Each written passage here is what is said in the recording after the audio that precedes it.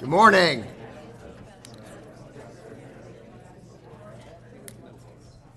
A jovial group this morning. That's great to see. I want to welcome you all to the Tuesday, November 5th meeting of the Placer County Board of Supervisors. We begin this meeting, as we do all of our meetings, by paying respects to our flag. We're going to ask Supervisor Holmes if he would please lead us in the pledge. I pledge allegiance to the flag of the United States of America and to the republic for which it stands, one nation, under God, indivisible, with liberty and justice for all. Thank you all very much. All right, from the flag salute, we're going to roll right into our consent calendar. Are there any items on consent that any members wish to have reviewed for or removed for discussion? Seeing none, any members of the public wish to have any items that are on consent removed for discussion? All right, we have a motion on consent, please. We have a motion, Gore, second Gustafson, a roll call. Gore. Wygant. Yes. Holmes. Gustafson. Euler. Aye. Thank you all very much. Okay, we'll move into public comment. This is the time when members of the public can address our board on items not on the agenda. Now, we do have a number of items on the agenda where we will be providing opportunity for public comment within the item. So if there's any item that is not on our agenda that you would like to address, this is the time to step forward. Please try to limit your comments to 3 minutes and identify yourself for us. Good morning. My name is Marilyn Jasper, speaking on behalf of Public Interest Coalition. The importance of government transparency at all levels is well established, including law compliance. We have 2 transparency-related requests for you to consider in your decision-making processes. Public concerns are created when proposals benefit only a few, and a majority of the public not only may not benefit, but also may be taxed and negatively impacted to boot.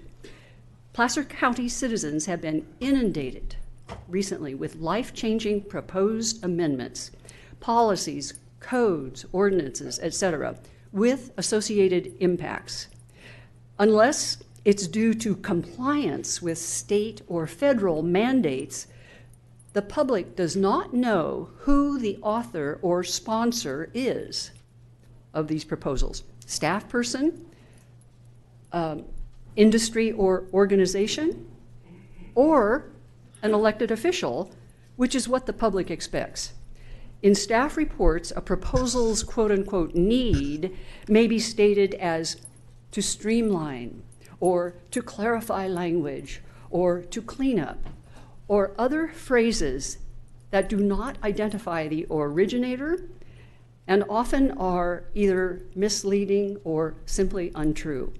Our first request is that with any proposals for accountability and transparency, just as our elected state and congressional representatives do, clearly identify on all documents and notices who the elected author or sponsor is. That would include this board or other county elected office holders who want something approved. Our second request is, as soon as an idea for a proposal is germinated, invite interested members of the public to initial meetings with the elected author or sponsor, long before any draft documents are created. These invitations should not be, quote, token input invitations, unquote, that come well after private meetings and drafts are almost finalized. At that point, public input, is marginal. The benefit to an early invitation is that if the elected author learns of legitimate citizen concerns and negative impacts, it's early enough they may either not proceed or amend the draft proposal accordingly. Thank you. Thank you. All right, anybody else here in Auburn? I know that we have somebody up in Tahoe who wants to talk to us. Go ahead, please go ahead, step forward. Good morning. My name is Carol Rubin. I live in Newcastle. At the last... Uh-oh. Whoa. That was the fastest Boy, that 3 was- minutes. No kidding. Talk slower than I thought. At the last Rural Lincoln MAC meeting, information item on the Bickford Ranch Marketplace was proposed. And Mr. Schmidt of Planning indicated that this use would require a modification of the general plan, the county general plan, and a rezoning of this parcel from farm to commercial. You guys on the Board of Supervisors have always been very upfront about your support for agriculture, and as a rural property owner, I'm very grateful for that. This would set a terrible precedent, the rezoning from farmland to commercial. The only reason that Bickford Marketplace is even economically feasible is because of the huge housing developments that have already been approved at Bickford Ranch and Turkey Creek. So there's a solution here that I think can make everybody, if not happy, at least satisfied. Can the Board of Supervisors please indicate to the developer of the Bickford Marketplace that you do not support rezoning of ag land to commercial zoning? There's a very long frontage of the Turkey Creek development along Highway 193 that's going to be 4 lanes because of the increased traffic. Housing units along 193 are not going to be terribly desirable within that high traffic area, but it's a great place to put a shopping center. Can we get the developer of Turkey Creek and the developer of Bickford Ranch to sit down and come to some conclusion that will be profitable to both of them to locate the shopping center on that property that will not require rezoning farmland? And thank you very much. Thank you. All right, anybody? Yes, good morning.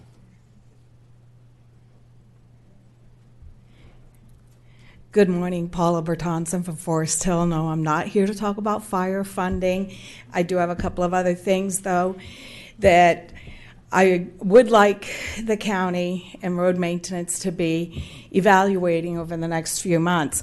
The number of accidents, speeding, fatalities on Forest Hill Road is getting out of hand, and it's heartbreaking. And it's hard to watch 100-mile-an-hour speed chases going past my house. And this is becoming too common. We've had a number of these over the last couple of months. So I would love if the county would restudy Forest Hill Road, step up patrol, and see if we can reduce the number of accidents and crazy drivers. It's sad. On another note, I spend a lot of time doing community outreach in Forest Hill because of my location, visibility, people know me. And I have a yellow gong outside my fence. And the purpose of that yellow gong, it's an ambassador of goodwill, something I want PG&E to take a look at and learn from. When somebody needs something in Forest Hill, I don't care if you're indigent, I don't care if you're a tweaker, I don't care if you're hard on your luck or you have something on your mind. Ring the yellow gong, I will come out, I will listen, evaluate, and if I can help, I will. The other day, my son spent 6 hours changing brakes on a young lady's car who works at Mega's because she didn't have money. She had no brakes, no rotors, and so he volunteers his time and teaches a tweaker how to change brakes on a car so that he can help someone out.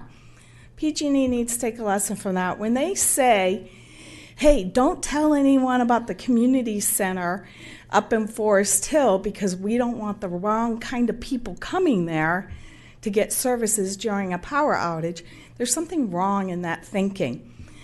And I don't know if this is the appropriate time, but I do need to leave for a meeting. So the PG&E Community Center that got set up there was a big secret. People didn't know what it was. Then once we figured out what it was lacking in services, it was lacking in heart, and I don't think it provided the services that it was intended to provide. And It was a sham, and I don't think Forest Hill needs that. I'd rather these people come to my house or we meet at Wharton's, but what was there was just not good. And unfortunately, it reflected poorly on the county because people thought the county set that up. So I reached out to Supervisor Gustafson. She has my comments and all of that. She can share them freely. And I think we just need to reevaluate how they do things in the future. Thank you. Yeah, our 9:05 timed item will give people an opportunity to address this. So if anybody Okay. else has comments in regard to fire response, community response to the fires or the power outages, all the rest, let's hold that for the 9:05 time. Oh, thank you. All right, anything that anybody wants to share with us that is not on our agenda today down here in Auburn? All right, you'll be the last one here, and then we're going to jump up to Tahoe because I see somebody sitting up in Tahoe waiting for us. Yes, sir, good morning. Wonderful. Good morning, gentlemen, ladies. Craig R. Del Greco, District 3, Placer County, of course. Does anybody know anything about why the PG&E office is closed in Auburn? And there's 2 vehicles parked in the parking lot out there. I've got photographs of it. Is this a statewide affair now? Okay. One more thing, people are not happy. Okay. All right, we'll go ahead and jump up to Tahoe. I believe we have somebody in Tahoe who wants to address our board under public comment. There you go. Hi, thank you. Ellie Waller, former Tahoe Vista resident, still very interested in Tahoe. I worked on lots of projects and still tying up loose ends. The La Lima luxury condo project has been silent since the Planning Commission asked the development team to revisit the project and work with the Kings Beach community, as the luxury condos and no proposal for a hotel do not reflect the area plan. Action was requested by the Planning Commission and no public meetings have been scheduled.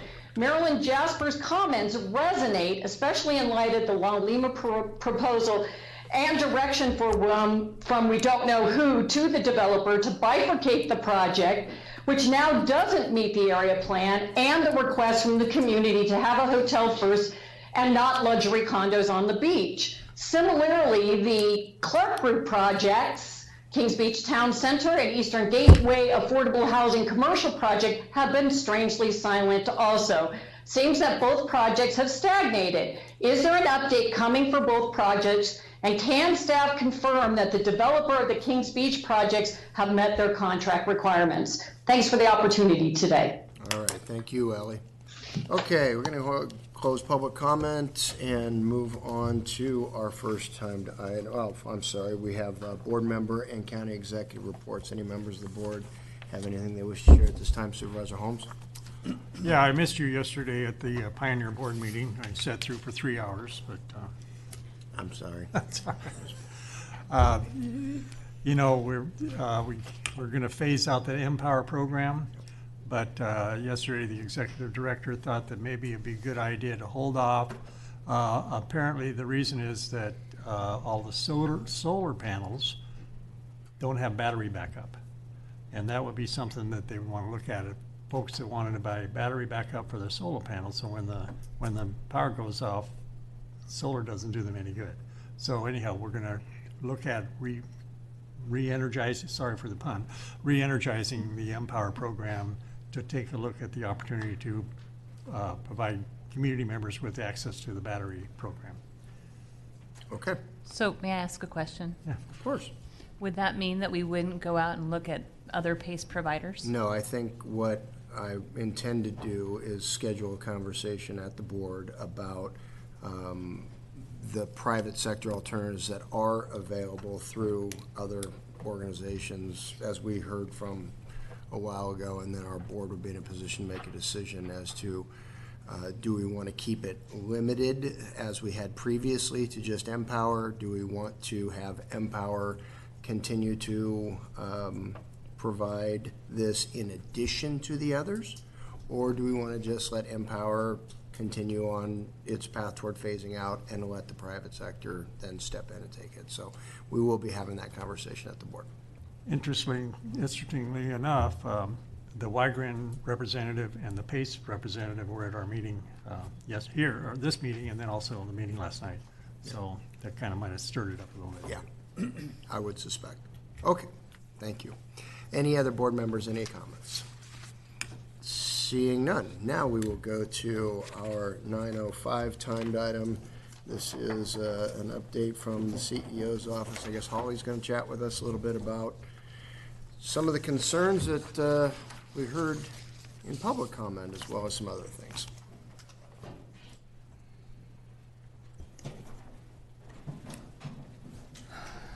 Okay. Good morning, Chair Euler, members of the board. Holly Powers, your Assistant Director of Emergency Services here at Placer County. I'm here today to provide an update on the recent PG&E public safety power shutoffs that impacted the county, reaffirm our local emergency proclamation in Placer County, and request board authorization to send letters outlining impacts of the public safety power shutoff to PG&E and Governor Newsom. So with that, I'll move into action A1 of my presentation, which is a brief overview of the recent PSPS events. I plan to cover a brief background of how we got where we are today, review the 6 public safety power shutoff events in 2019, focusing on October, and highlight the county's response and coordination, and then close with next steps. To provide an abridged version of how we got where we are today, in January of 2017, the CPUC published high fire threat district maps that encompassed U.S. Forest Service high hazard zones, CAL FIRE tree mortality high hazard zones, and the CPUC fire threat map. The district map identifies Tier 2 elevated and Tier 3 extreme fire danger areas where there's an elevated risk for power line fire ignitions and rapid spread. In August of 2018, Governor Jerry Brown signed into law SB 901, which addresses wildfire-related activities for investor-owned utilities and wildfire cost recovery, including those mitigation factors that investor-owned utilities need to put into place. Currently, the California Public Utilities Commission is holding hearings on the current public safety power shutoff proceedings and processes, and is currently in the second phase of these hearings. At this time, I know Pioneer Energy has been actively involved in monitoring and providing feedback on processes involved with those hearings at the CPUC. All investor-owned utilities had to develop criteria to evaluate when they would implement a public safety power shutoff. On May 14th of this year, your board received a presentation from Brandon Sanders, PG&E's governmental affairs representative, who discussed the main components of PG&E's wildfire safety program, one of those components being the PSP, public safety shutoff protocols and criteria listed here on the slide. PG&E considers 5 variables listed on this slide to determine those public safety power shutoff location and impacts as it relates to Tier 2 and Tier 3 fire hazards. They do activate their Emergency Operations Center once they start seeing weather that may be detrimental in those Tier 2 and Tier 3 impact areas. They also are looking for red flag, low humidity, and conditions of the fuel load on the ground. Here is a map depicting the Tier 2 and Tier 3 areas in Placer County. This is important because you'll start seeing a pattern of the areas that were impacted during the events of October are pretty much in line with the majority of this orange and red, or the Tier 2 and Tier 3. I also want to note there is a difference between transmission and distribution lines. Transmission lines are the large high voltage lines that transfer power between substation, and distribution lines are the lines in our neighborhoods that we see. The PG&E public safety power shutoff criteria is applied to areas that have both transmission and distribution lines. Therefore, there may be an area that's impacted due to a transmission line being in a high threat area and having those criteria, such as high winds, red flag, that then affects a distribution line that is not experiencing the same level of weather conditions. This may be why some events seem not to have threshold wind speeds when the power was out. Next, I'll transition into what's happened over the last few months here in Placer County. I do want to quickly mention that we were involved in 2 public safety power shutoff events in 2018. October 18th, the Todd Valley Forest Hill area had about 2,200 address points out, and the Alta Dutch Flat had about 900 address points out for about 45 hours. Estimated 45 hours. And then on November 8th, there was a second event forecasted with a similar impact area, but it was canceled due to weather changes. So in 2019, again, as I mentioned, we've had 6 public safety power shutoffs affecting the county. The first was on June 7th. This was forecasted to occur, but was canceled as the weather shifted, but continued to affect some of our northern Sierra counties. Our second event occurred on September 25th. It affected approximately 2,633 address points in Forest Hill, Todd Valley area, and lasted approximately 21 hours. This event was initially supposed to be 22,000 address points in the Granite Bay, Lincoln, Loomis, Penryn, Newcastle, Auburn, Meadow Vista area. It was also a part of 2 wind events in a row, one that was supposed to start on the 23rd of September, and the second event on the 25th of September. This event shifted last minute to Forest Hill. PG&E notified the county and residents about 6 p.m. About the shift in the power shutoff, and then the power was shut off the next morning about 4 a.m. So all the planning we had been doing up to that point was for the Auburn Foothill area for 22,000 impact, and then it was shifted to Forest Hill. Our third event occurred on October 9th. This event was the largest impact to Placer County with over 48,000 address points affected, including the Auburn County campuses, DeWitt, and Domes. Impacted areas included parts of Sheridan, Lincoln, Rockland, Granite Bay, Forest Hill, and then all the way up the I-80 corridor to Serene Lakes. Power went out on around midnight on October 9th and was restored at around 11 a.m. on October 12th. Estimated outage time was 78 hours. The Placer County Government Center, DeWitt Center, was shut down at midnight but was partially restored at approximately 5:20 a.m. and included the Auburn Justice Center, Auburn Jail, the Community Development Resource Center, and the Larry Odo Building. The remaining county buildings on the 200, 300, and 400 stretch here in DeWitt and the Domes remained out of power for the majority of that event. Our fourth event was October 23rd. It impacted approximately 16,000 address points for 52 hours. This was the first in a series of 3 back-to-back wind events that impacted our county. It impacted areas included Sheridan, North Auburn, Forest Hill, and up the I-80 corridor to Alta. Power was shut off around 2 p.m. on October 23rd. We received the all clear, which means restoration could start on 10:24 around noon. And then power was restored on October 25th by 6 p.m. So approximately 52-hour outage. As we move into event number 5, there was approximately 24 hours of power restored between events 4 and 5. So 52 hours power outage and then 24 hours of power. For event number 5, October 26th, I do have a few corrections to the slides. The actual impacted number statewide was 965,492. And as I've mentioned before to the board in my presentation, address points are individual meters, and so we multiply that by 3 to get the actual impacted customer base. So we're just under 3 million Californians were impacted by this power outage for PG&E. The power outage length for Placer County was actually 52 hours, not 23, as the slide depicts. Power went out on October 26th around 5 p.m. We received the clear on October 28th at 7 a.m. from PG&E. 83% of power was restored on October 28th by 9 p.m., but that left about 5,000 customer address points that were not restored power between events 5 and 6. The impacted areas included parts of Sheridan, Lincoln, Rockland, Granite Bay, Forest Hill, and again up the I-80 corridor to Serene Lakes.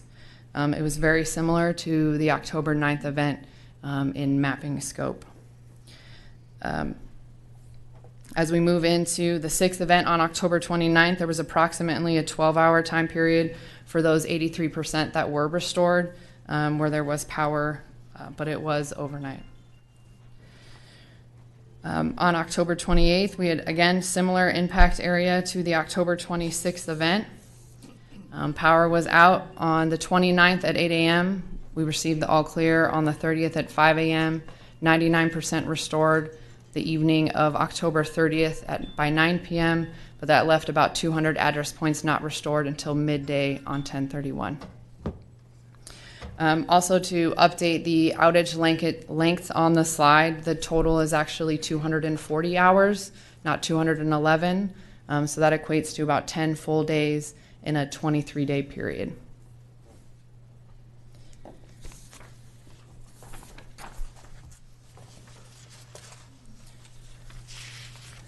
Starting on October 8th, the county activated the Emergency Operations Center at a level 3, which is a low-level minimum staffing.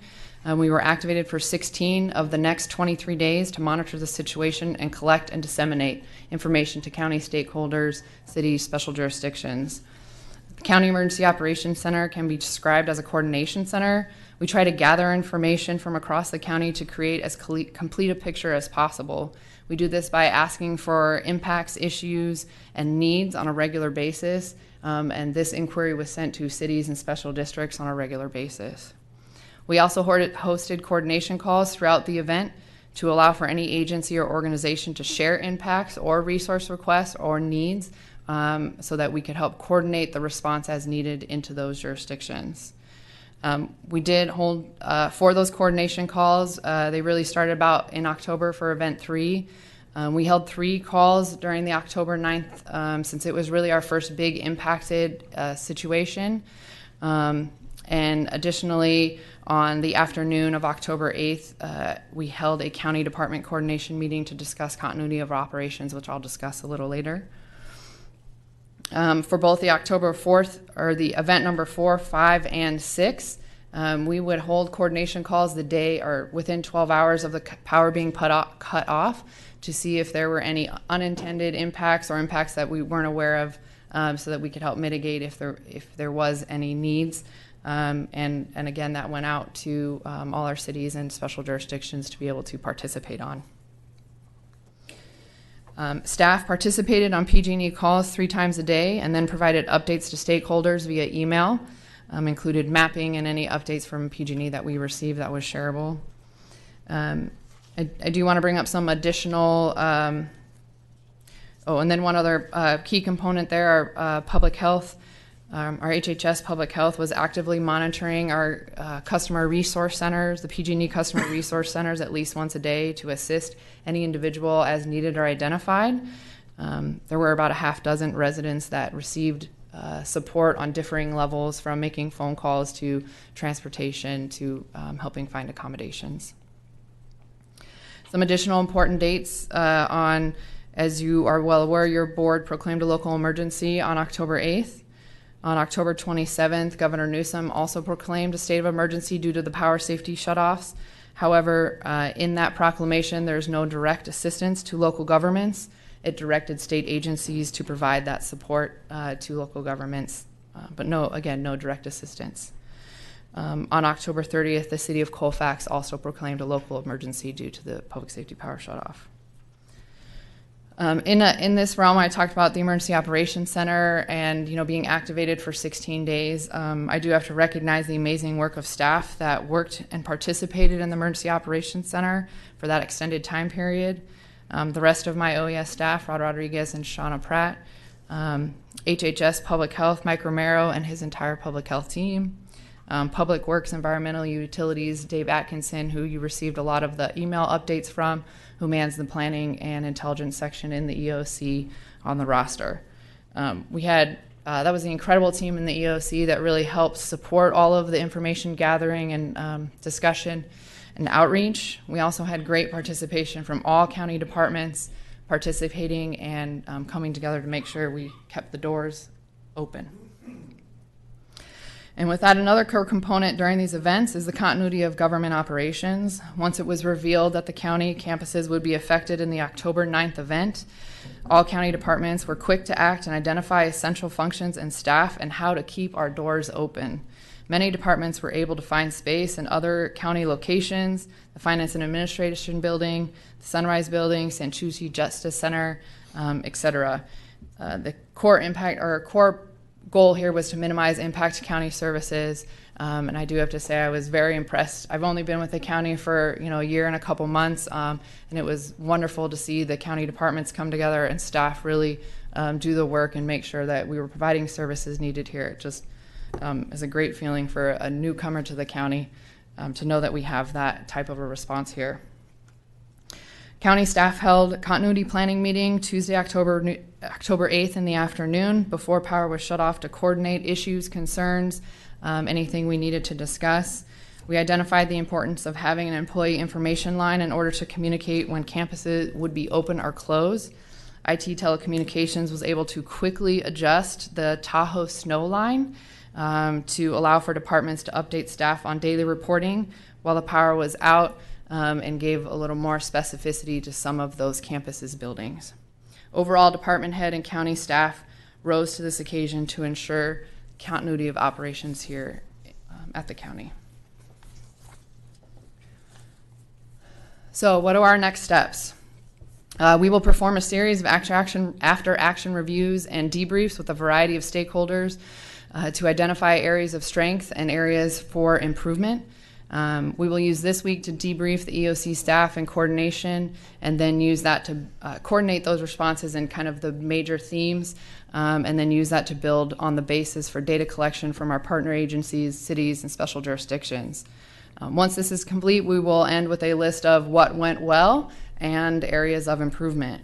We'll then work on prioritizing those areas of improvement and focus on solutions for them. A few items that we have already identified is offerings of regional trainings for local officials on emergency management procedures and processes, partnering with economic development to develop coordination with our business community and Chamber of Commerce, and develop an update of emergency operations plans, including an extended power outage plan and our cold weather response. More to come. As your board is aware, on October 25th of this year, the state launched the local government Public Safety Power Shutoff Resiliency Program to mitigate the impact on Californians by supporting continuity of operations and efforts to protect public health, safety, and commerce in affected communities of public safety power shutoffs. $3.75 million went to state agencies, $26 million went to the 58 counties, $10 million will support incorporated cities through a competitive grant, and $1.5 million will be available for grants for tribal governments. Placer County has received an allocation of $425,333. As a condition of receiving this funding, counties are required to collaborate with cities within their jurisdiction to support critical infrastructure, resiliency countywide, with a particular focus on public safety, vulnerable communities, and individuals with access and functional needs. We will be utilizing our after-action findings in this conversation with this stakeholder group as we prioritize how the received funding is spent. Eligible activities under this allocation are limited to equipment such as generators and generator connections for essential facilities, generator fuel and fuel storage, and redundant emergency communication. Plans such as continuity plans or development or update of contingency plans for electrical disruptions and others. Public education materials or supplies focused on individual and family preparedness for electrical outage, and one-time costs associated with identifying and equipping resource centers for the public to access during electrical distribution. Placer County did not open a resource center during any of our 6 events. Activities that are not eligible are response costs associated with this electrical disruption events, including staffing, emergency operations center staffing, security, law or fire response, or any overtime charges. All activities funded within this allocation must be completed within the period of performance, which is July 1 of 2019 to October 31st of 2022.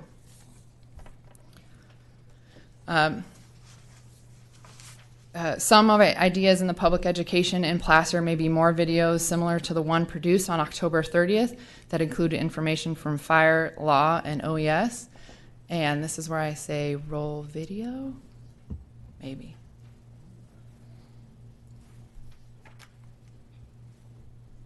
No, they're in the With back. audio? Maybe. Maybe we see if we can get it. Placer Alert and social media. Ooh. However, we do not announce power shutoffs through those channels. It is strictly for emergencies and critical incidents only. With or without power, we're ready to protect and serve. Public safety power shutoffs typically occur during red flag events, which means dry and windy conditions that can cause destructive wildfires are present or predicted. Please take every step necessary to be fire safe, especially if you're using generators. Fixed generators should be professionally installed. If you're using portable generators, please ensure you're using the proper size cord, that you're operating it outside to prevent exposure to carbon monoxide, and never place a generator in dry vegetation. We will always be prepared to respond to new fires. Our stations have backup power, and during periods of heightened fire danger, we bring on additional firefighters and staff additional engines to respond to any new fires. We'll be ready to respond with or without power, always. Placer County may be dealing with public safety power shutoffs for some time. As with any emergency impacting our county, the Office of Emergency Services will maintain and manage the Emergency Operations Center, or EOC. The EOC's primary role and responsibility during these types of events is to coordinate between local agencies and partners in order to maintain public services in our communities. Placer County is ready to serve you, but it's all of our responsibilities to be prepared. Visit readyplacer.org to get up-to-date information on any current emergency in our county, as well as information on how you can prepare for the next public safety power shutoff and to connect to your local first response agencies. Remember, build a kit, make a plan, be informed.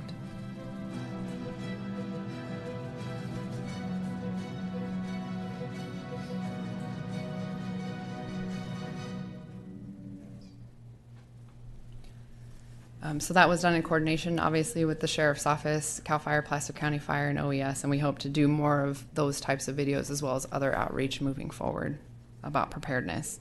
But with that, I really can't understate the importance of coordination and information sharing between all of the agencies in the county, city, and our special districts. I've just given this presentation on impacts of an extended power outage, and since that is what we experience, we sometimes forget that we were also in red flag warning with extreme fire conditions, and a catastrophic fire could have occurred in our county during those public safety power shutoffs.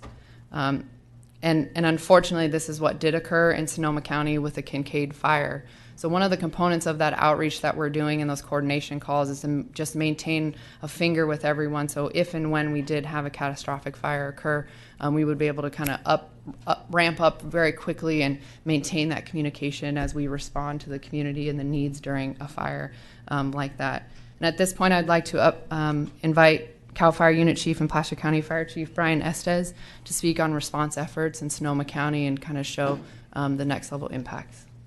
Thank you, Holly.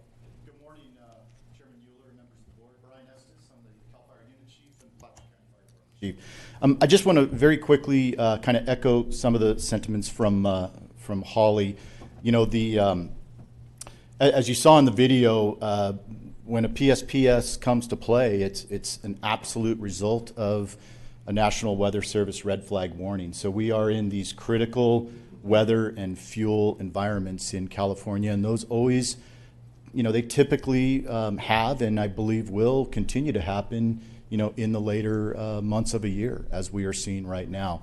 One of the benefits of a coordinated and regional response that we had this year is our department at the state level establishes what we call staffing patterns. And they did that this year, which allowed us to bring up to and including holding all personnel on duty at the expense of the state, which really benefited our 5 county stations in addition to the 12 state stations in a regionalized response protecting Placer County. We really had kind of all hands on deck. And we were also able to work in collaboration with our close partners with the Sheriff's Office and with OES to make sure we have preventative measures out there. We enhanced our fire prevention officers to a maximum level because while we may have seen a downtick in the vegetation fires, which was the purpose of the PSPS. We saw an uptick in other things, regarding generator fires and threat to structures because of generators not being hooked up appropriately or being placed in the wrong location. An uptick in general call volume to the fire department based on intersection lights, traffic lights out, increased traffic, and just a general feeling of anxiety that I'm sure all of you saw within many parts of our county. And as the fire chief and working with Sheriff Bell and our partners across the county, that's something I really have to be aware of and look to the future as part of our after action report is how do we try to bring kind of that solitude and normality to the county when our people are in states of anxiety or distress. And that's what we really saw on the Kincaid fire. I was over there for the first 4 days, ironically helping the team that was in command of the fire get established in the Sonoma County EOC. And I want to give some credit to Holly for her preparation efforts. Sometimes it's tough when you're a director of something like an AOC to keep standing up these training drills when there's nothing going on because it impacts all the other county departments, it impacts everyone. But we believe that you train like you fight. And when it comes to play in Placer County, we need to have that EOC and our collaborative efforts between the Sheriff's Office and the Fire Department operating, without a single tick. And there were 189,000 people impacted by the evacuation zones in Sonoma County. Those people are all repopulated now in no small effort due to the collaboration between the Unified Command, the Fire Department, the Sheriff's Office in Sonoma County, and that very, very coordinated event working with the EOC. So it's very important, and I just want to extend my appreciation to Holly and her leadership and our collaboration with the Sheriff's Office. I think we had a significant impact to the county, but I can honestly say there was no deviation or disruption in services from the fire department. So thank you very much. Thank you.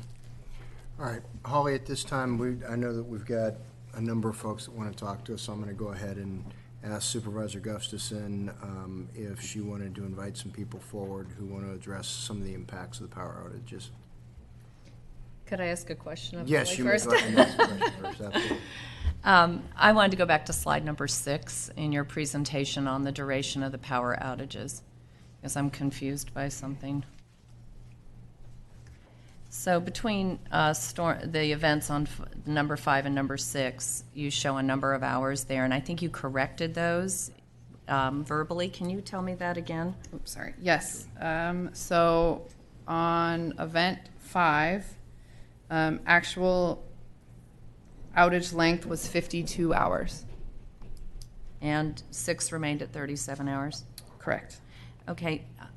So I had a number of residents from Colfax up that never regained power and were out for 6 full days, and those hours don't add up to theirs. I know the PG&E gave the all clear, but these people were not restored until Friday night, and they had been out since the previous Saturday.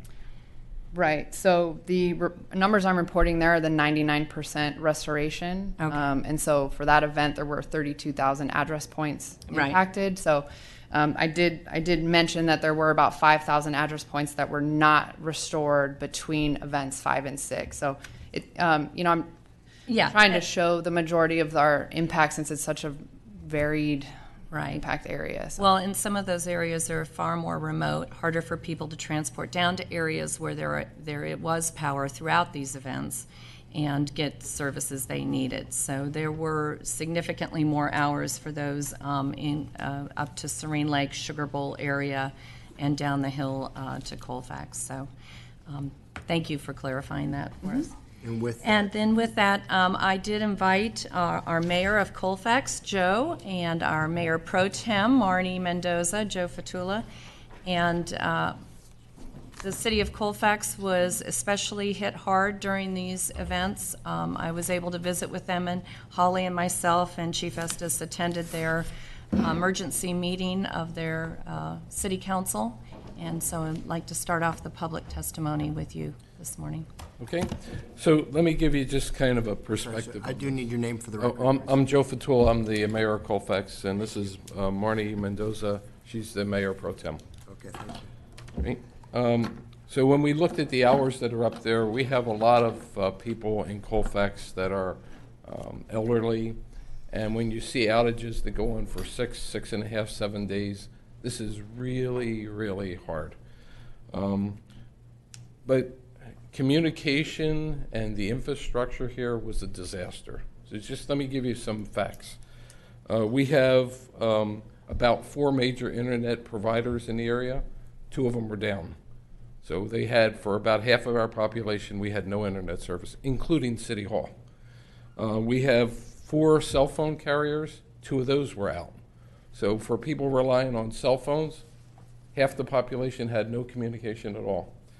In addition to that, the landlines seem to somehow be connected either into the internet or the cell phone system. We don't understand that.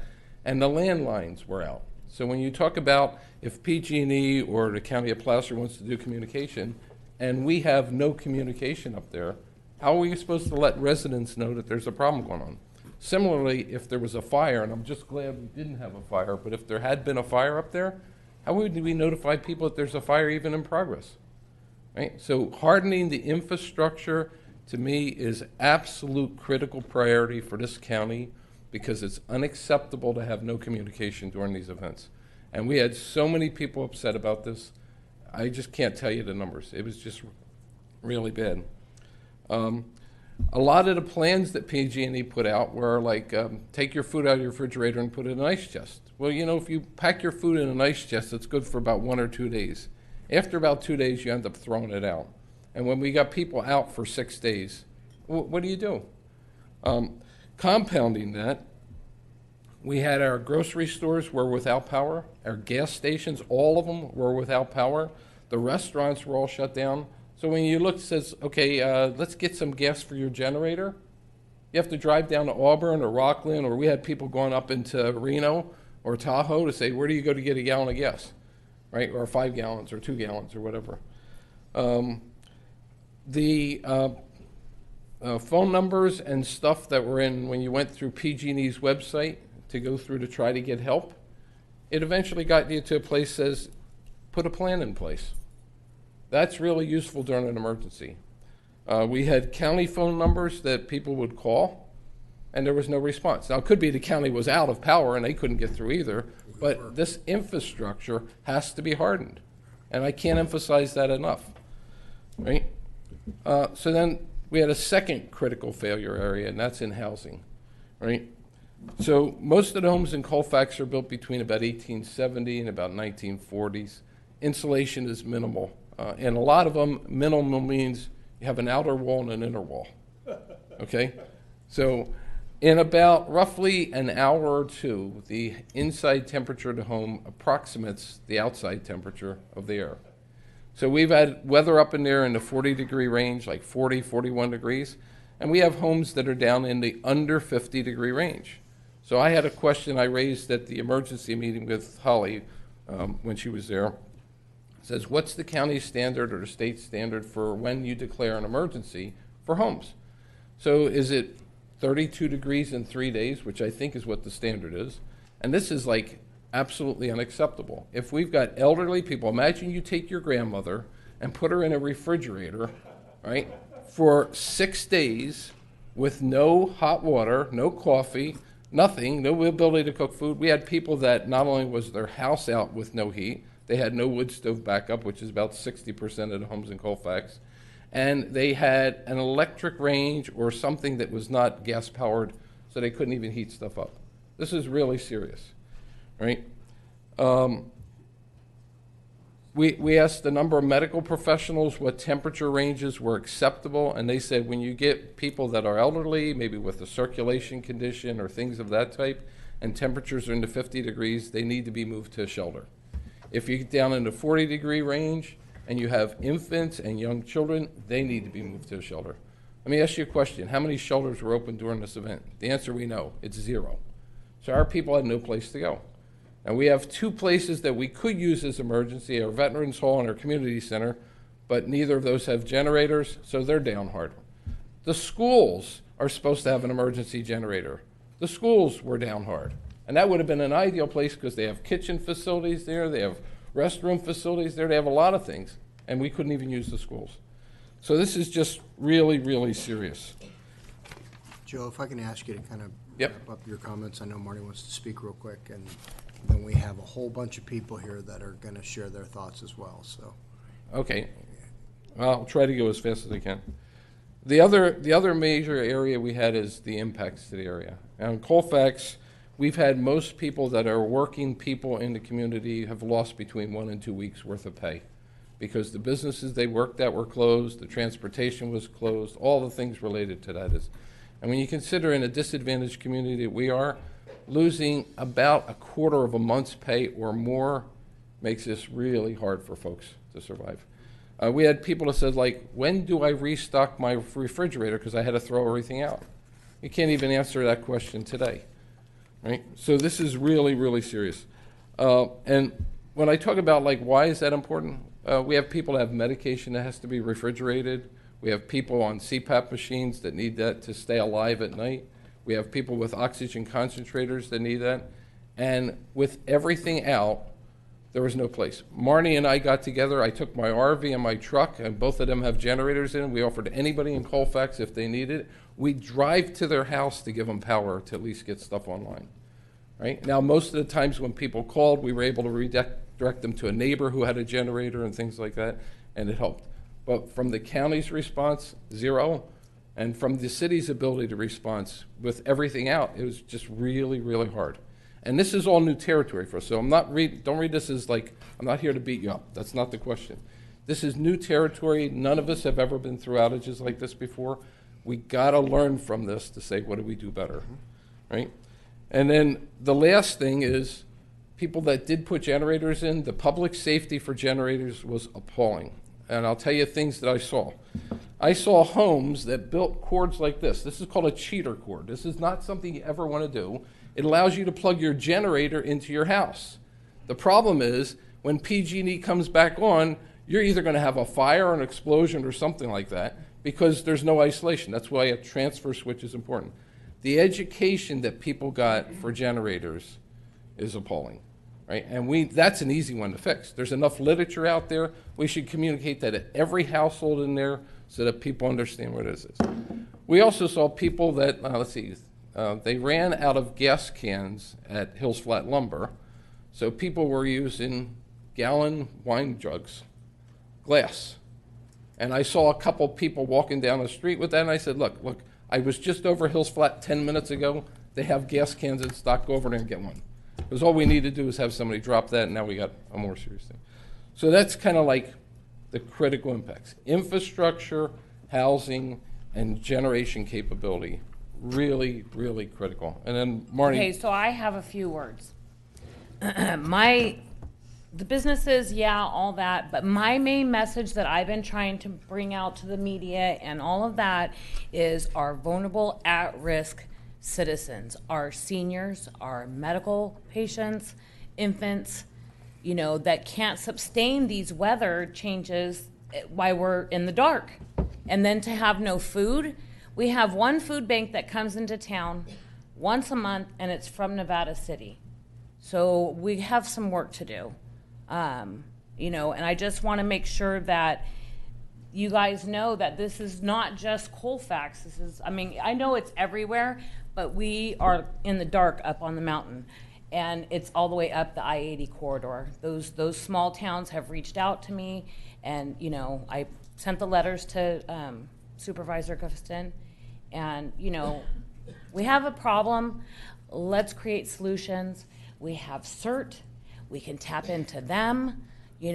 Build our teams. This is what I've been trying to get this message out since last year. So let's just utilize this as a starting point to what could be, what disasters could be. Yeah. So, and again, we're not here to complain. We just want to do the post-mortem on this to say what can we learn to try to make this better. And thank you for your time. Thank you. All right. I know that we have a number of folks that want to comment before we do that. Any board members have anything specific to the presentation that we received? Okay, seeing none, we will go ahead and take public comment at this time. Anybody want to address their comments to the board on this topic? We do have a couple of action items that we're being asked to take in regard to affirming a local emergency and sending a few letters. So, anybody want to address the board on this item? Yes, ma'am.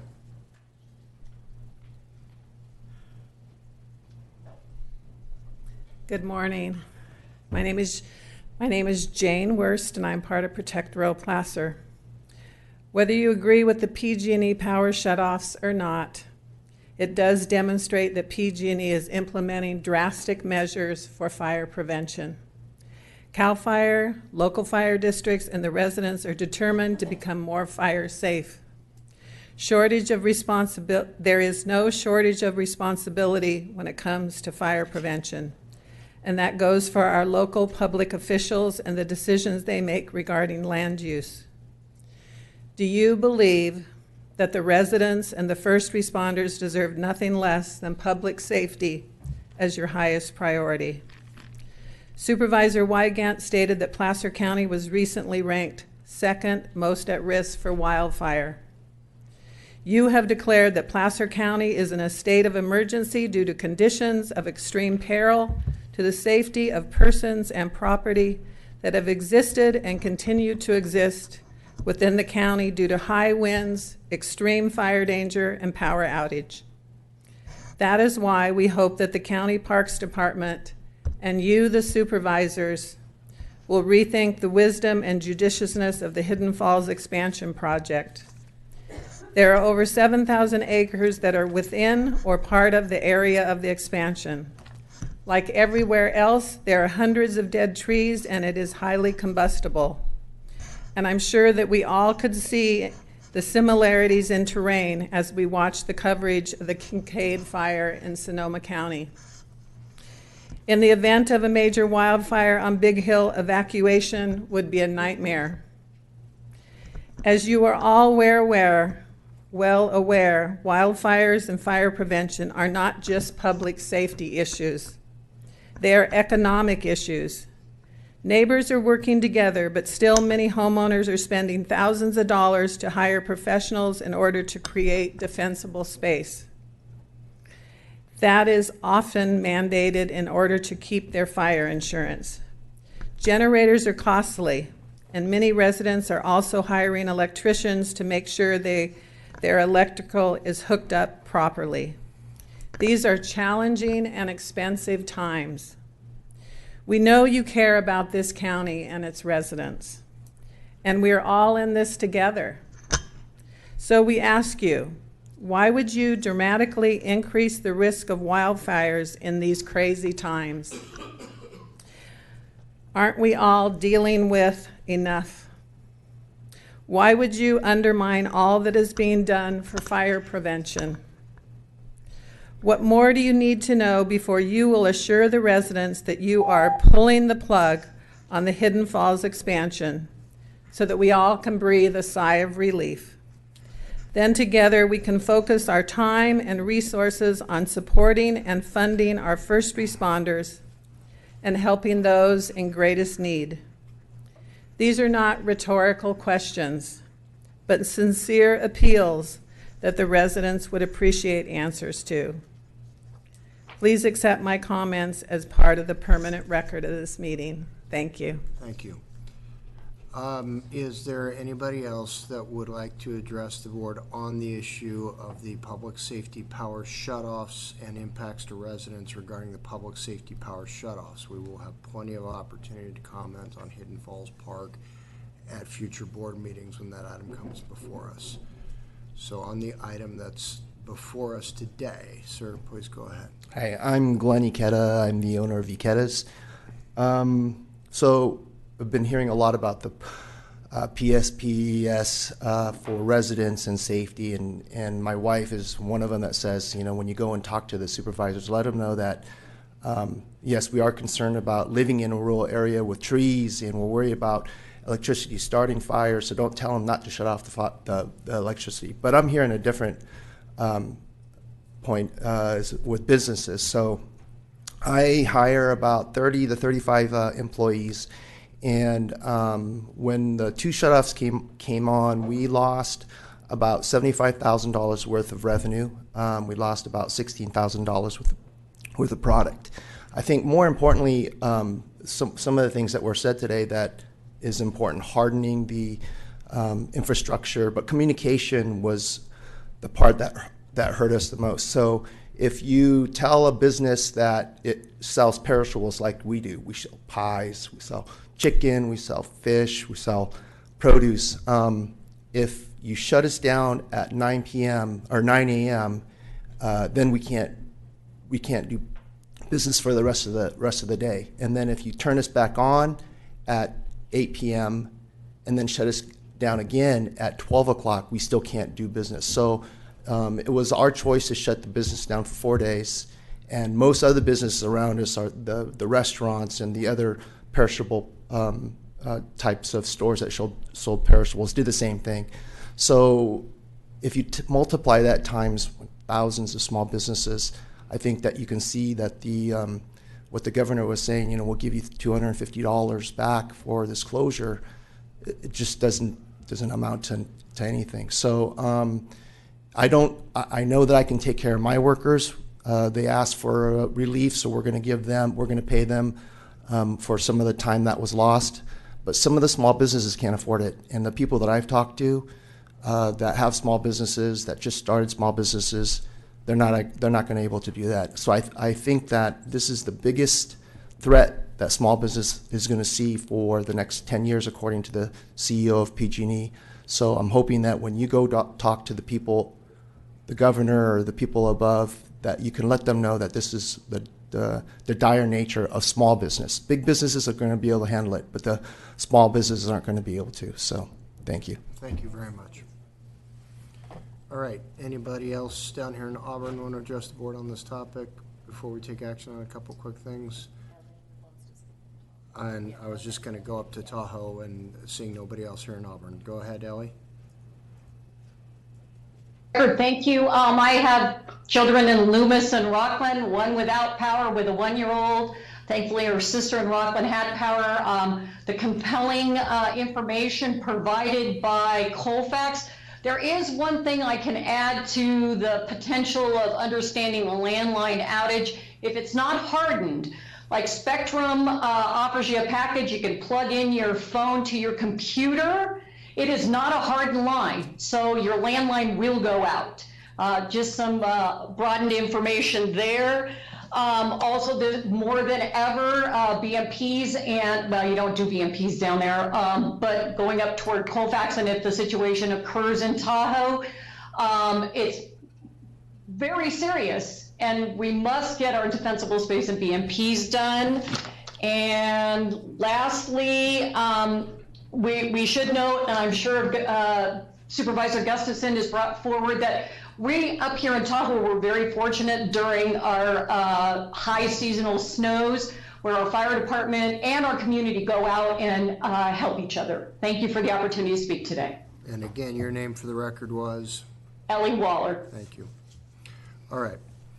Seeing nobody else rising to address the board on this item, prior to taking action on 2 items that are in front of us, are there any additional comments by board members on this? Supervisor Wygant? Yeah, I'll just throw in quickly my 2 cents for what they're worth. First of all, I want to commend OES and Brian, your shop, for working together in County Exec's office. I was impressed essentially with our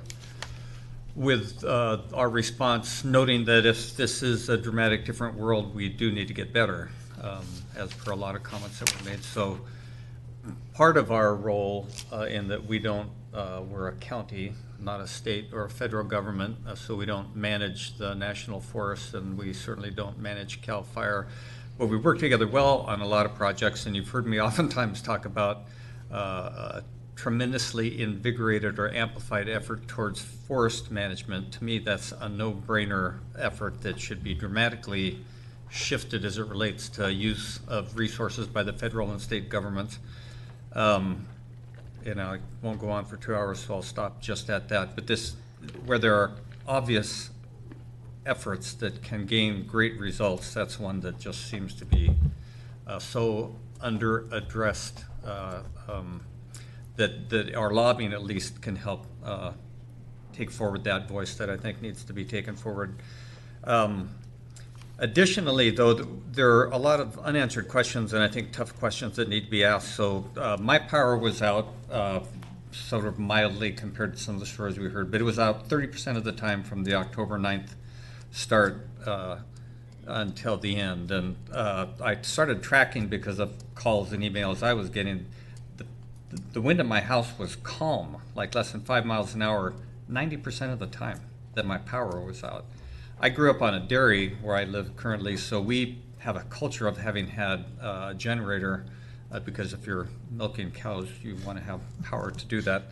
And if you don't milk them, it's a big deal. So I had a generator, but it's not as convenient. It wasn't, so I got off easy compared to some people. But I think I also read the chair of PG&E's comments talking about how they have a 10-year program to get things back to normal, whatever that was. When I was a kid, the power was never shut off on purpose when we had power outages as a result of a serious storm. So we need to sort of find out, I think, how PG&E's delivery of service compares to like Roseville and Liberty, because in the first power shut off, parts of Lincoln and Rockland were shut off. Then it sounds like they learned that they didn't have to be quite that extreme. So anything we can do in that vein to actually get information, good, objective, honest information. It's easy to blame people, and we don't want to do that excessively, but we do want to ask tough questions, because I spent some time on the phone with a technical person from the Sierra Business Council who tells me that there's a lot of technology to more concisely manage the grid. Some of it high technology now, some of it that's been around for a long time. And I think it's partly our role to make sure that we do everything we can to make sure that those kinds of public efforts go forward. Thanks. Thank you. Supervisor Holmes. Well, first of all, I can't disagree with anything you said. Certainly well spoken. I would like to thank the mayor and the Mayor Pro Tem from Colfax to bring home what the real concern is for people in the vulnerable people in the rural areas. So thank you for bringing that forward. And I have to commend Holly and your team and Chief Estes for keeping me informed. I had a lot of people calling me about what's going on, so the information you provided, I was able to give out what it was worth, but anyhow, I was able to be aware of what was going on. So I just want to thank you, and I have to agree with Supervisor Wygant's comments. Okay. Supervisor Gustafson. I'm not quite sure where to begin. I think I'll start with Holly. I want to commend you as well, and OES staff, for what you've done. There were a number of things you did above and beyond that you didn't report on, so I just wanted to bring those to light. That when we did receive a call from Colfax that there wasn't a community resource center, you yourself personally, as well as the OES team and Todd and myself, all tried to reach out and get PG&E to move from Lincoln, the CRC that was not being used, up to Colfax, and they refused to do that. So I want to commend you for your efforts, but I think it's part of this after-action report as to where these are located. We heard quite a bit of testimony last night in Forest Hill about the lack of communication, what was going on, how they had chosen the site they did, and it was outdoors, there was no tenting, no shelter, and it was not well publicized there either. I did have the opportunity to visit the Gold Country CRC, and I do believe it served well those that were there and charging up devices and getting information, but I assumed that had been emulated in Forest Hill, and it was not. So I think we need to be really clear with PG&E and in our after-action summary to learn from those issues. One other thing you shared with me yesterday, and maybe you could share with the rest of the board, is Nevada County did open up an overnight shelter because they had some of the extreme outages we did. And can you talk about that briefly as to the results?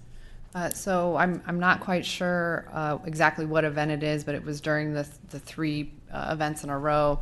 Nevada County did open an overnight charging center that opened when the PG&E Customer Resource Center closed. They had one individual that attended overnight. They did not have opened that center again for the duration of any of the events. So that would have been one overnight charging center.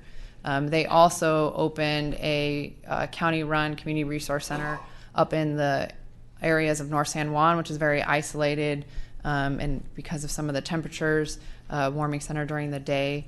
And they had 7 attendees in that center, but none of them actually needed to charge or warm anything. They just came to see what was going on. So they did not open that center after that initial day. And I raised that issue because initially that was some of the requests we were getting, and I was wondering about how we house people that might.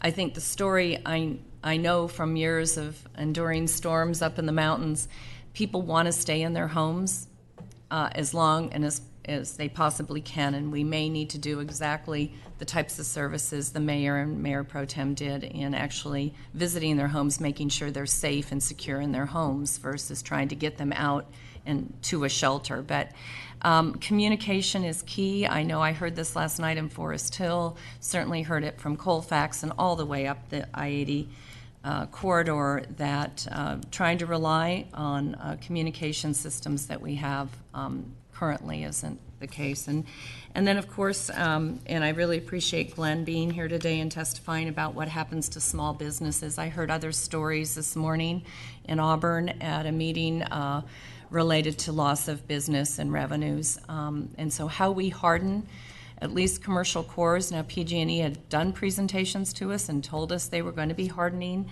the downtown and commercial cores of areas and providing some essential services. They just hadn't completed those yet, so they were not activated. This had profound impacts on local businesses, on local individuals, and potentially could have been life-threatening for those needing those vulnerable populations that Marnie talked about. I would like to see our letter get copied to the CPUC. I understand from Mayor Mackey in Auburn that the chairman of the CPUC would also like to be told and have specifics. So if you have specific information that you can pass on to us, any of you who have sent it to me already, we will get that to the CPUC to quantify those issues. Apparently it was brought up at the Pioneer meeting yesterday. And I want to make sure we did what we did with the fire insurance crisis, that we pass on these testimonials to the individuals who are overseeing PG&E and considering what our options are moving forward. This is a tremendous issue facing our communities and changing our way of life. I hate to see this many generators. I just think about the safety of that and air quality when everybody goes out en masse and buys generators to get themselves through these episodes. We should take those resources and try to harden our systems if we can and improve those. So I think you've heard enough testimony. It was profoundly impactful for those, especially up on the summit. There were nights that were in single-digit temperatures up at Sugar Bowl and Serene Lakes with no power in those areas. So, all right, thank you. I'll just share a couple quick thoughts I have. What we are all expressing is our frustration over really the symptom. The symptom is the power had to be shut off because the disease is, we in California are woefully unprepared for the fire risk that is real. We have not properly managed our resources, specifically our forest. Supervisor Wygant alluded to the fact that here in Placer County, we're a 1 million acre county. About 63% of Placer County's property is actually in state or federal hands. About 63%, so about 630,000 630,000 acres of Placer County are actually owned and managed, in theory, by the state or federal government. And that's where our biggest challenge comes from, is these incredible fuel loads that we allow to build up. And we have any ignition source anywhere near those power lines. That's when we find ourselves in a position of folks in Colfax being out of power for 6 days because we don't want a power line going down in a highly combustible area.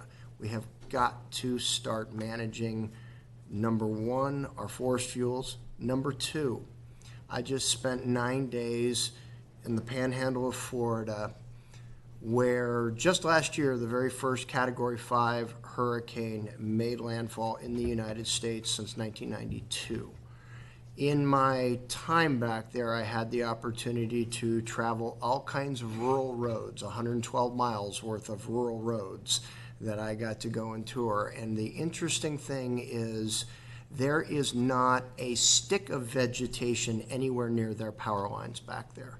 You drive down the rural country roads back there, and the power lines are adjacent to the roads just like ours, but you don't have anything growing vertically for another 10 to 15 yards beyond the power lines.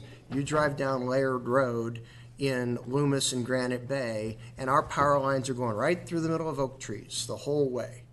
And until we start managing our rights of way for our power lines a little bit better, it takes nothing but. In this last wind event, I lost a tree. Fortunately, it was one in the backyard, not the one that happens to be in the front yard with the power lines going through it, because our power wasn't off. It is a management and maintenance issue that we have, for various political reasons, allowed for too long to go unresolved. And we will continue to find ourselves in this position of, well, choose, freeze or burn. And that's not the right choice for us in California. So I'm thankful that our board was willing to put forward these letters, and I look forward to getting these letters to the governor, to the CEO of PG&E, as well as to the CPUC. So with that, we'll go ahead and ask for the board's approval to reaffirm the local emergency proclamation in Placer County. Do we have a motion on that resolution? Yes, so moved. That was motion Gustafson, second Holmes. All in favor, please say aye. Aye. Aye. Opposed? None. Thank you. And then the two letters, do we have a motion to authorize me to sign the letters to PG&E as well as the governor? Move approval. Motion Gustafson, second Holmes. All in favor, please say aye. Aye. Aye. Opposed? None. Thank you. Many of you spoke to the issue of preparedness.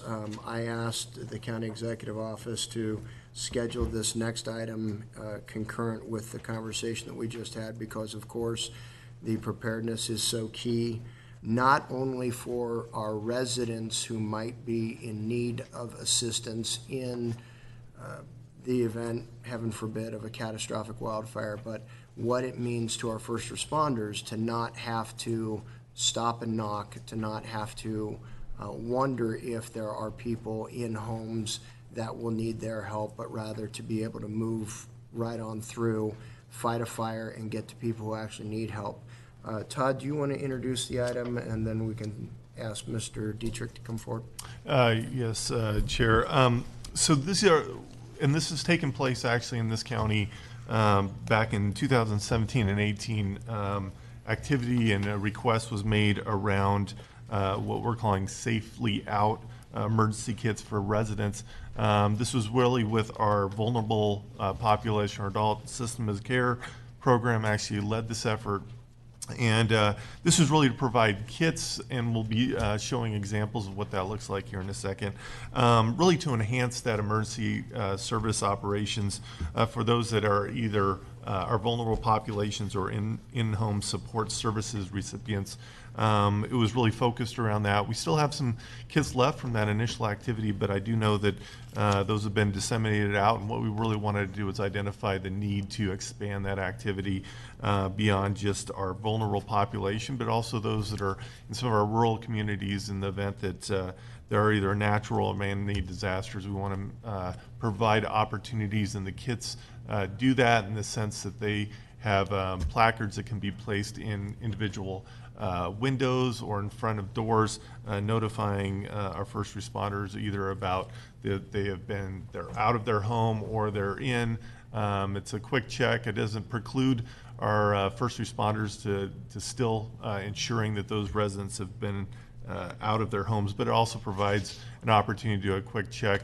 There's also some materials in the individual kits for how to prepare for emergency situations, and as Holly attested to in the presentation previously, planning for these activities on an individual basis, I think, is critical. So there was a request that was made, and Supervisor Euler can speak to this a little more thoroughly. And obviously, the kits are produced by a firm called Citizens Voice, and they provided the kits to our Health and Human Services operations. But in this case, this request would be pertaining to all residents could receive these kits.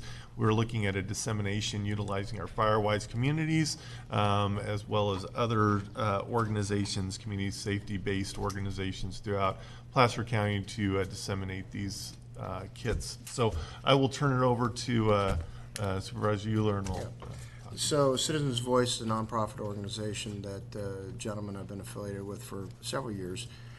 Founded for it was actually in response to some hurricane stuff down south that he put together the Safely Out program. So at this time I'm just going to ask Gary Dietrich if he'd come forward, tell us a little bit about the Safely Out effort, but more specifically, I think, to what we're talking about here today.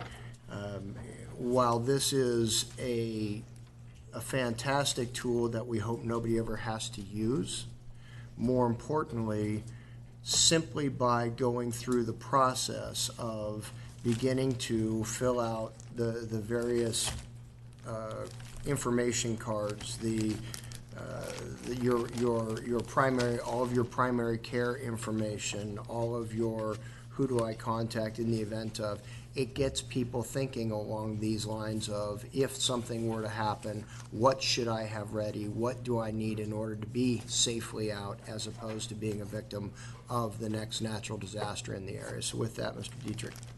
Well, it's an honor and a privilege to be with you again. Thank you so much for your time. You know, I have been to dozens of disasters in the last 10 years. And I do need your name for the record. Yeah, Gary Dietrich, founder of the Safely Out Project. It's been hurricanes in Florida and Texas. It's been fires all over California. And I just never stopped being heartbroken by the stories in places like Colfax. I mean, my mom lived 3 miles from the San Andreas Fault, God bless her, before she perished. And I was in deathly fear of what would happen to her living alone in a home. And when I hear stories about people without communication capabilities, I don't know if you've heard the numbers. In the most recent outage, 200,000 people had no communication capabilities, zero. And so what are we going to do for them? And how are we going to support good folks like the chief who are out there trying their best to make sure that people can be safely evacuated during disasters, particularly, as you noted, Holly, access and functional needs folks who are frail elderly, people with disabilities, young children who may be latchkey folks. What do we do to help them? And so in the aftermath of Hurricane Katrina, we did partner, as you'll recall, with the Capital Region Red Cross to develop the Safely Out project. I won't go through all the components of the kit. Kirk's done some of that now, but of course the centerpiece, the identifier, whether folks need help or they're safely out, it's simply a triage system so that people can let folks know, do I need help evacuating? And there's the other half of the project is neighbor helping neighbor approach. 3 caregivers or family members or neighbors who make sure that Ms. Smith or Ms. Dietrich or whoever, when they leave the neighborhood, can get out safely. Many of these elderly folks, remember 86 died in Paradise, almost exclusively elderly people who had no capacity to transport themselves. And that's what we want to avoid. On an official capacity, the RAND Corporation surprised us pleasantly by including Safely Out as its first best practice nationwide and its report to all state and local governments on how to help AFN folks access and functional needs in disasters.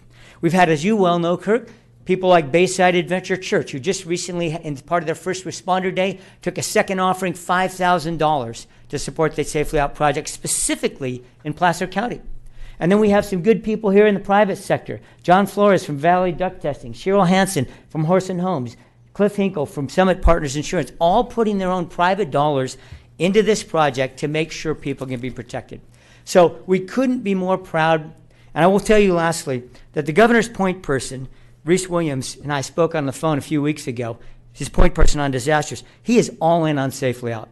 And he is thrilled that Placer County and also Sacramento County, some of you know your colleague Don Natoli down there, supervisor in Sacramento County, is taking the lead there, as Kurt has here in this county. And Reese is thrilled that Placer County and Sacramento County, in his view, are going to become models for implementing Safely Out, and they want to take it statewide. So with that, Kirk, thanks so much for your time. I'll be happy to answer any questions. We're just glad to have the opportunity, and thank you, Todd, for the chance to be working with your staff to get, I understand, hopefully 5,000 more of these kits out in the near future. Thank you. Supervisor Holmes. Mr. Dietrich? Supervisor Holmes has it. How many packets are there included in the $50,000? There are 5,000 of them. Oh, one other additional really great thing. They're assembled by Pride Industries, which, as you know, is based in Placer County and does the actual assembly. So this would be for 5,000 kits, and I understand, Supervisor Euler, the intent this time is to focus geographically in geographically vulnerable areas, particularly Supervisor Gustus's district. Yeah. So how are they distributed? Who's responsible for distributing those? Well, the initial round of them went out through your in-home supportive services folks. And typically what we do is we work through what we call established relationships. So oftentimes it is through adult senior programs. We work closely with the folks who work with developmental disabilities. The regional center system has often distributed them. So we work with folks who already have established school systems have done this, with people who know and are in contact with those who typically are vulnerable citizens. So does the sheriff's office support this, or? Oh yeah, we've had everybody from the Governor's Office of Emergency Services. We've had letters from elected officials, first responders, others. We look forward to partnering with the folks here in CAL FIRE in your area to do the same.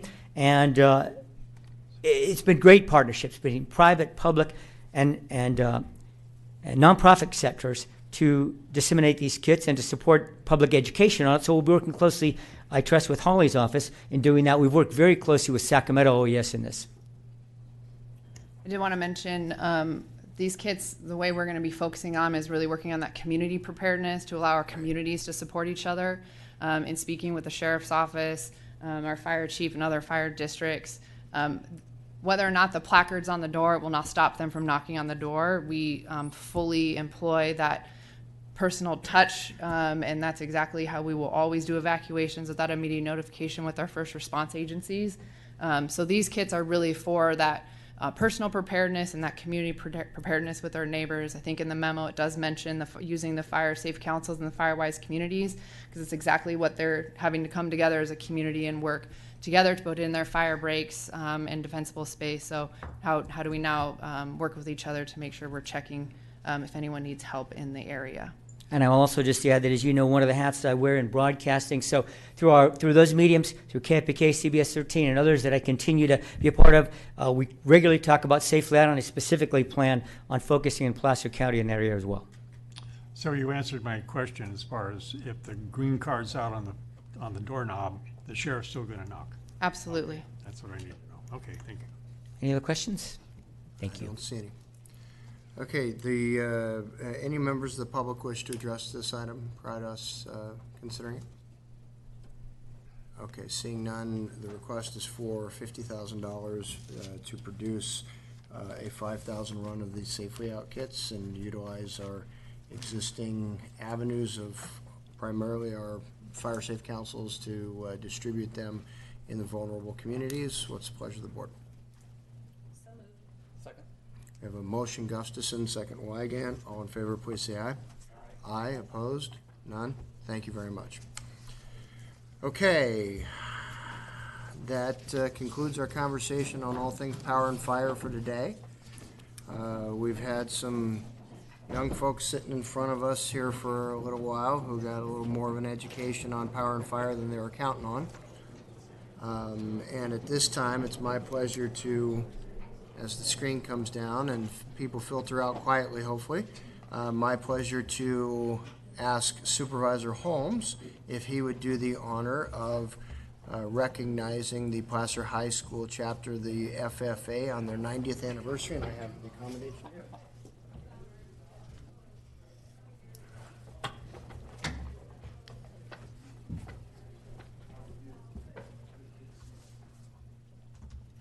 Thank you, Mr. Chair. I'm honored to do this since I am barely a graduate of Placer High School. Can I have you young people come to the lectern here and just stand while I read this? Come on up. Fine-looking group. And as the chair mentioned, you came to a great meeting to see what happens in the County Board of Supervisors. So I'm going to read this. It's a matter of a commendation recognizing the Placer High School chapter of the Future Farmers of America on its 90th anniversary. Whereas the Placer High School chapter of the Future Farmers of America was established on November 15th, 1929. I wasn't there. Under the Smith-Hughes Act of 1917, which promotes vocational education in agriculture, trades, and industry. And whereas since its inception, the FFA organization has sought to ensure that all students enrolled in an agricultural program benefit from career and leadership opportunities through agricultural education that will lead to personal growth and professional success. And whereas the Placer High School Agricultural Department works in partnership with local community groups to develop students who hold high-quality industry knowledge and 21st century professional and leadership skills. And whereas since its inception 90 years ago, the Placer High School FFA Club has dedicated its time and resources to the greater Auburn community by volunteering at a number of events and fundraisers, including the Placer Farm Bureau's annual dinner, the Junior Livestock Auction at the Gold Country Fair, which I take part of, the Placer Groans Farm and Barn Tour, as well as helping those in need by volunteering at the Butte County Fairgrounds during the campfire, providing backpacks full of school necessities to students, assisting friends of the library in a variety of ways, and many more.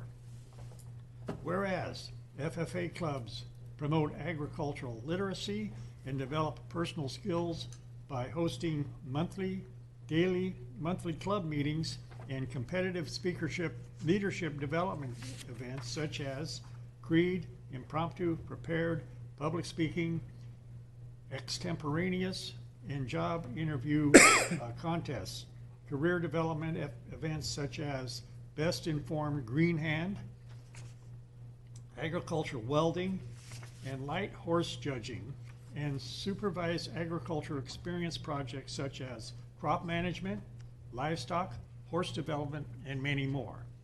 And whereas the members of the Placer High School chapter of the FFA strive to use the legacy of the past to build upon the club's future. Placer FFA is run by its members, for its members, by a team of elected officers, and honors traditions, including community involvement for future generations of agriculture. Now therefore let it be known that the above commendation was duly passed by the Board of Supervisors of the County of Placer at a regular meeting held November 5th, that's today, on behalf of the citizens of Placer County, and acknowledged with great appreciation the Placer High School chapter of Future Farmers of America for 90 years of service in agriculture and vocational education in Placer County. Congratulations.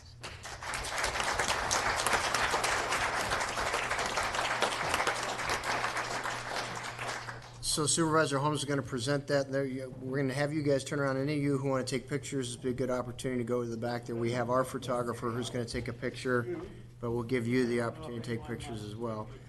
And why don't we, Supervisor, why don't we have the pictures first, and then we'll have them give their comments. How's that? If that works for you? You betcha. That's why I sit in the middle seat.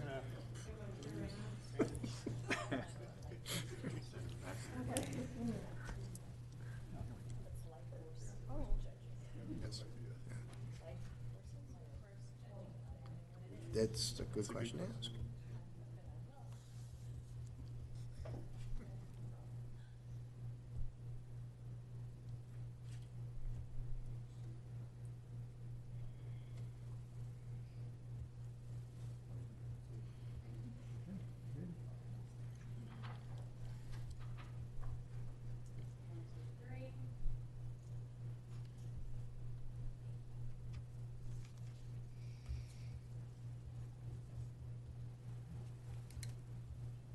All right.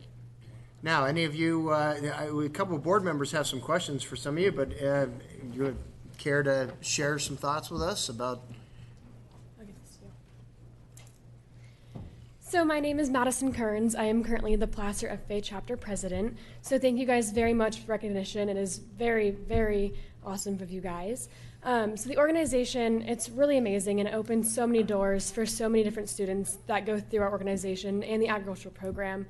Our main goal as an organization is to really build our students in the agriculture industry, because there is a lack of agricultural literacy that goes through our state and beyond that.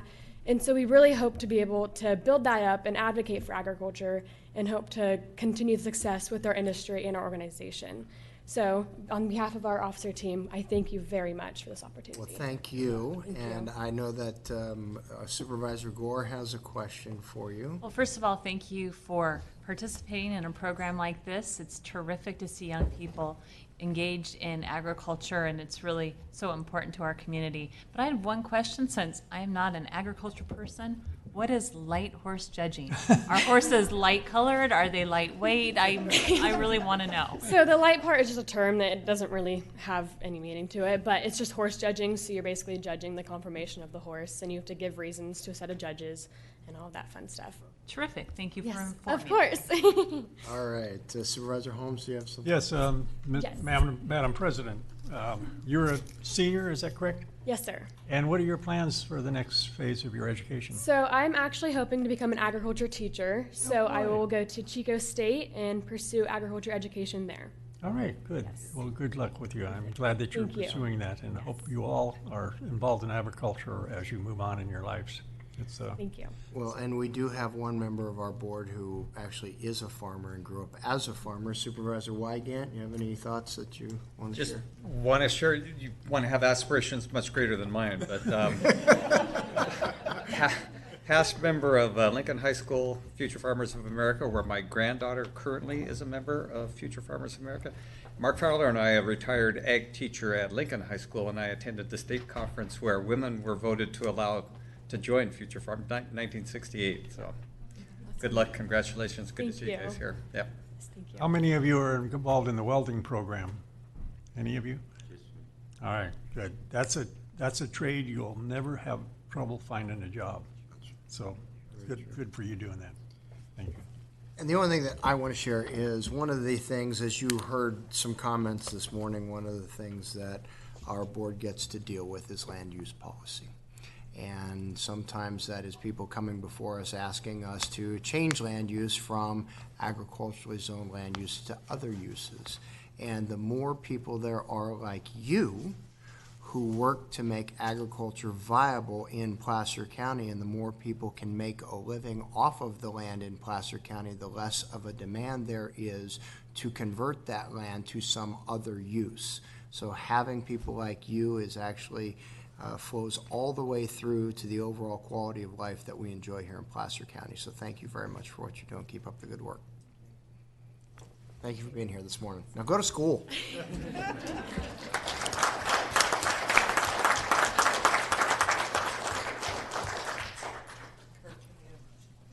Oh, yes, I'm sorry. Yeah, I guess technically we do need a motion on that commendation that we just handed out, so that we don't have to go wrest it from their hands. Does anybody want to? Okay, we have a motion, Holmes, second. Wygant, all in favor, please say aye. Aye, opposed, none. Thank you very much. Thank you, guys. Okay, moving on to our 9:40 timed item, just an hour late. This is the 2019 IDEA Accelerator Grant Awardee Recognition. Chairs, Boards of Supervisors, before we introduce, and I introduce Hillary for you, I just wanted to tell you a little about this program. This was a concept that we talked about a year ago, maybe a little less. It really was an outcome of a discussion that we had back in April of 2018, really about strategic planning and critical success factors. We identified innovation in this organization really being a critical function and really a focus that we want to hear and really build culturally within the organization. The culmination is what we are identifying, as Hillary will talk about in a second, is our Idea Accelerator program, or an initiative, a kind of pilot project where we're able to bring folks together across the organization to kind of identify areas where they felt they could improve service delivery and citizen services and improve their overall working unit, and obviously potentially save money or contain costs. As Hillary will talk to, and I'm not going to spoil her thunder, but we had a tremendous group and a great outcome and interest in this initiative, but it wasn't without one individual. And as you know, these are all about teams and success, and the team that I wanted to identify here before we get in here is a group that really helped kind of bring these to fruition. We had a group of individuals across the organization. Hillary Courtney, who's going to speak on this program, was helping to lead this effort, as well as Wendy Brodnick in our training and HR area. Raul Martinez is here, and he was instrumental on the team. Kate Sampson, Josh Hunzinger, Jane Christensen was part of the CO's office and helped in this effort as well. Aaron Casey up in Tahoe, Dieter Wittenberg in IT, and Brian Passenheim in our probation area. Critical group that really brought this to home, and I just wanted to give a shout out and thank them for all their work, because they put a lot of effort into this. And with that, I'm going to turn it over to Hillary, and she'll take it from here. Thank you, Todd. Good morning, Chair Euler and members of the board. It's a pleasure to be here this morning and share with you the 10 awardees for our grant program for the Idea Accelerator for this year. So as Todd mentioned, we created this program in alignment with our Innovation Creative Success Factor to give our county staff the opportunity to compete for grants of up to $5,000. We were delighted with the response that we got from our county community. We had over 64 submissions, which for the first year of this program is a really great and humbling number. It was a lot to go through, and so a particular thank you to the folks that helped us refine the finalists and were our final judges for our grant awardees. The 64 submissions were from across all kinds of different county departments, and of those submissions, we determined 10 grant awardees. I would like to direct your attention to the boards that are over here to my right and your left. This shows the individual pictures of the folks who were the submitters for this cycle. So we really are excited to see this and hope to be able to offer this program again in the future. For our 10 grant awardees, in the interest of time, I'm only going to very briefly, in about a sentence, summarize their idea. But a lot of work went in behind the scenes where they developed business cases and created a pitch video to share their idea with the county community to aid in the judging. As I say your name, so I know I have some of my idea awardees in the audience, please feel free to come and join me alongside the podium, and we're going to go ahead and present you guys with a certificate and take a photograph. So my first idea is going to be Don Lemon, who submitted the idea for Notes to Go. And his idea is to pilot the use of tablet computers and a projector, capturing meeting content in real time with his HHS clients so that notes can be presented back at the end of the meeting without having to wait for transcription. We also have Amanda Sharp, whose idea was for Televet Connect, which is a collaboration between the Auburn Chamber of Commerce, the Human Services Business Resource Center, and the Human Services Veterans Services Office. And their idea is to work to create a place in Auburn at the Auburn Chamber of Commerce where veterans can remotely attend meetings. Lisa Long submitted an idea for process information and a video for mental health patients. So when someone comes in crisis to the emergency room on a 5150 hold, they can receive information quickly that will help give them knowledge and understanding of the next steps to expect in what can be a very stressful situation. Gina Pearson, she submitted the idea for directional digital signage. In some of our county facilities, we have signs everywhere, but don't necessarily get people to where they need to go right away. So we're going to look at options for a more directional interactive kiosk to help members of the public that like that kind of interaction to get them where they need to go. We'll be starting with the Fab building for that idea. Becky Riggin submitted the idea for motion sensor light switches in the domes. So in this building, we'll be looking at installing motion sensor light switches for all of our rooms so that as folks step out of them, the lights will automatically turn off, which is already in place in some of our other county buildings. That's because you have Supervisor Holmes walking around.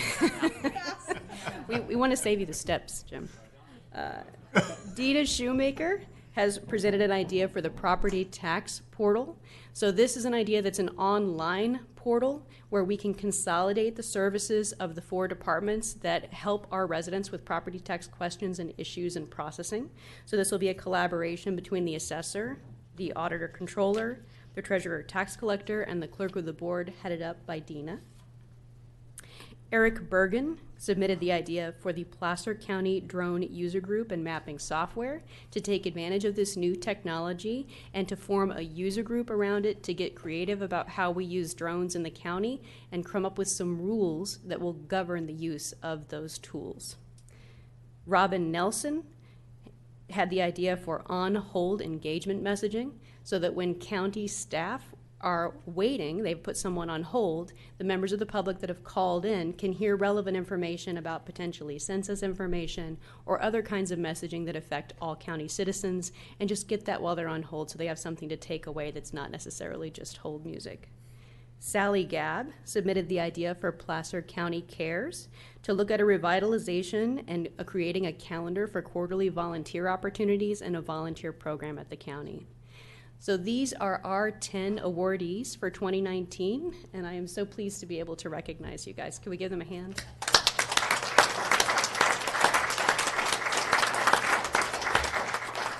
So I have some certificates that I'd like to present them, and then I'm hoping we can get a quick photo opportunity. Yeah, why don't before you December. go ahead and have them each grab their certificates, and then we'll get the picture taken.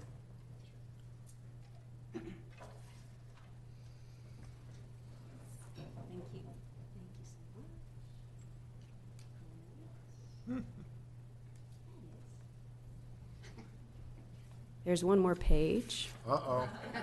With the wonderful Bennett Smithhart, this one right here, who submitted the idea for public noticing rebranding. So Bennett's idea is to actually create more easily visible and recognizable signs to get rid of a lot of the confusing copy, and he's going to be able to work with the departments on that.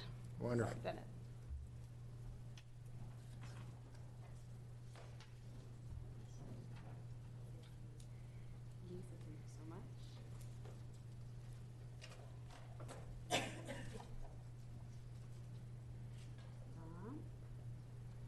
Thank you very much.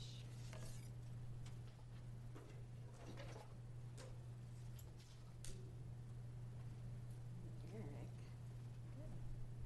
And then we have a couple folks that weren't able to attend today, but I think we're in good shape. Did we get everybody? Why don't you all just line up and turn around and get your picture. Thank you. No one wants to be in the middle.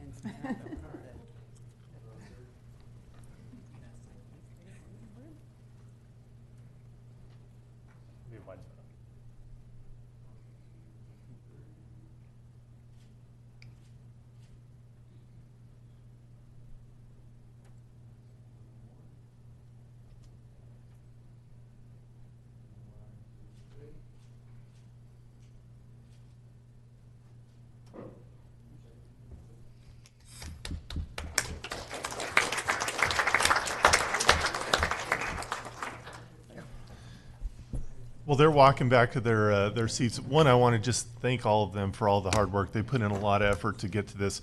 Just for you, for board members, these are all pilot projects. They were scoped around $5,000 towards that initiative. And so typically we're looking at 6 to 9 months. We're going to do an evaluation, kind of the outcomes they had to provide. So we'll be coming back to you kind of with the outcome, where we're success, where we can make some changes and maybe enhance upon the things that have been brought up. I will tell you, of those 64 items, there were some really great ideas. I will tell you, some of them weren't selected not because they weren't great ideas. The scope was probably a little larger than than maybe what we had looked at in terms of the pilot project. So some of these ideas are probably going to be coming forward. We're just bringing them and sending them over to the individual departments that may be able to involve those. So a lot of success here. I thought it was really a great output, and I just appreciate everybody's work on that. Supervisor Gustafson. I just wanted to commend this program. I think it's so exciting to see it, and I want to put all that energy into keeping the lights on in Placer County.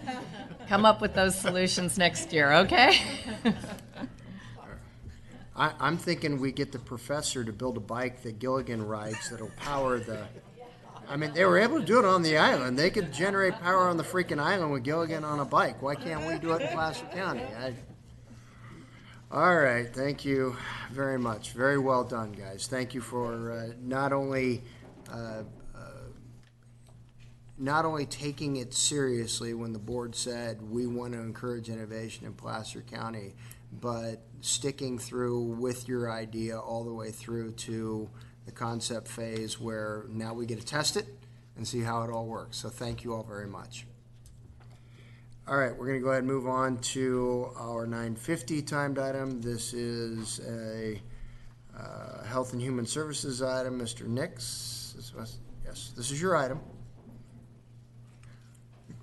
Thank you, Mr. Chairman and Board. Wesley Nix, Director of Environmental Health and Animal Services. I'd actually like to ask if we pull this item at this time. We've received some correspondence in the last 24 hours or so that staff would like to review, respond back prior to asking the board to take an action. All right, any objection by board members? Okay, we'll table the item and bring it back at a future date. Thank you very much. Thank you. All right, that'll take us to our 10 o'clock timed item. This is a SACOG update on activities within the Placer region. Mike, you want to do the honors here? Sure. Yeah, I'd like to introduce... well, introduce yourself. Oh, I'm Mike Lucan, Executive Director of Placer County Transportation Planning Agency. Thanks for having us this morning. You're going to hear a presentation from James Corliss today, the Executive Director of the Sacramento Area Council of Governments. And I just wanted to get up real quick and say, you know, that we work together very closely on many, many items. We are your transportation agency for the county. The county set that up many years ago so that Placer County could determine its own destiny in terms of transportation planning, but all that has to be done very, very closely with SACOG to make sure that it is in mesh with the regional priorities and also works well with our air quality analysis and our land use analysis and our RANA analysis and a number of other things. So James and I talk very, very often. In fact, we ran into each other in the San Diego airport yesterday and had another good working session. But I just wanted to let you know that it's a seamless partnership between SACOG and us for the most part. So with that, I'll turn it over to James. Thank you. Morning. Good morning. Thanks again, James Corliss, Executive Director of the Sacramento Area Council of Governments. Both PCTPA and SACOG are just about to adopt new updates to our 20-year regional county PCTPA and regional transportation plans. We have the RENA, Regional Housing Needs Allocation process, underway. So I've sort of put an open invitation out to all the boards and councils in the region for us to come and give you an update. I've been on the job now 2.5 years. I'm loving it. I think this region is incredible. I'm really here to both help what's happening in Placer County, but also I think working very closely with GSAC and the Metro Chamber to figure out what's the economic prosperity overlay to much of our work. So I'm going to try to go through if I can make it work there. Just a few things, a few updates from our end. Of course, Supervisor Gore is your representative on SACOG and really appreciate her engagement this year. So I'm going to talk a little bit about transportation, of course, because those are the transportation plans that are about to be adopted. We're actually accelerating the adoption of our plan to November 18th. I won't try to explain all the reasons we're accelerating that, but it has something to do with the federal government, the state of California, and the pickle that we find ourselves in, to put it lightly, around air quality standards. Very importantly, though, we have to try to adopt our plan November 18th and try to get the state of California and the feds to sign off by November 25th before the so-called SAFE rule goes into effect. And if that doesn't happen, we're not able to do that, I do want to make sure you are aware that we will begin to face some pretty serious consequences, what's called air quality conformity, that might begin to squeeze down our federally funded transportation projects.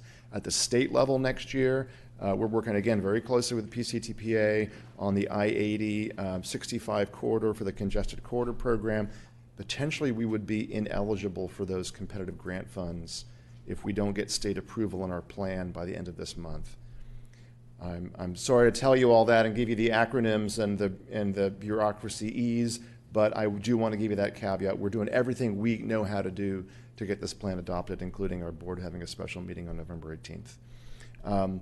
So in transportation, and I come to this position as a long-term transportation planner, and I've got some good news and some bad news for you in transportation.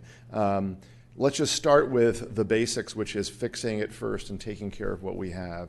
Regionally, our pavement conditions are sliding down. They're getting worse across the region. That is a troubling trend. It's the same way across the state of California. So this is the curve from good to at risk to poor. We don't want to slide down this curve too far, because if you get far down this curve, it costs a lot more to get yourself back up. And that basically leads us to, as we come out of our transportation plan, sort of a philosophy and approach, if you will, on transportation, which is bottom of this pyramid I'm about to show you, maintenance and fix it first. So we have to take care of what we've got. I'm here to tell you I don't think we're doing well enough on that, and that is both for the streets and roads side as well as the transit side. Some of our core transit vehicles and transit service is in dire need of good repair.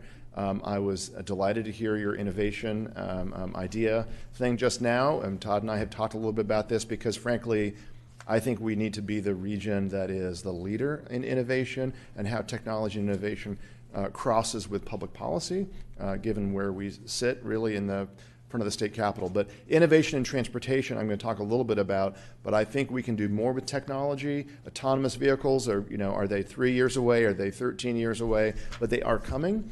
And I think we can do a lot with actually trying to take advantage of some of the newer technologies, microtransit, GPS tracking location, and even being a test bed for some of the new technologies coming out of Silicon Valley.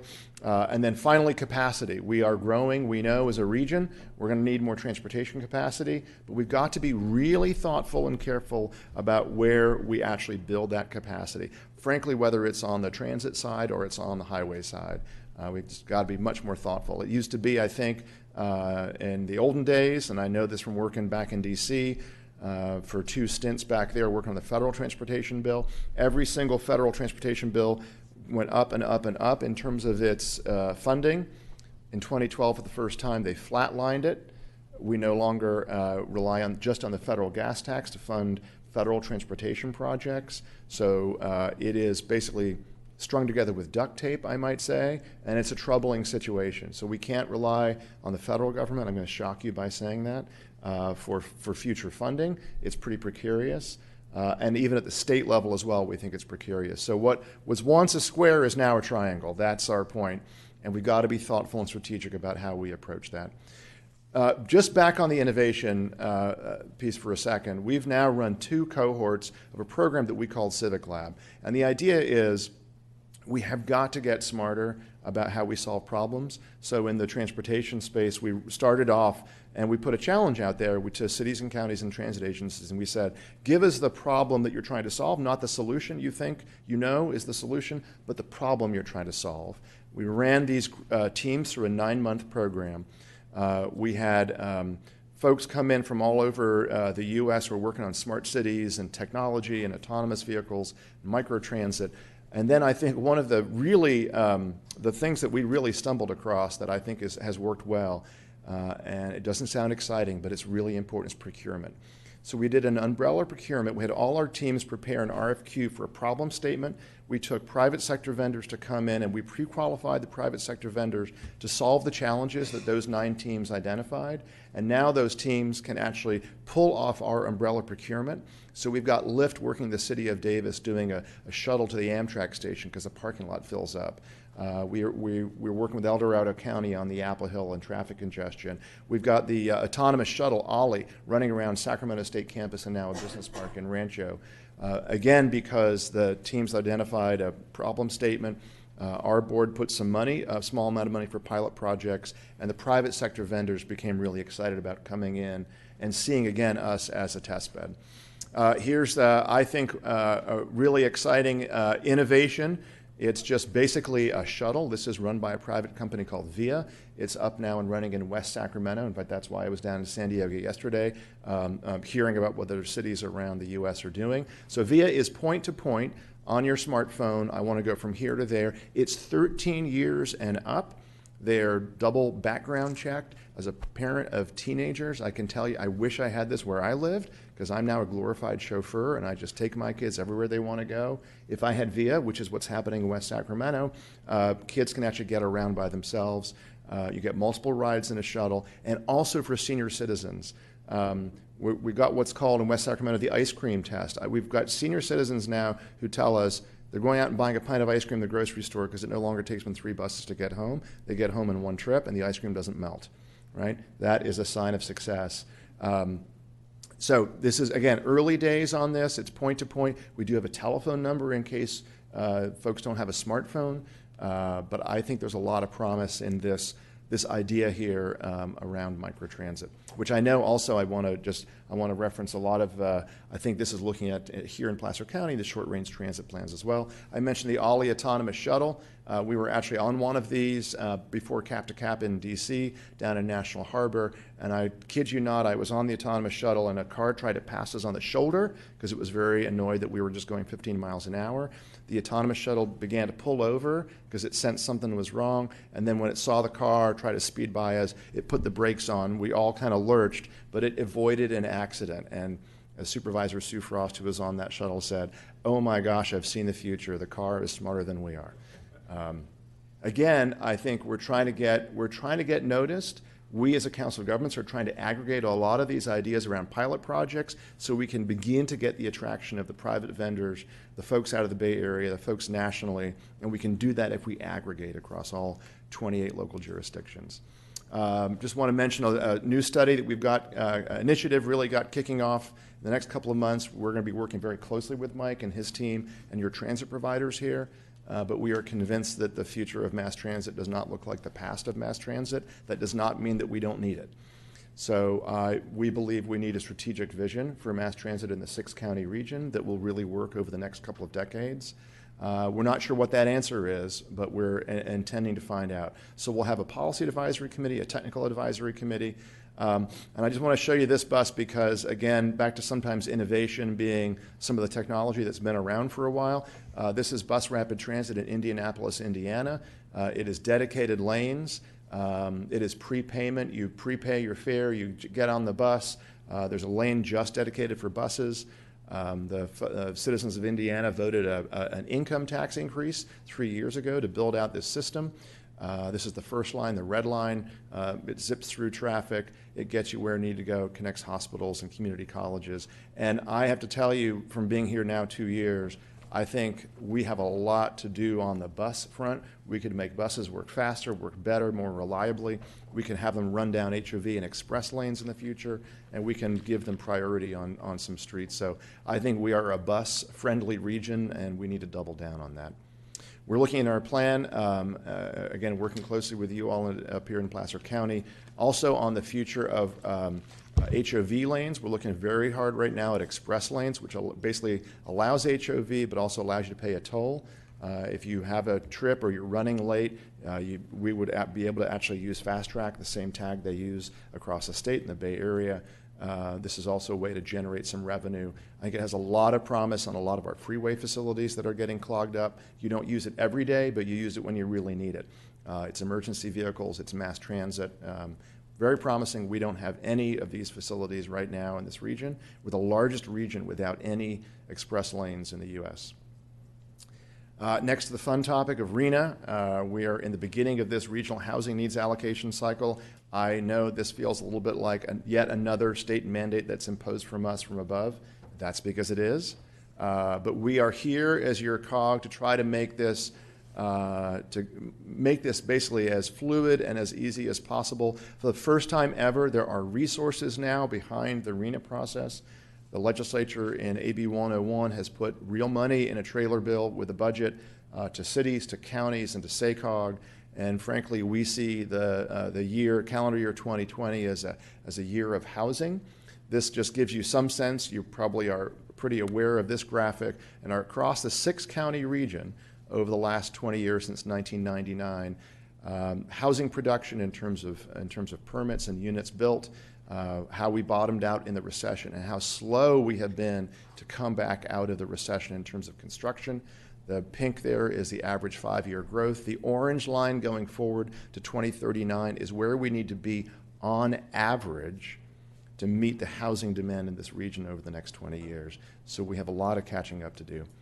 I can explain to you more, and we've also got a lot of folks on our staff in terms of the RENA Cycle 6 determination. Again, we're in the very beginning of this process right now. The housing elements will have to get updated in 2020 into early 2021. Again, we're here to try to help you manage and your staff manage this as best as possible. I had mentioned the Civic Lab program. We are thinking about some kind of a similar program perhaps next year to look at innovations simply in housing production. It frustrates, I think, you, as it does us, that RENA is a planning exercise and a zoning exercise, and what we need is production. So we're looking very hard at what could we be doing, not just with state policy, but some of our pilot programs to help you all at the local level figure out how we can get higher on the production numbers, but also use some interesting ideas like modular housing as they're building now down in Mare Island and Vallejo. Finally, I just want to end on the last year of Civic Lab. So I mentioned the first year of mobility. This last year, we've actually been working on revitalizing our older commercial and retail corridors. So every single jurisdiction across our region has these old corridors. They were typically the old U.S. highways before the interstates were built. Many of them, the retail is struggling. We have underutilized land. We have vacant land. And the question is, what is going to be their future? Well, we want to put a spotlight on these corridors. We want to really try to figure out how we can help you revitalize them. Thrilled here again that we had a really great, we put the challenge out. Teams came forward. You can see the Placer County teams here across both in the cities and the county, looking at trying to solve these challenges. And we're now trying to aggregate all of these efforts around these corridors and go to the state of California and ask for a pilot program to really begin to spark some kind of infill and revitalization and new development. And we are not talking, and I know sometimes when SACOG comes out beyond downtown in our offices, you might think we're looking at 20-story high-rises and get everybody in mass transit. That is not what I am talking about. We are talking about a suburban region and being a smarter suburban region and building on things like, as you might imagine, this intersection being in any one of our commercial corridors, but basically getting something like this, mixed use, housing, retail, jobs.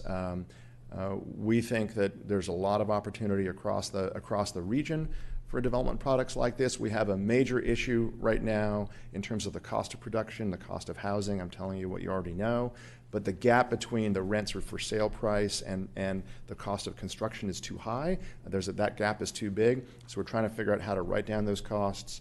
And again, that all translates and rolls up into a program that we are asking the legislature for help with called Green Means Go. To meet our RENA numbers, to meet our climate goals, our greenhouse gas goals for the state are actually dependent on us getting more of this infill and revitalization in our commercial corridors. Not everybody will ride mass transit. We need that where it works. But this is about shorter trips. It's about getting jobs closer to housing. It's about revitalizing a lot of the land that is actually out there already. And finally, just to maybe leave you on a really fun note, not unlike a lot of the recognitions that you give here at the county board, but we've started a youth leadership academy, and I'm happy to say our first year we had a number of Placer County students. We're about to kick off our second year. It really is about planning, civics. We've had members of Congress. We've had many of our board members engage with our high school youth who frankly ask some of the toughest questions I've ever heard when I've been in front of them. But we're going to continue this. It's actually funded by private foundations. And we've got a great cohort of kids, some of whom are coming back for a second year. Happy to give you more information about that. But Again, thank you. Just wanted to give you a quick update. It's been great working with Mike and a lot of your staff here at the county and your cities. Just want to thank you for that partnership, and I truly hope that what we are building here is a region that competes, a region, frankly, that competes on the national scale, because I think that the comparisons to the Bay Area and San Diego and LA are not the right comparisons. We're in competition with a lot of other mid-sized regions like Denver, Salt Lake City, around the country, and we have to be aware of that and do our best. So I'm happy to answer any questions. I know Mike would be happy to as well. Thank you, James. We'll start with Supervisor Gore. No questions, but I wanted to say thank you, James, for your leadership on this with SACOG. It's a challenge when you've got multiple counties and jurisdictions, but really the focus is to make sure that we have regional collaboration and partnership. I really appreciate the willingness of SACOG to try to look at creative solutions as we have some of these really challenging issues like affordable housing and transportation. So I really appreciate that.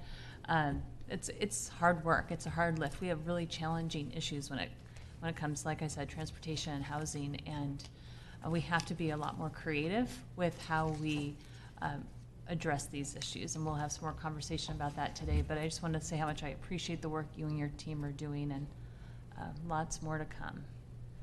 Thanks. And I should have mentioned, I think as you know, Supervisor Gore, we're working very closely with the Metro Chamber to try to establish a very formal state delegation across the 6 counties. The Bay Area has a strong delegation, LA has a strong delegation, and frankly, we just need to raise our influence and our profile in the legislature. It should be an asset that we have a bipartisan delegation, but I don't think we're using them to their full effect. So we're looking forward to that, and we'd probably need your help with that as well. Supervisor Wygant? Just one quick question. First, great presentation, really appreciated it. On slide 16, where you talk about the housing growth projections and the orange line, which refers to the average that we need to meet our housing demand, have you done any analysis on the cost? Obviously, affordable housing is more related to the cost, but and obviously economists will say all else being equal, the greater the supply, if the demand is the same, the pricing pressure will be relieved. But have you guys done any work that drills down into anticipated housing pricing as it relates to supplying the demand? Supervisor Wiggin, probably the closest I can come for you is at the very end I showed you the Green Means Go slide. We talked about revitalizing commercial corridors. So we have done analysis about that financial gap. We also do a growth projection for the region, which kind of is what RENA is tiered off. And you know, it's based on the blueprint from 2004. It is based on a balance of urban infill, suburban revitalization, and some greenfield growth. That balance is really important, but is hard to manage because it's so market driven. But those first 2 categories is where there's a major gap, and partly that's a financial gap, partly that's a cost of infrastructure gap.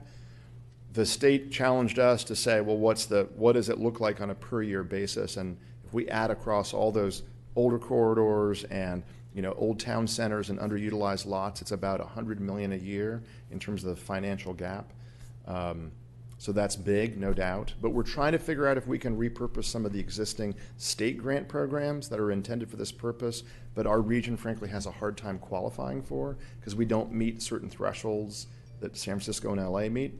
So we're working very hard on this to see if there's a way to really kind of prime the pump so that we get a different product type in the market. And Supervisor Holmes. Yeah, thanks for the presentation, and I was pleased to attend the Futures Forum that you had. In some of the comments I had, you just mentioned about infill and the city centers, rebuilding them. So it was really, really an eye-opener for me. And as I see some, particularly Auburn's they've kind of did an upgrade and a streetscape, so they do have a refreshing city center and gathering place. But we have others to look at and follow those types of actions. So thank you for inviting me, and thank you, Mike, for inviting me. That was really, really a well-done program. Good. Supervisor Gustafson. Ditto that. I was able to attend most of the day as well and really appreciated the presentations and the bigger thinking. And I wanted to see if you would share with us your cathedral thinking analogy, because I have used it several times. I spoke to a leadership group last week, and I think it's important for us to remember. So do you want to share that? I think that was my colleague who I'm urged sorry, us all for, I was to thinking think it. Yeah. So I think it, and maybe this again may resonate with you. Again, 2 years on the ground, I think we do need the cathedral. We need to think big, but understand that we have very limited resources to get there, which gets to the creativity and innovation, right? If this makes a difference at all, I referenced this in my remarks last week. I lived in the Bay Area for a long time, and I find that we compare ourselves a lot to the Bay. People have family in the Bay Area. We go visit the Bay Area. We are not the Bay Area, nor do we ever want to be the Bay Area, right? I think we need a bit of swagger. I think we need to be kind of the younger sibling that pokes fun at their older sibling. We need a bit of self-confidence as a region, right? And I think GSEC has brought this. I think the Chamber has brought this. There is leadership, I think, now in this region that really understands. And we have to look outside California and understand that some of our competitors, notwithstanding the crazy framework of policy that we have in this state that's unique to us alone, we just can't solve the problems the way we've been looking at them the last 40 years. We need to learn and borrow and steal from other places with really good ideas, and understand that, as you know, I know do, that some of the best resources we have here are our own people, and they're, as you just saw from your own staff, right, with all those ideas. They've put that on, right. Multiply that by 100 times. Well, I'm sorry I attributed it incorrectly, but that's okay. The power of the thought was, we have to look to the future, and we have to start. If we think the task is too ominous, we'll never tackle it. So, that was my takeaway from his discussion on that. Yeah. Okay. Supervisor Holmes? Yeah, I just want to make a comment about the cathedral thinking. Those cathedrals are built over decades and sometimes centuries, but they didn't have to worry about the change in technology. By the time we start down a path, or government regulations that would change. Everything has changed. So anyhow, let's be careful with it. Right. Thank you. Well, thank you. All right. Thank you, James. Appreciate it. Okay. We will move on now to our 10:30 timed item. This is a CEDRA item regarding the establishment of a private housing trust in Placer County. Ms. Purvines presenting.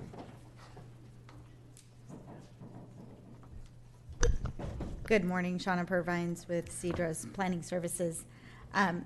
This is a good act to follow, actually, with this item.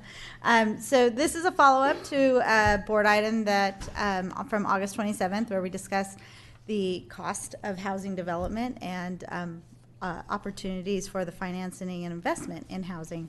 One of the takeaways from that day was a direction to staff to look into and establish a private housing trust. So we're back here today to let you know where we're at in that process. Staff, including County Council, has worked with the Building Industry Association to outline a framework for the establishment of a private housing trust. And so very shortly here, I'm going to invite Jeff Short up from the BIA to talk a little bit about how that will look going forward when they build and incorporate the now Placer Housing Trust. And then I will follow up with that some questions about how the county will participate in that trust and what we will need to do to be able to access that funding for our housing projects as we move forward. So with that, I will invite Jeff Short up.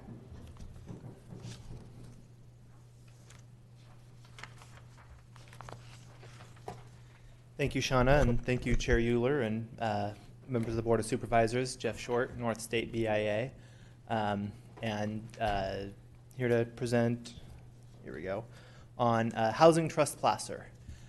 So the concept behind this is a private 501c3 nonprofit organization focused exclusively on providing affordable housing units in the unincorporated part of Placer County. It's contemplated to be accountable and independent, privately run. This would not be a county entity by any way, and it would not be an entity of the BIA either. Importantly, this is modeled on the success of other trusts, private trusts built throughout the state. You can see on the board there some numbers, and it's important to know that these numbers only reflect new units built. Hundreds of additional units have been created through refurbishing older residential units, or even totally remaking less successful commercial units into residential units as well, and those being deed restricted. So that's on top of these numbers. So again, not a county or a BIA entity, independent 501c3 nonprofit. The benefit of doing it this way is the collaborative funding that you could receive from a wide variety of sources. Certainly, as I think we'll hear more from the county, is the fund management agreement would be how a major way that the county would help fund the operations. That if the county sees a project that they would like to see help, they could go to the trust with the funds management agreement that the trust could then accept and help to build that particular project. Certainly wouldn't be immune from receiving discretionary funds as well, as more of a donation in the way that you do things. You heard James mention AB 101. This is kind of a major way that the state has given money in this coming year. I'm excited to see that money is also available for private trusts such as this as well. And I think that it would, moving forward, be very competitive in this type of funding. Also, partner nonprofits.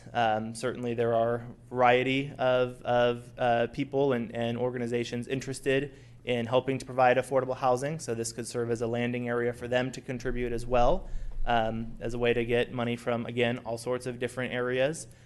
Corporate and personal donations, just like any 501c3 nonprofit. Another important one is local financial institutions, banks, and credit unions all have Community Redevelopment Act obligations in their community. This would provide, again, a landing zone for that money to go to, and that's mostly comes in the way of low interest rate loans and that sort of thing, but it just unlocks that additional tool in the unincorporated part of the county.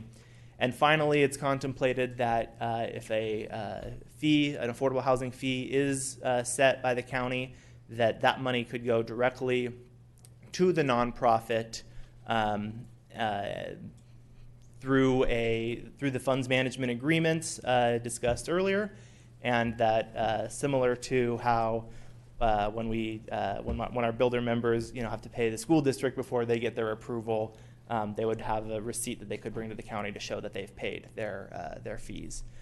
It's important to know that see, I have a typo there, that the trust board has experienced members to evaluate the projects. We're looking to create a diverse board, many different perspectives when it comes to building, entitling, and financing affordable housing. So the idea, of course, is to provide gap funding to affordable builders with real projects. And again, this can come in a variety of ways. I think early successes, and again, this is going back to how other trusts such as this have kind of built their way up. Early successes will be the rehab of existing residential units and deed restricting them upon completion. Converting underused commercial units. We're seeing the success with that project in Rockland on the Kmart is getting off the ground, and that looks to be a very successful project. And of course, new builds will be an important part of the component as well. They'll be partly responsible for Placer County's affordable housing through those funds management agreements. The county will provide a certain amount of money, whether that's provided generally or on a project-by-project level. So it could be certainly multiple agreements with the Housing Trust to provide funding. This is set up a little bit similar to how Kids First serves as your child abuse prevention council, in that it serves that function for the county, even though it is, in fact, its own private 501c3 entity. So that's a way to, again, this is not necessarily an original idea.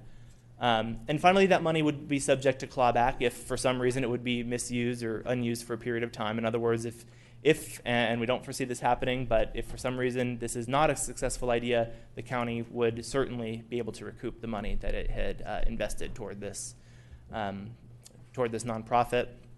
And then staff is also contemplating the creation of an advisory group that would be appointed by you, subject to the Brown Act, a county entity that could help in identifying those projects and funding sources, especially through the county itself or other government entities, that you might then consider contracting through a funds management agreement with the trust on. So next steps, the name Housing Trust Placer, and quick side note on that, we chose that name in consultation with some of the other successful groups that strongly advise not to have county in the name. So we went with Housing Trust Placer. That name is reserved with the Secretary of State. We have a deadline of essentially the end of the year to form, or else we'll have to drop it for a period of time before trying again. So we're contemplating being up and running by December. Formation documents and bylaws are currently being drafted as we speak. We have that's being financed through a variety of community interests. And we're starting to build that the trust, the board for the trust. We've got a list of potential initial members, some people that are interested in helping get this off the ground. We have agreement from county staff to meet with that board at their first or second meeting and talk about how the fund management agreements would work, what the current situation is in Placer County, and kind of what that relationship between the nonprofit and the county would be. And of course, their most important task will be to find the funding and hiring a competent executive director. And obviously, we at the BIA will be happy to help with that as well if we can. So I'm happy to answer any questions on either the progress we've made or the idea in general. If you have any questions by board members before we open it up to comments from the public? Supervisor Holmes? Oh, I'm just really excited about the opportunity to purchase homes that are in disrepair and bring them up and have a deed restriction on them. I think I can point out several in my district that could use that. Hold on to those then. We'll be coming for you. Seriously. You volunteering your neighbors? Supervisor Gore. Thank you, Jeff, for the presentation. And we were talking about innovative and creative solutions. Yesterday, I was at the joint meeting of CSAC and California League of Cities, and there was a workshop, day-long workshop on homelessness and just the challenges around that. And they highlighted San Bernardino County, who's done some really creative things about addressing the needs of housing. One of the things that they did is the county partnered with local real estate professionals. As they're looking at properties out there, they've been told there's no properties out there to rent, there's nothing available, there's nothing available. Well, when county folks go out, they don't know the market. They've worked with professional real estate folks to go out and talk to property owners, and they've been able to identify properties that folks are willing to sell that can be rehabbed, reused, whether it's multifamily, whether it's single-family homes. And these real estate professionals have then been able to sort of close the deal and then work with the county to do rehab and provide affordable housing units. And I think that's, as we look at this, it comes back to how do we utilize the business professionals in our community to help us get to an end result, right? We don't have the staff who know the ins and outs of the real estate market. We don't build housing, but we need to work with our community partners to do that because we all acknowledge we have a shortage of housing. Absolutely, we have a shortage of affordable housing. So how do we work together to be successful? And I really appreciate our private businesses, partners willing to step up and partner with the county to utilize the dollars we have, leverage more dollars to find some ways to start building and rehabbing and getting more product on the market for our community. Exactly, that's exactly the idea, and thank you for mentioning San Bernardino. They're one of the, I think, successful trusts that in our work on this, we've tried to model the types of things that this trust could do after the success that they've had down there. So, thank you. All right, Supervisor Gustafson. I think this is more for staff, Jeff, but I want to echo those comments. I do want to bring up the East Slope and making sure that we are as innovative there and working on that trust, which I think we are, but I want to get that on the record as well. Absolutely.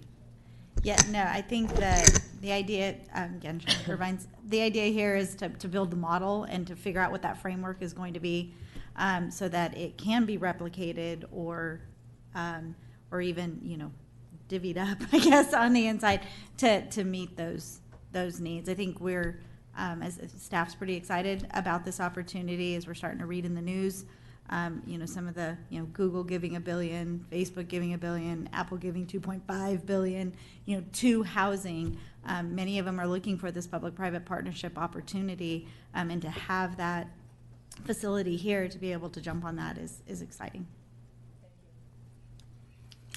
And I will just say I want to thank thank the BIA for the leadership role that you've taken in helping create this private sector alternative and opportunity.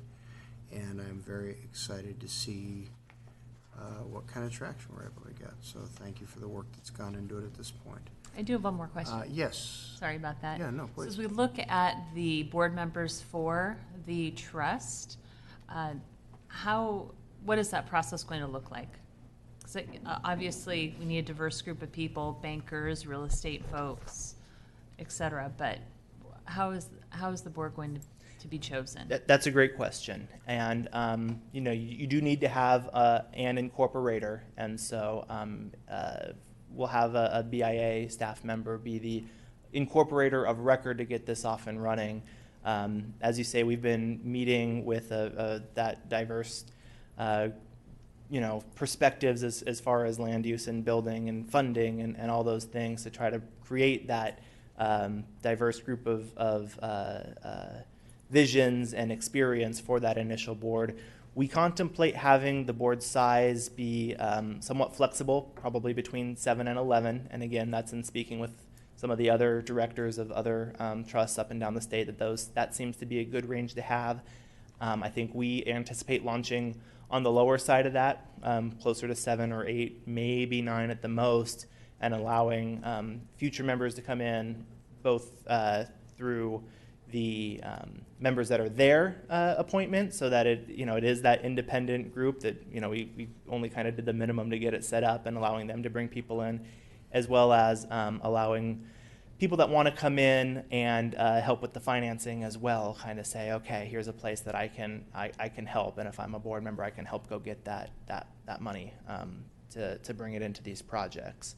So, like I say, I think we have some people here who are have volunteered to step up, and it's been a process of meeting with and explaining the concept, and again, actively trying to find people from all those different. Right.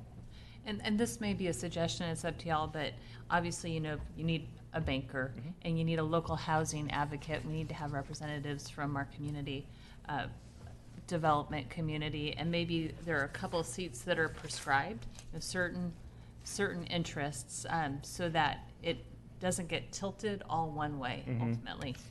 And we'll also be balanced with the county's advisory board as well. And so, having one be a little bit more heavy on the builders and financiers who know how to get a project done, and having the other maybe a little bit more of that advocacy side that are more, trying to raise the awareness and identify the additional specific projects, I think is kind of how we've kind of envisioned that going forward. Thank you. All right, I don't see any other questions at this point, so we'll go ahead and open it up to the public. Anybody want to address the board on this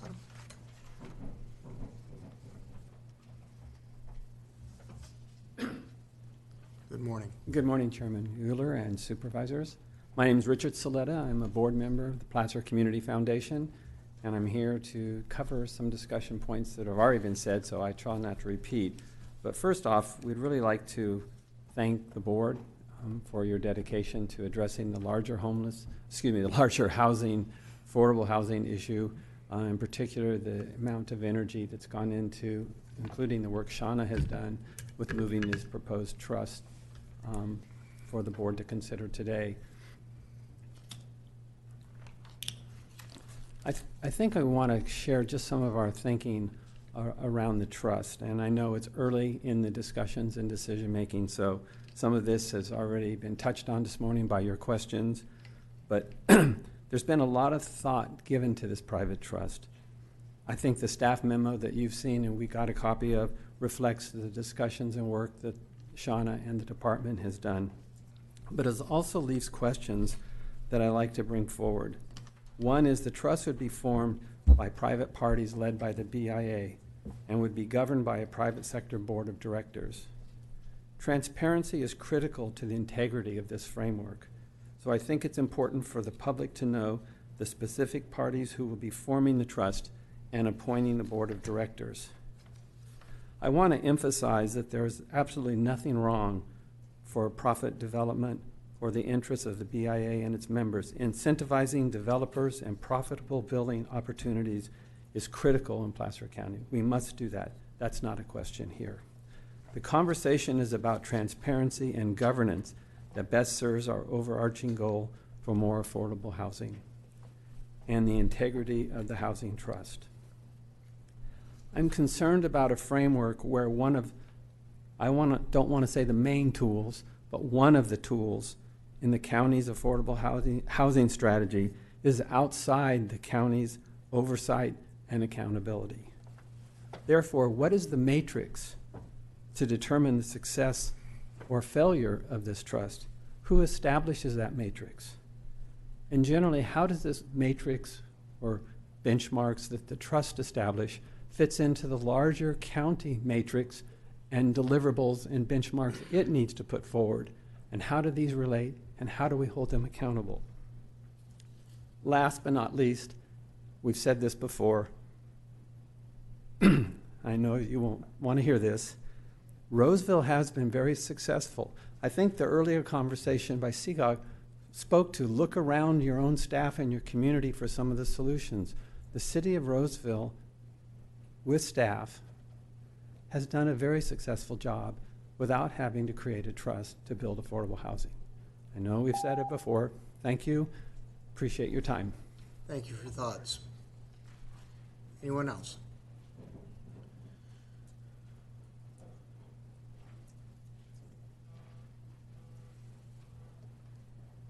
Needed to look to see if it was still morning.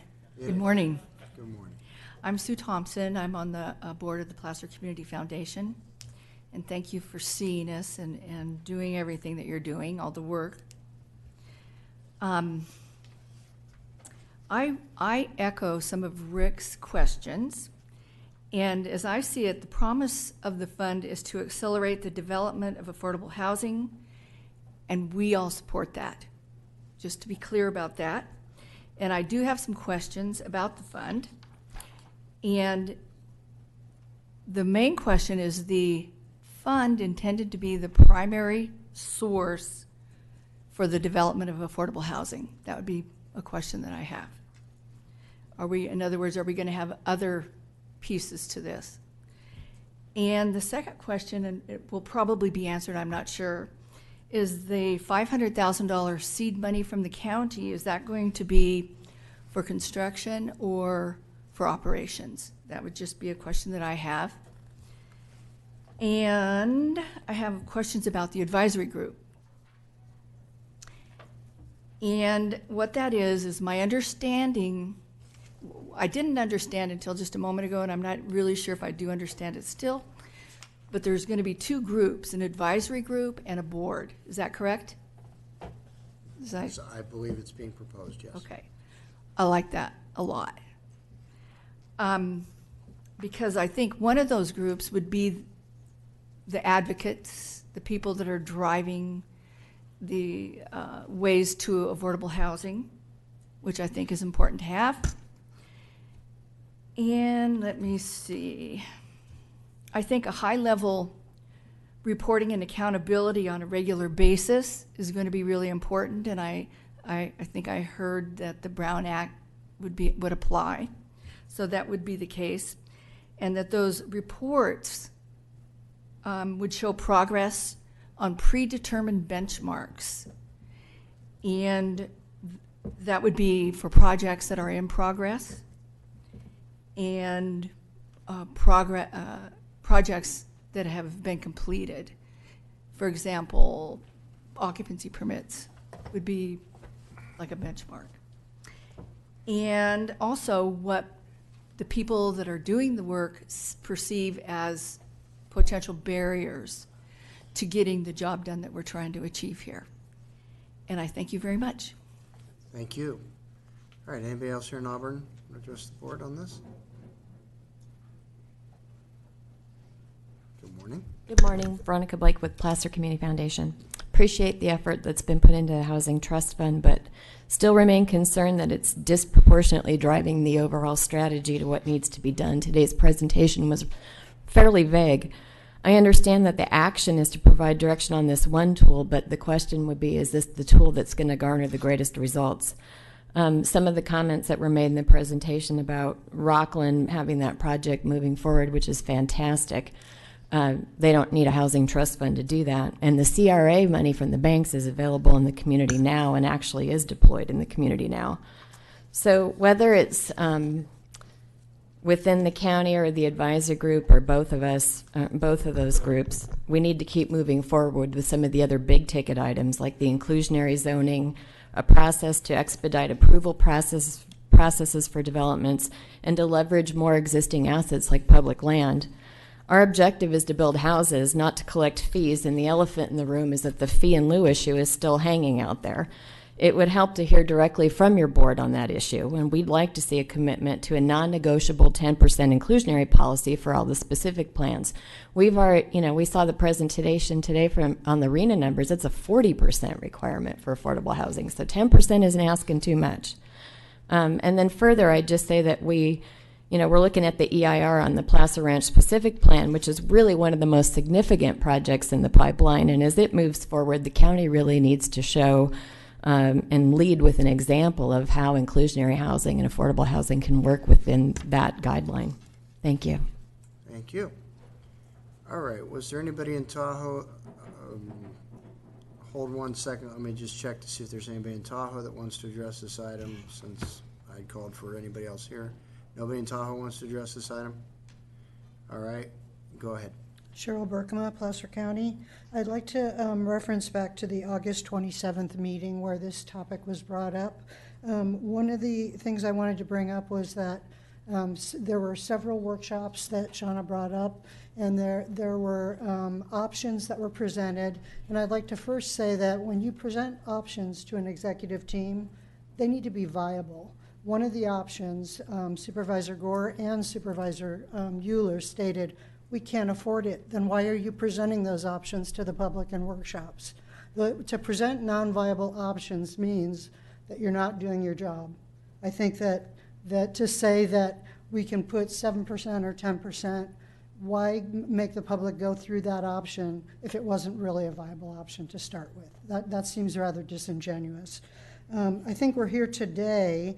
I do agree that having options is great, having a public trust is great, but I think we should examine the unsuccess of securing the in lieu fees rather than having specific plans built, as is required by code, and explain to the public why these in lieu fees are able to pay for less than 10% of the 460 plus unit shortfall to date of obligations.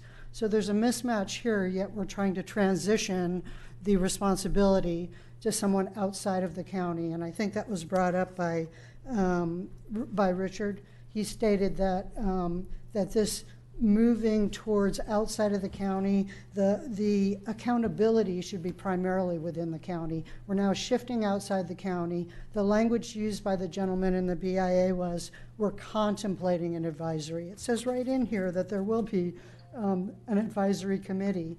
To have staff members or advisory members that are on one side or the other, I think there's actually advisory members that can do both.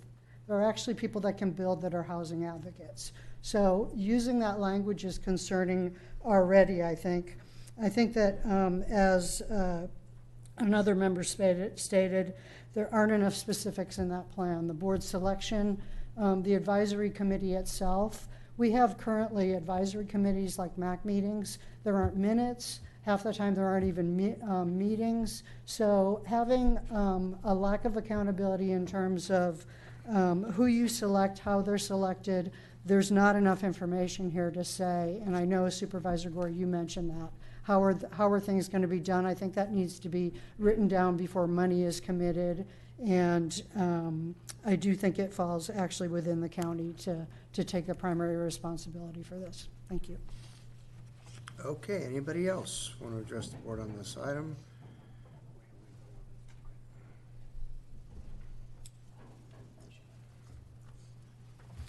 Chairman Euler, members of the board, Dave Cook, excuse me, Cook Development Consulting Services.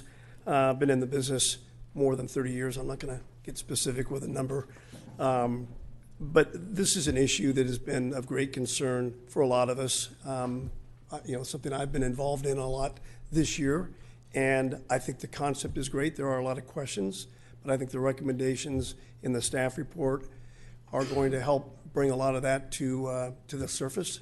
And I'm just here to say that I support the concept to the extent that I'm even willing to put in my name as a potential board member for this. I think this is the right direction, and appreciate what staff has done in the BIA to take us toward this housing trust. So thank you.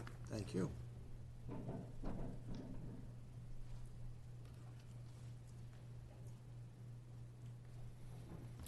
Morning, members of the board and Chairman Euler. My name is Jim Ray, and I'm with the civil engineering firm McKay & Sops, a principal of the firm. I've worked in the land development industry for 44 years and worked on hundreds of projects in this region, including many, many in Placer County and the city of Roseville and various parts of the county. I support this policy and the community-based approach that it brings for gathering funding for affordable housing in the county, and I have also volunteered to serve as an initial board member, and would be happy to fill that role. The building industry alone can't, even with all the many facets that it has, cannot come up with the funding needed for the amount of money for the needs of the county on their own and stay viable. And this solution balances the industry's obligation and the ability and the desire for others, as Shauna had mentioned, from a variety of backgrounds that can contribute to this problem as well. So I would hope that you'd support this policy today. Thank you. Thank you.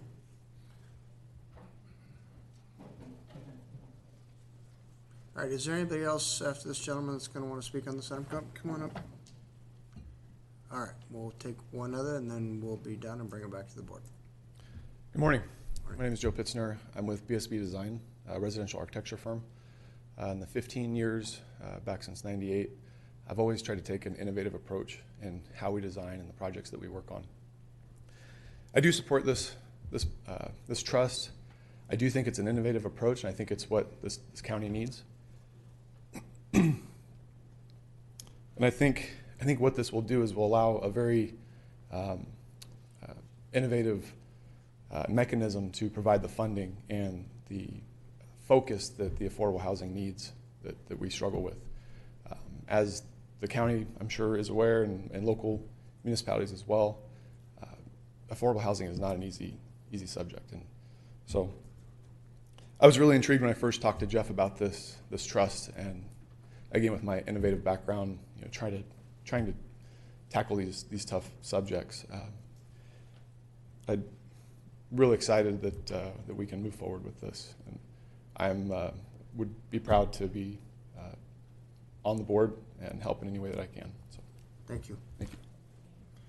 All right, you'll be, unless there's anybody else, this will be our last commenter on this item, and we'll get some board direction and move on to our next item. All right. Good morning, Supervisor and Board. My name is Gabe Brown. I work with Bank of the West in the Community Development Finance Group. I just want to come out and say a few words in support of the Housing Trust.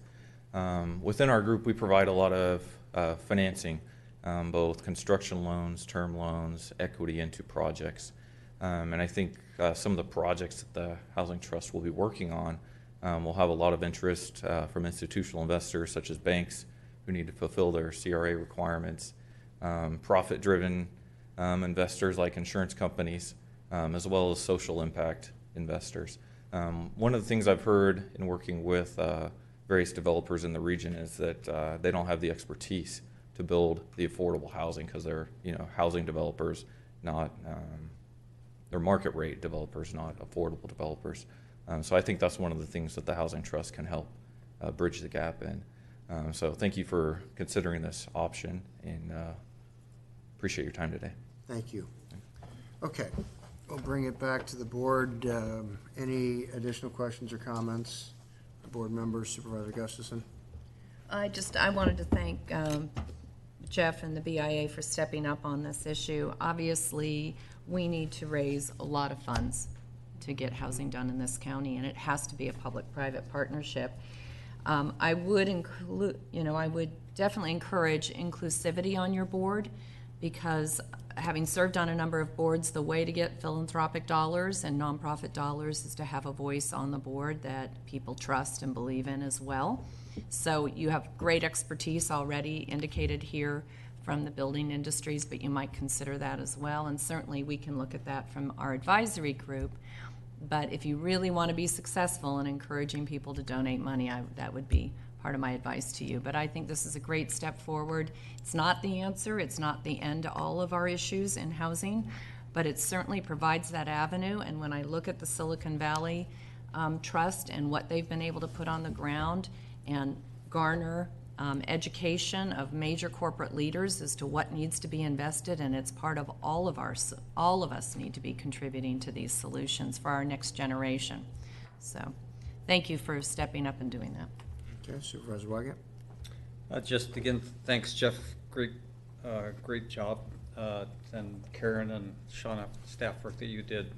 Wanted to mention that. But so I do also want to echo that I don't see this as being an end-all or an offloading of the county's responsibility for a much more aggressive affordable housing effort. In my mind, I see this as a step that could be compelling if we do it right, as it relates to something that's going to have adaptive management anyway, because things like, for example, if we do a better job in planning in Placer County, which of course I'm very biased and I think we have, our housing costs are higher than the region as a whole, and that is a reality. So the better we do a job of planning, it's going to help drive up those prices, and would be in some ways fighting against this particular goal. I guess, we could do horrible planning and have a lot of affordable housing and cheaper prices, but then that's counterproductive too. So point being, it's going to take a lot of different energies and focuses. On the public reporting comment, I think that's also well taken. We have some experience with that, things like the Resort Association. There are responsibilities for using public funds in any mechanism, and we can certainly use that to the fullest extent possible to make sure there is transparency, because in building on Cindy's comments, at the end of the day, if this thing is ultimately extremely successful with bringing in additional dollars into the program, it's going to be because the program has a lot of trust and a lot of tentacles that extend beyond just a particular focus. So thanks. All right, Supervisor Gore. Thank you for your comments, Robert. I appreciate those. And for the folks who brought up some questions, thank you for your input. I do agree, transparency is vital. It's really important that we're transparent with how the county dollars are being utilized in this process, so I want to make sure we do that. Also, the comment about success or failure and accountability, and actually having some benchmarks. What does define success or not? So I think that those are a part of this process. I appreciate you bringing those questions up, and we need to make sure as we put this together that we address those issues. Thanks. Okay, the action items that are before our board today are for the establishment of a board of supervisors that doesn't read very well. Let's go to the actual staff report. The board to affirm support for the establishment of a private housing trust. Do we need that in the form of a motion, or are you hearing enough direction? You're hearing the direction, okay. The direct staff to proceed with the development of an advisory group. I think you heard some pretty good direction there as well. And also to proceed with the development of the initial funds management agreement, getting to the transparency issue that several of my colleagues raised, for approval by the board and establishing procedures for future county funds or affordable housing fees to be deposited into the trust. I don't see any need for any formal action on any of those, council? Okay. And any additional direction that staff needs before you feel comfortable proceeding? Nope, you're good? All right, thank you all very much for the conversation on that item. Okay, we will take up our 11 o'clock timed item. I do want to, is there a particular item you two folks are sitting here waiting for? No? You're just checking things out? Okay, all right. If there were an item here that you were waiting for, I was gonna see if we could get to it. Okay, I just wanted to see if there was something in particular that I could help you out with, but that not being the case, and we'll just move on to our 11 o'clock timed item, which is our short-term vacation rentals item. We're being asked to introduce an ordinance to move forward with getting some rules around these short-term rentals.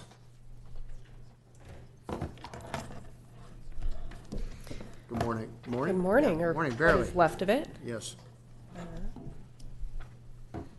Waiting for my presentation to pop up here. Well, I'll introduce myself. My name is Callie Kettinger-Cecil with the Placer County Planning Services Division. This morning, I am introducing an ordinance amending Placer County Code Chapter 9 to add Article 9.42, short-term vacation rentals. We all have it. Okay. And there it is. All right.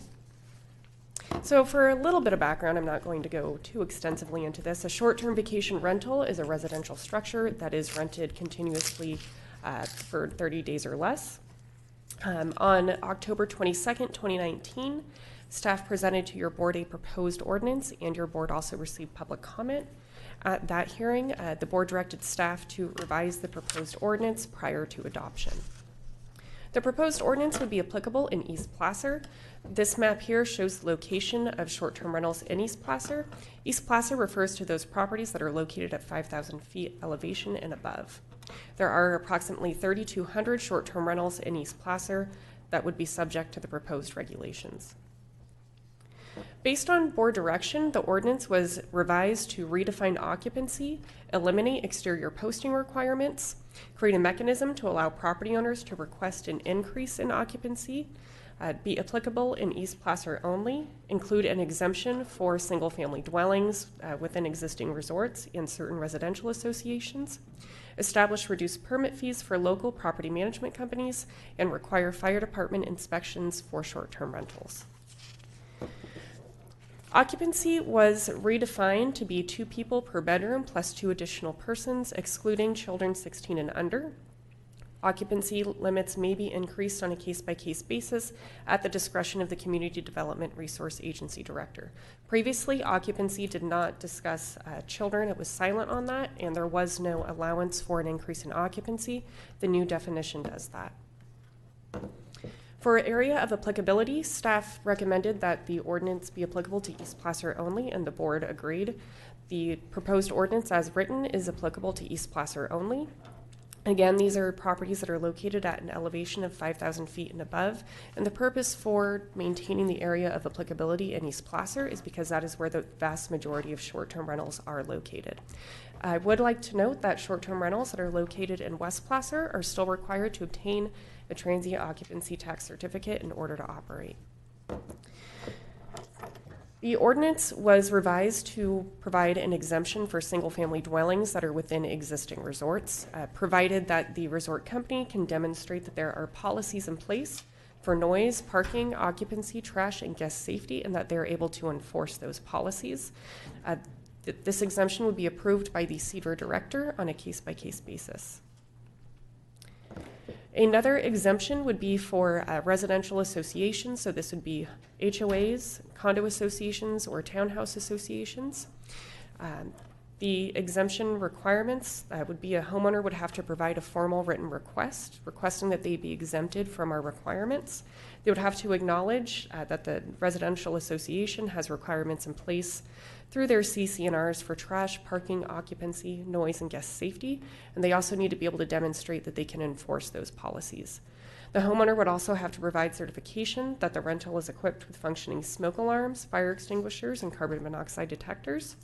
And they would also have to demonstrate that the association has a history of enforcing their requirements. I would like to note that for both exemptions for the single-family dwellings within resorts, as well as the resort exemption, these exemptions can be revoked if the county receives 5 or more complaints in a 6-month period. The ordinance has also been revised to require that short-term rentals allow the serving fire district to conduct a life safety inspection once every 3 years. If a rental operator does not allow an inspection to occur, then that may result in suspension and/or revocation of the permit. The board directed staff to consider a separate fee reduction for property management companies that are local. Staff did explore this option, and we are not recommending that, and the purpose for that is because we are already proposing a reduced permit fee for property management companies. Short-term rentals are already required to have a local contact person who has to be responsive within 30 to 60 minutes. This also is a drain on staff time when a complaint is made, because staff would first have to verify whether or not they're managed by a property management company that's local, and then if they responded within that 30 minutes. This would also be creating a third fee, which is redundant and unnecessary, provided that the property management companies are already eligible for a fee reduction. If adopted, the ordinance would go into effect on January 1st, 2020, and STR owners and operators are required to obtain the permit by March 31st, 2020, and renew annually. Renewal requirements include evidence of bare bin installation. This is for the first year only. If a STR operator does not provide evidence of bare bin installation, then we will not renew the permit. They also need to provide updated application information if changes have occurred. For example, if they have added a bedroom onto the home, then that changes occupancy limits. We'd want to know that information. They would also have to provide new certifications for fire code and life safety requirements, acknowledgement that they have read the county's policies and understood those policies, payment of the permit fee, and proof of the transient occupancy tax certificate. Staff is recommending that your board find this ordinance exempt from the California Environmental Quality Act pursuant to guidelines section 15061B3, 15282H, and 15378. And we are also recommending that you introduce and waive reading of an ordinance amending Placer County Code, Chapter 9, to add Article 9.42, short-term vacation rentals. That concludes my presentation, and I'm available for any questions you may have. Thank you. Board members have questions? I don't. Oh, Supervisor Gustafson? I just had a quick question. Maybe I missed it. I thought the fire inspections had 2 different timelines, 3 and 5 years. Did you consolidate that all at requiring 3 years? We are proposing 1 every 3 years. 1 every 3 years for all of them? Yes. Okay. Any other questions? Supervisor Gustafson, any other questions? No? Okay, that's right. All right, we will start up in Tahoe, since this item is being proposed to affect those at 5,000 feet and above. So we'll go ahead and start up in Tahoe for public comment. Okay, Ellie Waller for the record. I have a couple comments on the presentation. If a home is granted additional occupancy, you probably should notify the immediate neighbors so you get less complaints, and also host compliance should know what the occupancy limits are so that they can take care of that complaint based on the number of people allowed. The exemption for resorts, my question is, does it require fire inspection? If it doesn't, it should, regardless of the exemption of the rest of it. Every property should be fire safe and health and safety requirements met. Under section 9.42060 penalties, fines number A or letter A may be an administrative penalty. I believe this is not strong enough language, and a loophole shall be is more appropriate. Same for denial, suspension, or revocation. B, may deny, again, not strong enough. Appeal C, I have a question. Is there a fee associated with the appeal? The local public must pay fees anytime we appeal anything, so should there be some fee structure for an appeal? Costs of enforcement, more specificity should be required, stating that the fees will be distributed as needed to fire and sheriff, as well as Placer County enforcement staff. I know funding at each source comes from different places, but everybody should get a fair share of the fines. And then no duty to enforce. Nothing, and I'm reading this article, nothing in this article shall be construed as imposing on any code compliance officer or the county of Placer any duty to issue a warning notice, administrative or judicial citation, notice to abate any violations of this article, and neither the code compliance officer nor the county shall be held liable for failure to issue an order to abate any violation. This paragraph needs some robust discussion. I might be missing something and not understand, but if there is no duty to enforce, then why have a policy? And then in attachment B, the same thing, enforcement procedures, it says possible notice of a violation, sends a message that go ahead and try something. It's setting a bad precedent, and we need to make enforcement a priority. And then I'm requesting in March that staff update the public and your board on how many STRs have been permitted and how many that have been identified that have not, and what type of enforcement will be executed on those that have not permitted. Thank you for the opportunity to speak today. Thank you. Is there anybody else sitting there in the room that wishes to address us under public comment? Yeah, good afternoon. It's just afternoon. Mike Schwartz, Fire Chief, North Tahoe Fire.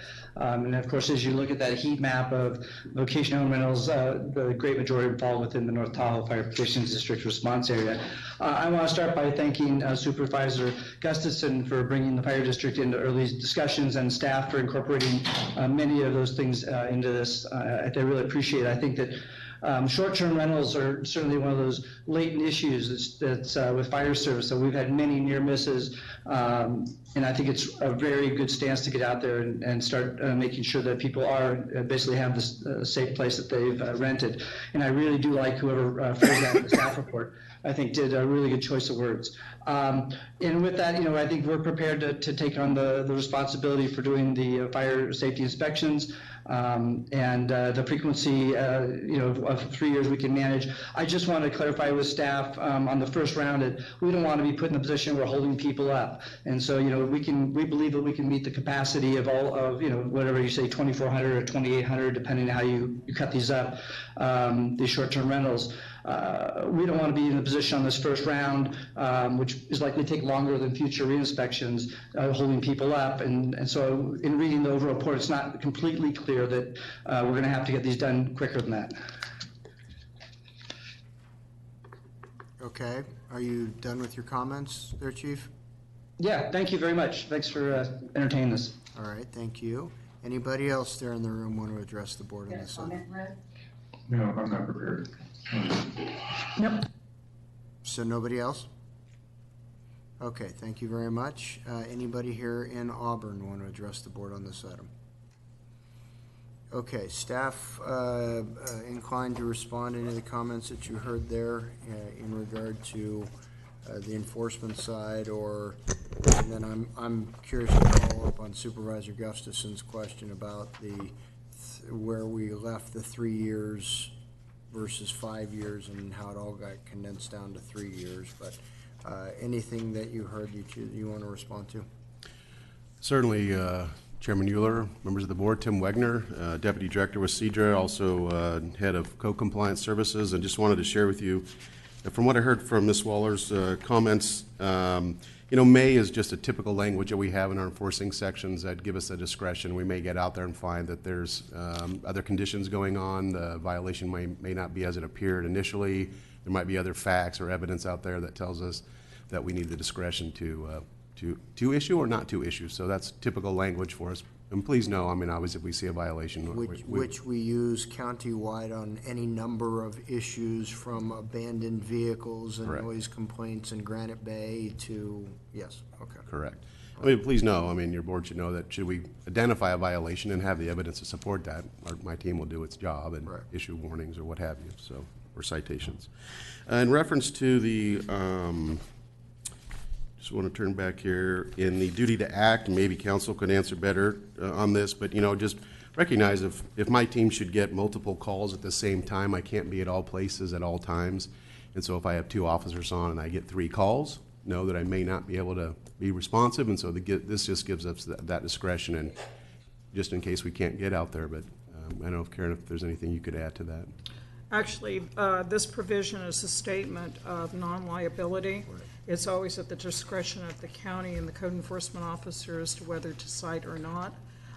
And by if this ordinance is adopted, it is not suddenly creating an affirmative duty to always do so. Okay. And then could staff explain the thinking on going away from the 5 year? I believe we were looking at previously 5 years for homes that were under some kind of professional management, every 5 years on the fire, and versus 3 for those that were not. That is something we had considered. It didn't make it into this version. I think we need to revise that, because I think we do need to recognize that those properties that are managed by a professional property management company perhaps don't need the inspections as often. So we would need to revise this accordingly. Okay, thank you.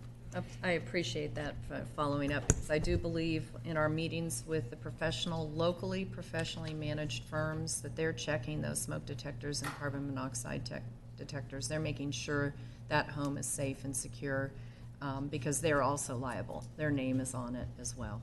That's correct. Okay, thank you. Yes? As a point of procedure, because this is on for introduction of an ordinance, we're now revising it. We're going to have to reschedule it for introduction and then adoption 2 weeks later. Okay. All right. As opposed to perhaps adopting it as presented and having staff just bring back a modification to that one part at a future date, would that be? That certainly could be done. I think we go ahead with that. If it's the pleasure of the board to do that, I think we just go ahead and adopt and then modify that one part later. Okay, Supervisor Gustafson? I wanted to thank staff. I know that this has been quite an extraordinary drill. We've put a lot of time and energy into a lot of public meetings and a lot of comments, and I know that Karen, Callie, Tim, Steve have all worked really hard to bring this forward. I did attend the TRPA Governing Board meeting earlier this month, or last month, end of last month, and we were able, because of the actions that we're taking, to convince the governing board to allow allocations of new building based on our efforts to move forward on this. They're obviously going to be waiting to see. One of the comments from the governing board members is they want to monitor this as well, to see that the local jurisdictions are really dealing with the short-term rental issues. So I appreciate the board's support in this, and certainly staff. And thank you for all your efforts on it. And would you entertain moving or making the motion? Sure. If there's no other comments, I'll be happy to make that motion too. Okay. And that motion? Actually, Yes? sorry, I do have one thing that I wanted to address. Chief Schwartz had mentioned the inspection and how we intend that to occur. We do not intend to have our permits be held up by inspections. The intent is that you would have to have it done once every 3 years, but not prior to obtaining the permit. So I just wanted to make that clear. Thank you. That's great. Thank you so much. So we have a motion by Gustafson to find that the ordinance is exempt from CEQA, and also to introduce and waive the reading of the ordinance amendment to Placer County Code Chapter 9 to add Article 9.4 term 2, 9.42 short-term vacation rentals. Do we have a second on the motion? Second. A second, Gore.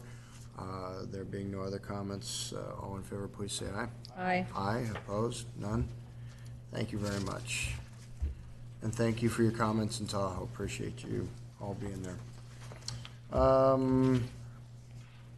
I'll tell you what, since we have our 1 o'clock that we have to come back for, why don't we go ahead and break now for lunch and closed session, and then we'll come back and take department head items. Unless, is there a particular department head item you want to get yours out of the way? All right, let's do it. I'm sorry, the sheriff is here? I don't see him. Okay, go ahead.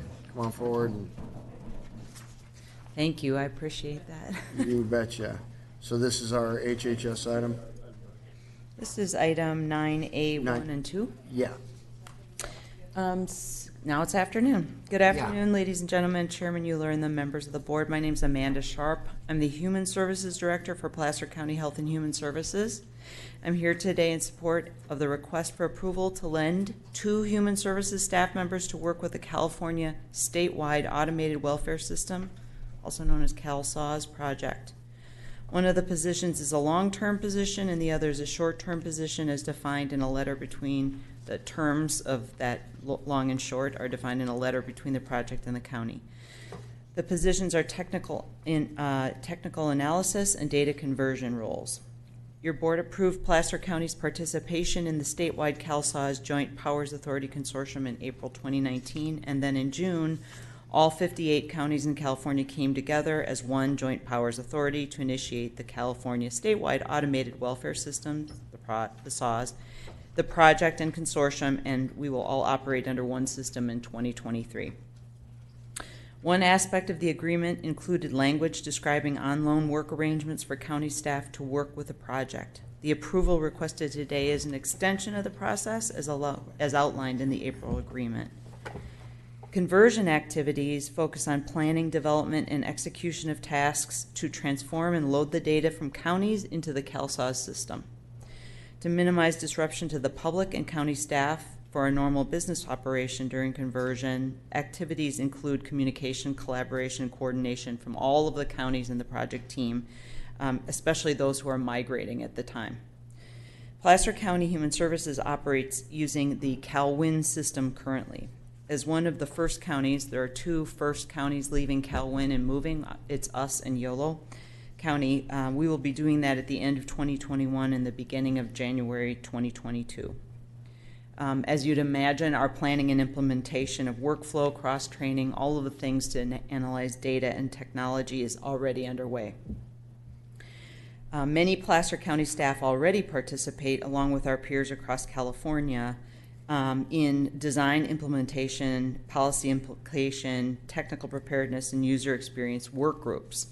However, these staff would be placed on site with the project, and Human Services would have eyes and ears inside, giving us the ability to respond more quickly to the changes ahead.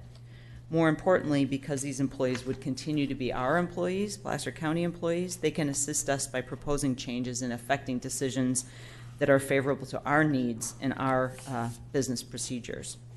These employees will also participate in the merger of the C4 system, another computer system going before ours, in the months leading up to our go live date, and this will give us key knowledge about any challenges inherent in a system transfer. It will also assist us by providing the information needed to our trainers while we prepare our staff to learn the new system. This arrangement will not cost Placer County any money. The Health and Human Services Department or the Human Services Division, because the funding for the salary and benefits of the 2 employees are funded through a current existing allocation that will be enhanced by the project to us. The work is based out of Sacramento County, and as one of the closest counties, we're well situated to assist from Placer County. The project recognizes Placer's potential need to recall staff back to county work and has a provision allowing us to do this as quickly as needed. Placing our staff will build on our reputation as a recognized innovator and a good partner among the counties in California, and it's an excellent opportunity for career growth, providing unique learning experiences for these employees. Supporting staff development is the goal of the department and the county and is an excellent way to promote employee engagement and morale.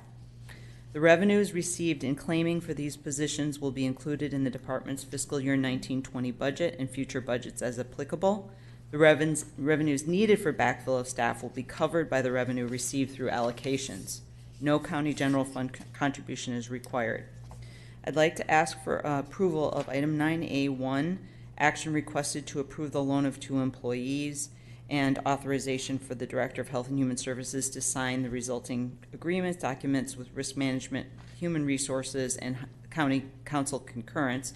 And item 2, to approve the backfill for the long-term position for the duration of the loan to the CalSAWS project to ensure the continuity of operations within the Human Services Division and the Health and Human Services Department. Thank you, and if you have any questions, I'd be happy to answer those that I can. Board members have any questions? I don't see any questions. Any members of the public have any questions on this item? Okay, what is the pleasure of the board on item 9A, 1 and 2? Second. Motion Holmes, second Wygan. All in favor, please say aye. Aye, opposed, none. Thank you very much. Kate, let's go ahead and take your 2 items. Thank We had you. a supplemental. So we have a HR item regarding various sections of Placer County Code, Chapter 3. Well, these are both in regard to chat, so you just go ahead and take them both. How's that? Thank you, Chairman and members of the board. Kate Sampson with your Human Resources Department. The first item, 10A, relates to the amendment of various sections of Chapter 3. The proposed amendment really is a cleanup in nature. After a regular review of Chapter 3, we identified several areas of the code that didn't match up with current practice, existing labor agreements approved by your board, or other policies you've previously reviewed. So the nature of some of the changes include updating position titles, for example, the Human Resources Director as opposed to the Personnel Director, and others that have been reclassified. It recognizes the electronic submittal of employment applications and incorporates language from some side letters that were approved this year. Also recommended is a permanent change to the code that would allow employees to take unpaid time off during the end-of-year holidays, should they not have sufficient eligible leave balances, and still qualify for holiday pay. So currently, the code requires employees to be in paid status, meaning either at work or on vacation or some other form of leave, the day before a holiday to be eligible for holiday pay. This change would allow employees to be in unpaid status the day before Christmas or the day before New Year's Day and still be eligible to receive holiday pay in support of our employees spending time with their families during those holidays. But I'm available for any questions. All right, board members have any questions? Any members of the public have any questions? I do, okay. I do have one. Kate, I have somebody's coming up. So I'm sorry? I had something, I hope I have enough for you guys to look at. Okay. Cheryl Berkema, Placer County. I'm concerned about the way raises, we just had a budget. We go through mid-cycle promotions, which means the public thinks that you're giving a 2%, 1%, whatever the raises are that per year that you're getting. And then we get mid-cycle raises, and then we have, which impact pensions. And what I wanted to show you was 2 things. 900%. If you look at this chart for pension, it's like you're biting the hand that feeds you. You're not there. We're going to be bankrupt in CalPERS going through this exercise. So I would caution. The other thing I wanted to bring up was there was a news article that California workers are not taking an increase in raises this year for this very issue because of pensions. So my concern is the continual sliding in of raises and increases and pension benefits beyond the normal reporting of budget, and then the cycle of raises that comes in. And I don't know, I'm not an expert on any of this, but it just seems to me that you already have clear chart indicators that show that there's been a 900% increase, and you're not going to be able to fund it by the time people retire. So I would be cautious in suggesting that there be additional pension benefits. I will add that for police and fire, I think that they go way beyond, and I think they deserve it. But I request that you consider not just taking these ad hoc requests for raises and pensions. Thank you. Thank you. Kate, would you, just out of curiosity, Kate, does this in any way affect pay scales? No, sir. Is this a raise? Are we awarding any additional compensation by taking this action? No, nothing in the proposed item affects compensation in any way. Thank you. All right. Seeing no other questions or comments, what's the pleasure of the board? All right, item 10A1 has been moved by Holmes, second by Weigand. All in favor, please say aye. Aye. Opposed? None. Thank you very much. And item 10B1. Thank you, Chairman and members of the board. Again, Kate Sampson with your Human Resources Department. The item before you in 10B is introduction of an ordinance related to longevity pay in Placer County. So by means of background, for about 25 years, the county has paid longevity pay to management, confidential, unclassified non-management, and employees represented by the Placer Public Employees Organization, otherwise known as PPEO. I just want to note that these groups are the employees impacted by the proposed action. The Deputy Sheriff's Association and Safety Management are not impacted by the proposed action. So the affected employees are eligible for a 5% increase to their base hourly rate once they achieve 5 years at step 5 in any given classification. We call that longevity pay. About 1 year ago, the county was notified by CalPERS, the Public Employee Retirement System, that they would no longer pay pension benefits associated with longevity pay earnings and immediately began denying compensation to employees retiring from the county. PERS appeared to have made a new interpretation to the retirement law in that longevity pay can solely be based on length of employment with the employer beginning on the first day of employment, which did not match up with what the county had in place for about 25 years. At the direction of your board, the county appealed this denial. And I will say, following significant and tenacious efforts by your county counsel's office, PERS recently opened settlement negotiations. I am pleased to announce that in accordance with the authority granted by your board, the county has executed a settlement agreement with CalPERS that guarantees all employees and retirees who qualified for longevity pay by October 31st, 2019 will receive pension benefits inclusive of this compensation. Additionally, recent retirees who've been denied this benefit can be expected to be made whole, retroactive to their date of retirement. For those employees who have not yet qualified for longevity pay under the county's existing provision, there will be new language for longevity pay based on length of service with the county. 2% at 10 years and an additional 3% at 15 years. This compensation will also be pensionable because the formulas are expressly designed to be compliant with how PERS interprets their regulations. For employees hired on or after November 1st, 2019, longevity pay will no longer be available. The county has executed a side letter with PPEO in accordance with authority granted by your board that incorporates these terms. The proposed ordinance amending Chapter 3 aligns the county code with the approved side letter and applies the same terms to management, confidential, and unclassified non-management employees. The proposed action protects the county's investment made over 25 years of contributions to PERS. It provides assurance to both employees and retirees regarding their pension benefits for financial planning purposes, and recognizes the commitment and dedication of longstanding Placer County employees. And for these reasons, I recommend approval, but I'm available for any questions. All right, board members have any questions on the item? Any members of the public? It's a pleasure of the board. Second. Motion Holmes, second Wygant. All in favor, please say aye. Aye. Aye. Opposed? None. Can we commend our county council and staff who fought hard on this issue? Yeah. Thank you. Yeah. Thanks. Was there somebody who wanted to comment and I didn't give them an opportunity to comment? Okay. All right. Just curious because somebody left here in a hurry and I didn't know if I'd cut them off or something. All right.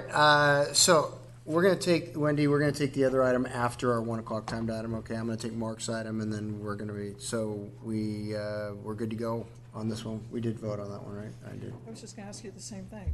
Did we vote? I got a motion. I didn't Okay. hear a vote. I'm sorry. I got distracted by somebody leaving quickly out of the back and that was. I did too. Okay, so the motion was Holmes and second was Wygant, is that right? Yes. Okay. Just to get it on the record. All in favor of the motion, please say aye. Aye, opposed, none. Thank you. All right. Yeah, we'll take the sheriff item now, and we'll take the CEO flag item after our 1 o'clock timed item. How's that? We'll end on a fun note with that. Good afternoon, Chairman Euler, members of the board, Mr. Leopold, Ms. Schwab. Not that your item isn't fun. Don't.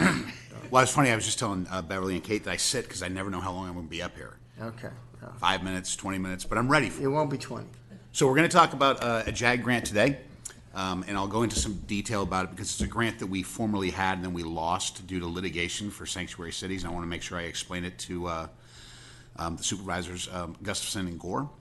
Specifically, we're requesting you adopt a resolution authorizing the sheriff to execute a 3-year grant award under the Edward Byrne Memorial Justice Grant Program administered by the Board of State and Community Corrections for a total award of $2,145,000 for the period of October 1st, 2019 to December 31st, 2022.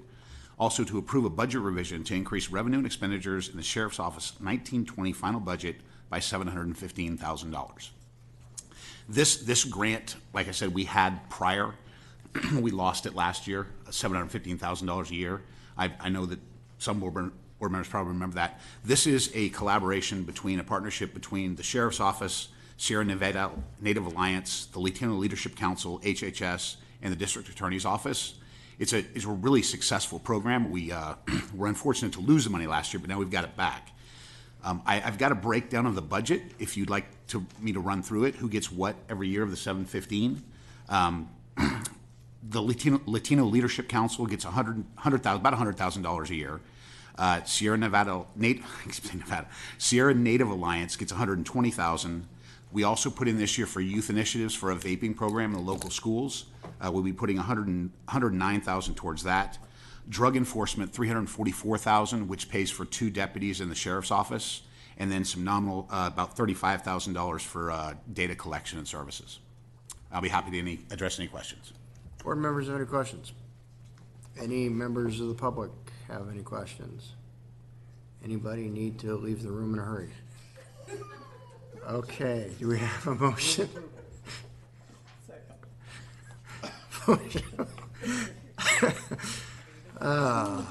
Motion Holmes, second. Second Wygant, all in favor, please say aye. Aye, opposed, none? Thank you. All right, now we are going to take a brief lunch break and also take up our closed session items. So if council will take us into closed session, that would be great. The board will now adjourn to closed session to hear 3 items of existing litigation, 2 items of real property negotiations. The board will then adjourn as the board and reconvene as the successor agency to consider 1 item of real property negotiations, then reconvene as the Board of Supervisors to continue 1 public employment item. Thank you.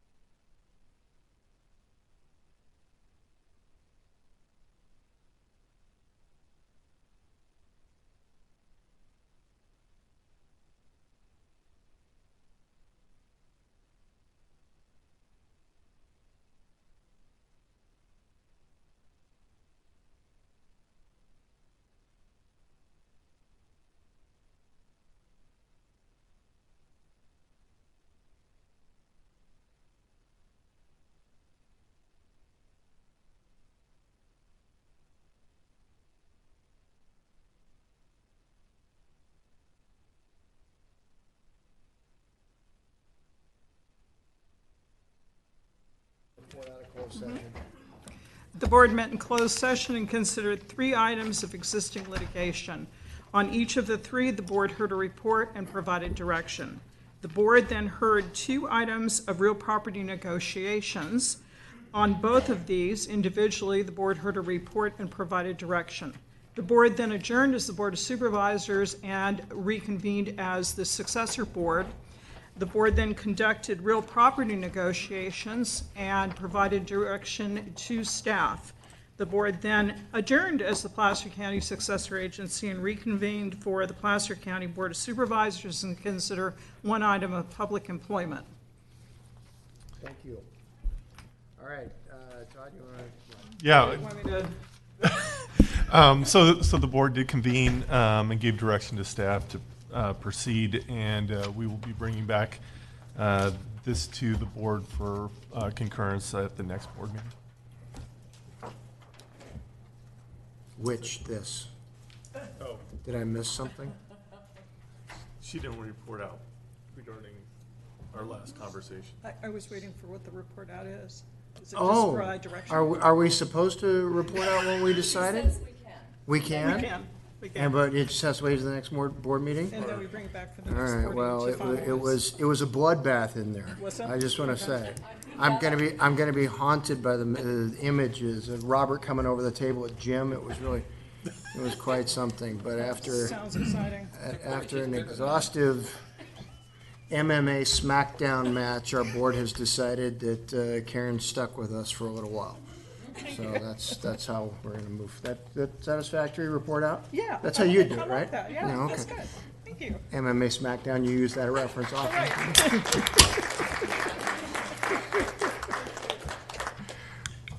All right. Okay, having dispensed with the fun, let's talk about a flag. Yeah, we'll do the flag. We're gonna do the flag first. It's supposedly a short item, and this capital conversation won't be. So, we'll go ahead and talk about the flag first. Okay. Okay, very good. Gotcha. Especially since Holmes is in here, let's get it done quickly. I know, I was wondering about that. Don't want him to have a say on this. Excellent, all right, very good. Well, it's my pleasure, good afternoon, Chairman Euler, members of the board. It's my pleasure today to bring to you 2 redesign options for the Placer County flag. I will note that we are bringing it to you on behalf of Supervisor Holmes, who brought this forward to us and initiated the project several months ago in an effort to redesign the flag so that it complemented our current branding. Back in June, is there a trick to this? To the right, thank you. Appreciate that. Back in June, we brought you these 2 options, one featuring the Placer County logo and the other featuring a more symbolic leaping to flag. his death.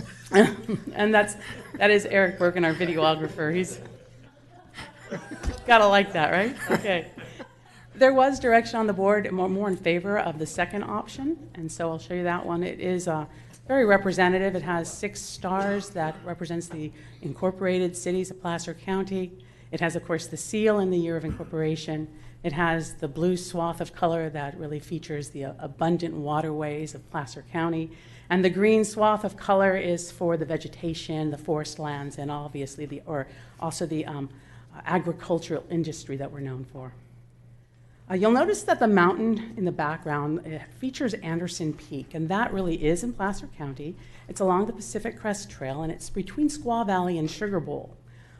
There was some direction on the part of the board to go back out and perhaps find some mountain range that would be more iconic in nature, more familiar to residents who could pick it off as Placer County immediately.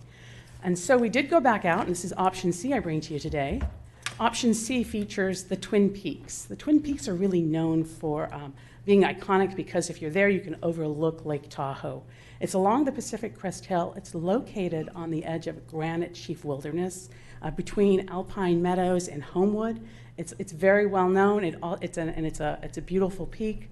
So really, if you look at the 2 designs side by side, they have the same elements in both, except the mountain range is different in both of them. So it's a personal preference. I think they complement our current branding guidelines beautifully. So it's really a personal preference. I'll leave you for discussion on this. And I'm available to answer any questions that you have. Okay, I was kind of joking when I said I want to do it without Holmes. I actually do want him here. No, we can't do it without him. Yeah, I We should think I find know him. where he is. Let me go. Well, or just go pound on the door at the end of the hall. So I will wait because You have, yeah. Who's got a joke? Anyone? Any jokes? Why don't you tell us one in German? What? You tell us a joke in German? No?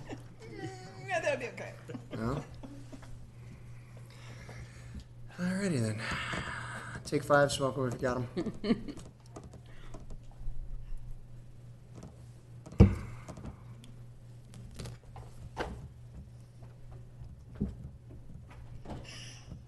You can't find him? Ah, okay. All right. You can continue this and go to your one. I know. I could do that. Is there any Chinese food left? There is some Chinese food left. Go have second round. Really? Nobody has any jokes, huh? Anybody have any public comment on this item? We go ahead and take public comment. Very high. We decided to take the flag issue before we got into the Capitol, and yeah. I understand you don't spend much time here, and you don't get around a lot. That's what I hear. So she gave a very exhaustive presentation on all the intricacies of the meaning behind the colors in the flag, but you already knew it. So really, we're just having the conversation now about item or design B and design C, and kind of throwing it out. Supervisor Gore had some thoughts, but I asked her to wait until you got. actually, I thought I would wait until Supervisor Holmes weighed in first. Oh, okay. And then I have one little detail item, but Okay. I'd love to have you weigh in first. Well, I'd look to people from the mountains, and which mountains do you like? That was the issue. Well, at least now there are mountains that are actually in our county, so that's helpful. Well, I think she said the other one is too, but I don't think people recognize it as such. Twin Peaks is very recognizable to those of us who live up there. So is it option C then? Yeah. Yes. Agree with that. There was a motion to have Robert's Dairy Farm on here as the background instead of the mountain. Oh, I can see, There was- it fits perfectly. Oh, yeah, good idea. So I do like option C. One thing of note, which I would hate to have this stop the process, but if you notice there's a shovel and a pickaxe, but you actually can't tell that it's a pickaxe. And apparently our seal has 2 different versions, one that you can actually see the pickaxe and one that you can't. Not up here, but you actually can't see, you can't tell it's a pickaxe. So I believe there's a version that has a gold pickaxe in there. So maybe we might just use the version where you can actually see the pickaxe so we know what it is, but then move forward with the option C.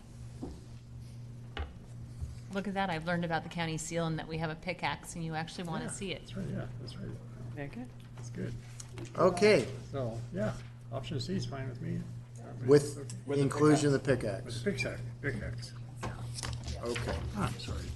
all right.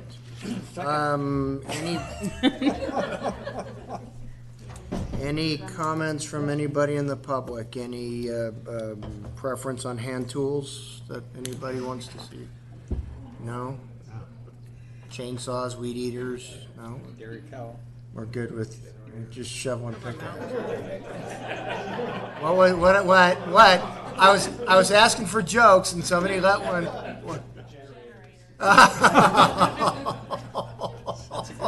That's too soon. Too soon. All right. Do we need any? Should we I don't know, have a ceremony or something? Do we need Well- any official action? Yes. Actually, the prior flag you adopted by resolution. Okay, if you so wanna we'll bring adopt back those, a bring- resolution? Mhm. Okay. Okay. All right, staff has the direction they need? And you're still willing to return? Willing. Okay. Okay, great. Good, thank you very much. Now we will move on to our 1 o'clock timed item. This is our capital conversation, once I find it in my agenda. There we go. Capital Facilities Planning Workshop. Mr. DeFonte, I believe, will be leading the conversation. I will be. Thank you. Dave DeFonte, County Executive Office, here to kick off this item this afternoon. My introduction will be brief, and then we'll be bringing up a small cadre of speakers for you to go through a presentation relatively quickly and then turn it over to your board for discussion. So first, a real quick recap of our last board workshop on capital back in March of this year. We brought to your board a list of projects that have been either planned for construction in the future or discussed in some venue in the recent past. And we asked the board to review a draft prioritization list that we provided to the board and either concur with that or modify it as your board saw fit. So out of that workshop, your board identified 3 top priority projects: the planned crime lab and HHS office building on the Government Center campus, and the Tahoe Justice Center, otherwise known as the Burton Creek Replacement Project. We also had a bit of a discussion about potential funding options and budget implications, and then your board directed staff to prepare a financing plan to show how those 3 projects could be funded and built in the near term. So that's what we are back with today, is a draft financing plan. Mr. Ken Deeker behind me is our financial advisor. He'll be walking through that plan with your board today. And at the end of the workshop today, we'll be asking your board to take a few specific actions, including amending our CIP to reflect construction of these 3 projects within the next 5 years, directing us to proceed with design and construction of the HHS office building that would be funded and financed pursuant to the plan that Ken will go through in just a moment, and then also adopting a resolution declaring our intent to reimburse the county for capital expenditures on these projects. So with that, as I had mentioned, Ken Deeker is going to get up and talk about the financing plan, followed thereby by Daniel Chatney, our new budget officer that's been before you in the recent past. He'll talk a bit about budget projections as well as some conversation about debt versus cash financing of projects. Steve Newsom will talk about general project status and steps necessary before those projects are shovel-ready, as well as an update on our master developer process that we went through in the spring and summer of this year, and then I will wrap it up before turning it back over to your board. So as always, if you have questions as we go through, please ask away. So with that, Mr. Deeker. Thank you, Mr. DeFonte. Ken Deeker with Del Rio Advisors. Thanks for having me this afternoon. I want to go over the capital financing plan. The complete plan is actually in your packet today. Kind of wanted to summarize some of the information in the plan. Currently, the county has 2 outstanding debt obligations. The North Lake Tahoe Public Financing Authority issued some 2014 lease revenue bonds, outstanding amount about $21.9 million, and that's to be paid off in 2028. And a 2010 lease agreement that was a direct placement with a commercial bank. There's an outstanding amount of about $3.3 million that will be paid off by fiscal year 2026. Again, a very light debt load for the county. The plan makes several assumptions. First of all, $35.7 million would be contributed from capital reserves currently held by the county. You've been setting aside dollars for a number of years to be applied to capital projects. Of that $35.7 million, we're planning to use approximately $18.9 million towards the HHS building, reserving about $16.8 million for future capital projects. Plus, in this environment, I believe that cash is king, and maintaining several reserves is a good policy matter. So again, reserving some of those dollars for the Burton Creek and the Crime Lab projects or other things that may occur over the next 5-year period. $14 million is to be contributed to the HHS from the Capital Facility Impact Fees, CFIF fees. $15 million in future impact fees would be collected over the next 5 years. I believe the county's been collecting between $5 and $6 million a year in CFIF, so we're using a conservative collection of those amounts to contribute to the projects in 2025. And bond funding for shortfall amounts on these 3 projects. The plan also makes the following assumptions: that the county's current long-term rating, which is AA by S&P and AA1 by Moody's, just so the board knows, that is a gilded credit. That's almost as good as you can get. And that's been in place since 2014, since the last bond issue that you did, and they've been through surveillance on several occasions. So the county can be very proud of their current credit rating. Assumes current market rates. These were as of October 11th, when the last draft report was put together. I added 50 basis points for the first series of bonds because it wouldn't be planned to be done until June of 2020. And I added 100 basis points for bonds to be issued in 2025. Again, trying to be conservative assumptions as to where interest rates are going to go. Nobody knows for sure. I will tell the board that we are in an incredibly low interest rate environment today, almost near all-time lows in the muni market because of several fundamental things that have occurred. The creation of the $10,000 SALT limitation, the elimination of advance refundings has taken volume away, so sort of the increase in demand and reduction in supply has really driven municipal bond rates to near all-time lows in the current environment. I did assume a 30-year level debt service, no escalation of debt service. I assumed about $300,000 of cost of issuance for the 2020 financing and $150,000 each. I broke out the Tahoe Justice Center and the Crime Lab project separately for sizing purposes. And I assumed a 50 basis point or half of 1% for the underwriter's discount. Again, reasonable assumptions to assume for planning purposes. The bonds are structured as lease revenue bonds, or commonly called COP, certificates of participation. It assumes the county would secure the lease financing with current county assets, avoiding having to pay capitalized interest until the county would have use and occupancy. On page 10 or 12 of 18 in my report, there is a list of available leasable assets.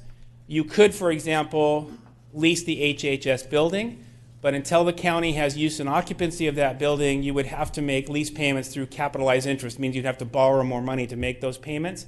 If you have other available assets that you can put in there, the available asset has to at least be equal to the principal amount of the bonds that are planning to be issued. In this case, it's about $53.4 million, so we'd have to identify an asset. We can lease that asset, and you can avoid having to fund capitalized interest during the construction period. Total debt service is estimated at about, and by the way, the insured value of those leased assets is what the county uses. So whatever the investors would look at what the insured value, you're probably self-insured through a JPA for those assets, so you would look at those insured values. The Series 2020 to fund the HHS building would be approximately $53.4 million. It would fund about $57.6 million in project costs. The bonds in this current environment would be sold at a premium, so you're actually receiving more proceeds from the sale of the bonds. Total debt service of about $91.8 million. The average annual debt service on that is about just over $3 million a year. And it is estimated that through the subvention process, you would get about $1.8 million per year as an offset to that for depreciation purposes. In Series 2025, to fund the Crime Lab, estimate $22.4 million. Again, funds about $23.7 million in project costs. Total debt service of almost $40 million. Average annual debt service of about $1.3 million. And the same thing for the Tahoe Justice Center, SU size of approximately 23.7, funds $25.1 million in project costs. Total debt service just under $42 million, and average annual debt service of about $1.4 million. So sort of in summary, the county has very little debt compared to other public agencies of a similar size, with the annual debt service of less than 1% of annual general fund expenditures. The proposed bonds will add about $5.77 million per year in annual debt service if you adopt the full plan. Again, these are estimates. Current market rates will drive this. Offset by the approximately $1.8 million from the HHS subvention, netting about $3.97 million, just under $4 million a year, an increase in your debt service profile. Debt service is estimated to remain at less than 2% of annual general fund expenditures. Current debt service is about $4.1 million in fiscal year 19-20. Implementation of the plan would increase debt levels to a high of about $7.2 million. And on page 10 of 18 in the report, you can see the debt service profile looking at the existing obligations and the 3 proposed obligations. Your total debt service would be about $7.2 million in fiscal years 20 and 21, falling to about $3.97 million in 28-29 when the last of the existing obligations are paid off. We did look at the option of trying to shape the proposed debt service around the existing obligations, but bond counsel did not allow that option. It has to be fair rental value of those facilities, so debt service needs to be essentially level every year. So it does put a little bit of stress in the early years because you're paying off your existing obligations plus the new proposed ones. In summary, Obviously, the county's economy is currently strong. Unemployment is lowest since 2000. Assessed values, property tax, and sales tax are higher than pre-recession levels. General fund revenues continue to grow. Development is strong with several projects moving quickly to begin construction. Obviously, I've been working on several CFDs that the county has formed, so a lot of new residential, commercial development, university projects. It's pretty exciting around the county. Should the board wish to implement the plan in full, it does reduce your available cash because you are taking capital funds that are technically unrestricted but dedicated to capital projects and applying them to the HHS. And ultimately, if you go forward with the Tahoe Justice Center, Crime Lab would be taking some additional dollars towards those projects in the future. It does leverage the county. Again, not a huge debt load, but does leverage the county at a time when there's greater demand on resources, particularly from increasing pension costs. Which leads to one of my primary recommendations from the plan.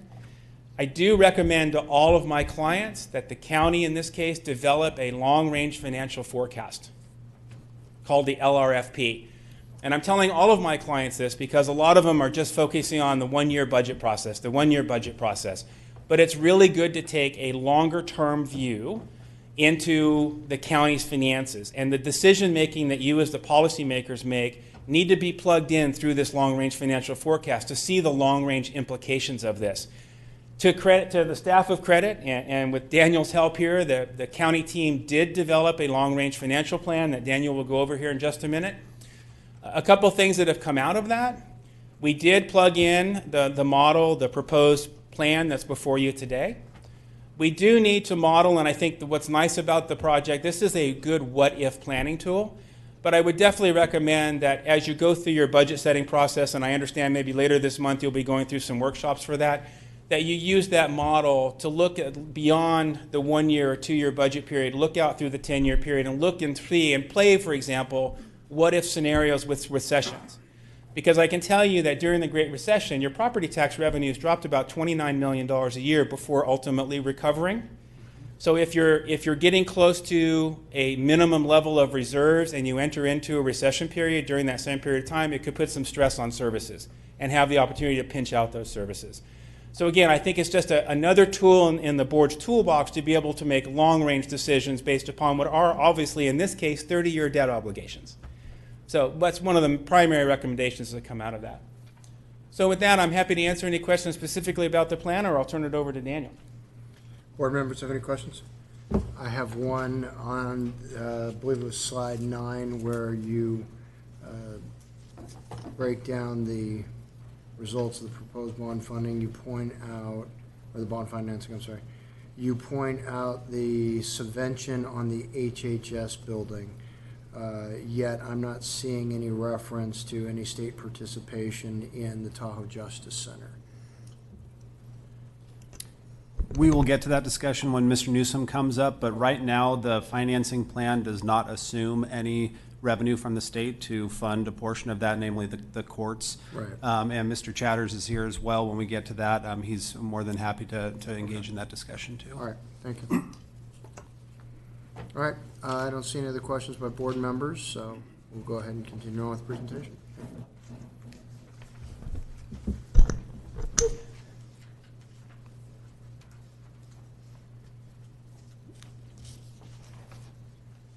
Do you want to go first, Steve? Good afternoon, Chair Euler, members of the board. I'm Daniel Chatney, your county budget officer. And I'm going to walk through a couple slides showing some budget projections, including the capital financing plan that's before you today and how those might impact the general fund over the next couple years. The first slide that we're looking at is your general fund budget projections based on none of the capital projects moving forward. You can see in fiscal year 1920 an ending fund balance of about $117.5 million and an ending unassigned fund balance of $28.1 million. This does already include previously approved projects, including the Atherton and Nahas properties that were authorized by your board earlier this year. And from there on out, the revenue and expenditures remain fairly consistent over the years, with the exception of fiscal year 23-24, where we were assuming a $20 million contribution for the Placer Parkway and that was coming out of the capital reserves. And you'll see the expenditure rising to $388 million in that year, and then also a corresponding dip in the ending fund balance down to $107 million. Bringing us all the way out to year 6 on this chart with an ending fund balance of 107.3 and an ending unassigned fund balance of 9.9 million. I'll point out at this time that the graph does show the total ending fund balance and the ending unassigned fund balance. The difference between the two is the ending unassigned fund balance includes such things as capital reserves, your PARS trust fund, as well as economic uncertainties and general reserves per board policy. The second chart right there is your general fund budget projections for the next 6 years also, with full implementation of the capital financing plan for all 3 capital projects. Debt service is included in these in these charts and under the expenditure columns, as well as one-time capital reserve contributions to the projects. So again, in fiscal year 2021, we'll assume an $18.6 million contribution from capital reserves for the HHS admin building. In 23-24, again, a $20 million contribution for the Placer Parkway, and then a collective $16.9 million in fiscal year 24-25 for the Burton Creek project in Tahoe, as well as the crime lab. And it's just important to note at this point that these fund balances are projections as well as the contributions for the projects, and these could change over time depending on any other capital projects that come along our way. I'll touch briefly on the county's debt management policy, and in particular note the items that would affect this capital financing plan. The county's debt management policy sets parameters for the issuance of debt to be a tool to address capital needs without impairing current obligations. The capital financing plan assumes that the county intends to issue debt in part to accelerate the high priority projects that are before you today. Under the capital planning policies, the plan minimizes debt issuance by incorporating the prudent use of capital reserve as well as capital impact fees. And as a percentage of budget, the total debt service obligation created from debt issuance for these projects, in addition to the current debt obligations, is estimated to be less than 2% of the overall projected general fund expenditures. In the conversation of debt issuance versus cash financing, accumulating enough capital reserves to fund these projects over time without debt will take an unknown duration, delaying these projects for many years to come. And debt issuance will accelerate the construction of these priority projects. Currently, the Treasury investment rate is about 1.5%, while construction costs are growing at a rate of 5 to 6% per year. The debt issuance would expose the county to a new expense obligation, but it will remind you that the maximum debt payment for all 3 projects would be still less than 2% of general fund. And that's, pardon the interruption, but that's while we're in this interim period of still paying off the existing debt that we already have, right? Correct.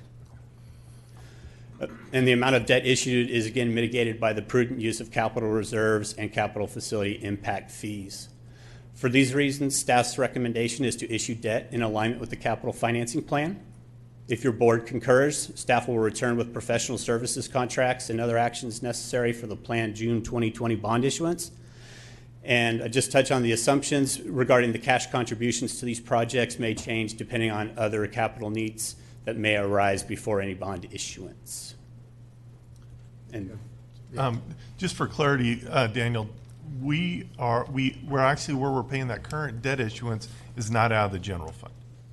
That is correct. Okay, it's being paid out of capital impact fees for the duration of the remainder of the current debt that we have in place. So the general fund amount would be this dollar amount we're talking about here for HHS. Oh, okay. Thank you for the clarification. I get the distinction. Yeah, thank you. Yeah. Okay. That is the conclusion of my presentation. If you have any questions, I'd be happy to answer them before I turn it over to Steve Newsom. Supervisor Gore.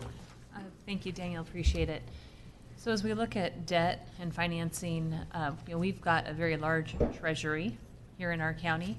Have we had conversations about borrowing against our treasury to provide some of the funding for these projects?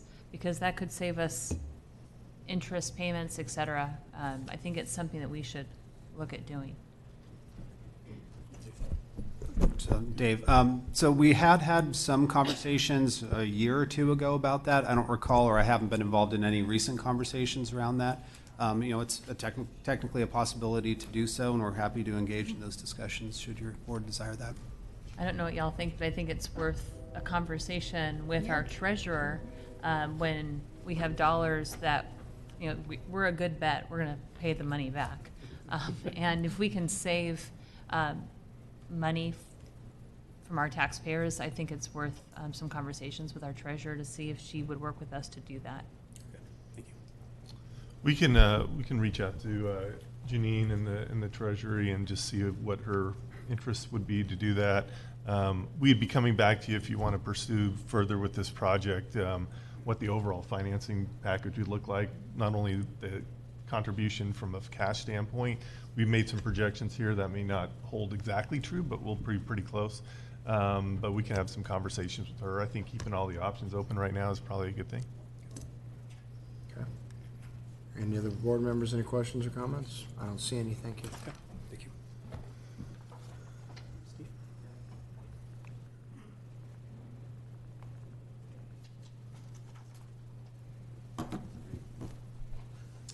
Thank you. Good afternoon. I'm Steve Newsom, Director of Facilities Management. I'm going to give you an update on these projects. The first one being the HHS office building. You may recall that this is part of our PCGC master plan. And this building would afford the opportunity to house the current administrative staff for HHS, as well as create a one-stop shop for the constituents that it serves in the foothills area.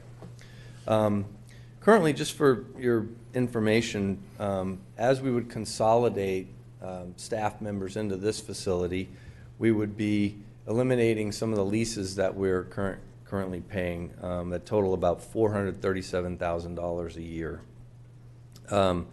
Then I know that there's been questions about, because this would be a large facility, I know there's been questions about the cost and what does that include.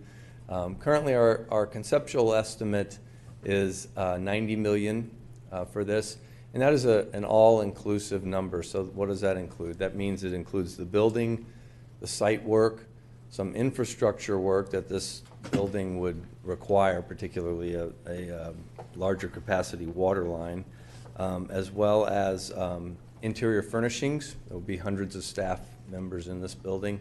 And then lastly, ideally, we'd like to include a solar photovoltaic system that would produce all of the electricity that the building would use on an annual basis, which then would actually possibly make it less costly to operate than the facilities that the HHS staff are in now.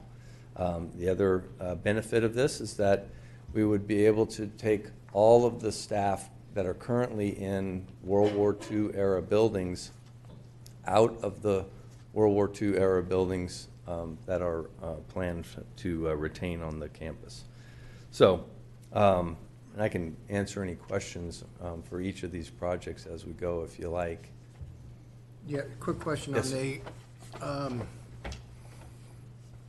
On the HHS building coming in off of Richards. Yes. Bell. Coming Okay. in off of Bell as the primary access. What is the primary access? It could either be Bell or Atwood. Atwood, that's right. And so it would flank Richardson. Okay. Richardson on the west. Okay. Just anticipating the development of subsequent parts of the DeWitt Center, are we pulling in enough capacity from oversizing, particularly water, to facilitate that then future phasing? Yes. And that's included in As the part, cost? yes, correct. And as, So yeah, go ahead.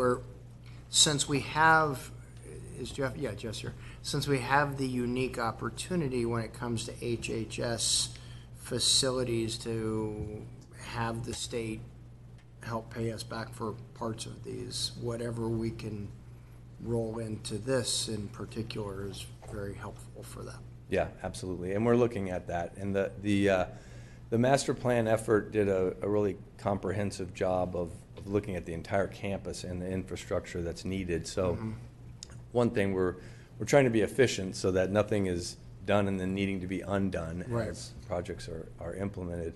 But two, also looking at any available funding that we would qualify for at the state or federal level for any of the work that we're doing there. Okay. And one other thing I want to add about this is that the current facilities that we're in, due to their age, has a pending price tag for the maintenance that's needed. The immediate cost identified by our VFA process is about $6.6 million, and then about $41 million over a 10-year period, and that's an estimate based on the age of the systems that are in place, ADA requirements, et cetera, et cetera. And then you referenced photovoltaics for the facility. Yes. Given what we have just gone through, and I don't know where we are with the implementation of the photovoltaic arrays that we've already authorized through the PPA, I don't recall any of those having battery backup. Correct. It did not pencil. Amongst all of I think we had 11 proposals, and we were very wide open. We wanted them to come to us, bring us your creative ideas. None of them had a concept that would pencil that included battery backup. I know that the time, especially in that industry, moves rapidly. So technology and so forth occurs. But the systems that we're proposing to move forward with would not prohibit implementation of a battery backup. At least for those components of the building that are deemed the essential components that have to continue on. So, correct. So it doesn't have to be battery backup for full utilization of the facility. It can be partial utilization of the facility for the battery. Right, sure. Absolutely. Okay, thank you. Yes. Okay. All right, moving on to next project. Tahoe Justice Center, or Burton Creek. This facility is long overdue for replacement, as we're all familiar with a lot of the grand jury reports over the years. We collected all of the departments that are represented in that building, and we went through a preliminary programming exercise with them and came up with a 45 to 50,000 square foot facility that would replicate what is there with their current needs and future planned needs as well. And as mentioned before, Jake Chatters is here from the Office of the Courts. He was part of that process that we conducted. All of the departments had a desire to remain where they are, if at all possible. That was the ideal location at Burton Creek. So currently we have a consultant that we're working with that is doing a study of the site, and it's a pretty exhaustive analysis, and he's working with TRPA on it to determine if we would be able to build a new facility on the site while this one's in operation, and then remove this facility when that construction is done. And we'll know more in January as he's moving through the process, and it's been very optimistic, because he's identified some of the areas on the site that we're finding are more beneficial to us and less restrictive in the whole coverage requirements that TRPA imposes. Any questions on this project? I may also mention, so we're not putting all our eggs in the current site basket, although that is ideal. We are continuing to keep our eyes open for other sites should we, find it necessary to, find another site for the location. But all indications right now are looking fairly positive on remaining on the current site, which is good news. And again, we'll know a lot more in the next few months. We'll also hopefully start knowing a little bit more about courts funding here in the very near future. I don't know if you were going to touch on this, Steve. If I'm stealing your thunder, please grab it back from me. Steal. All right, I'll steal it from you. So we just found out that through the court's process, we are ranked as number 18 statewide. So we are at the very bottom of the top list in terms of statewide priorities for courts funding. I believe that that is being presented to the Judicial Council next week. So we should know more next week. And then as things go with the budget process at the state, we hope to learn more about how and when the courts portion of this building is funded.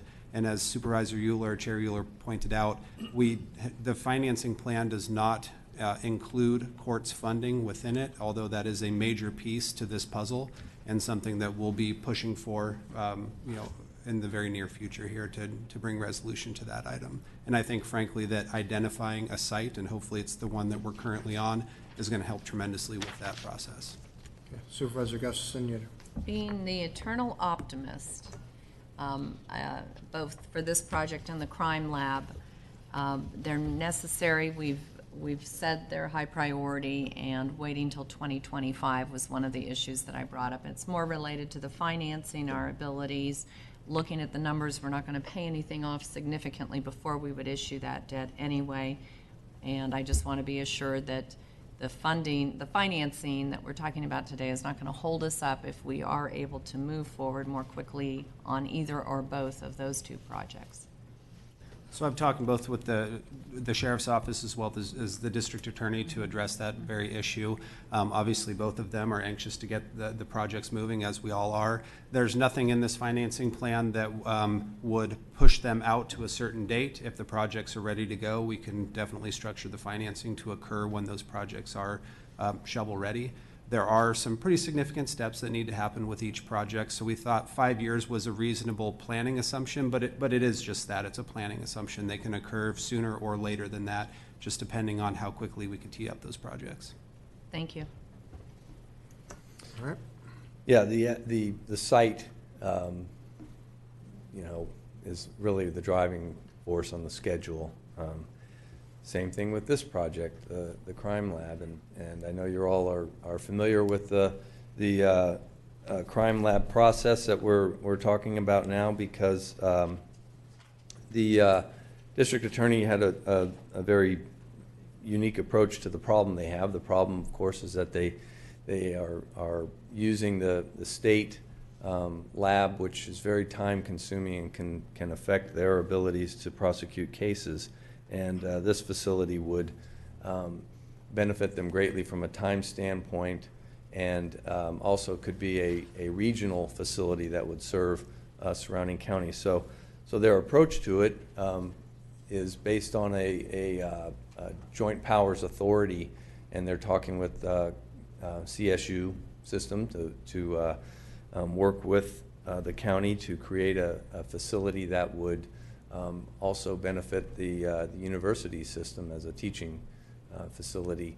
And there would be a monetary contribution to the construction of the facility, and that number is $30 million. And then the operation of it would be through that joint powers authority, and the staffing would be through that JPA as well.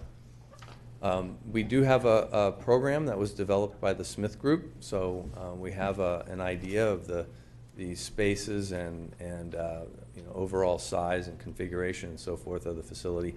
We'd want to revisit that because that was completed a couple of years ago, and this is another area that advancements in technology and other aspects of it can change rapidly. So. That's something that once we have a site in place and a JPA underway, then we can continue to move this forward. So that's where we are with this project. Any questions on it? Nope. No. Okay. Thank you.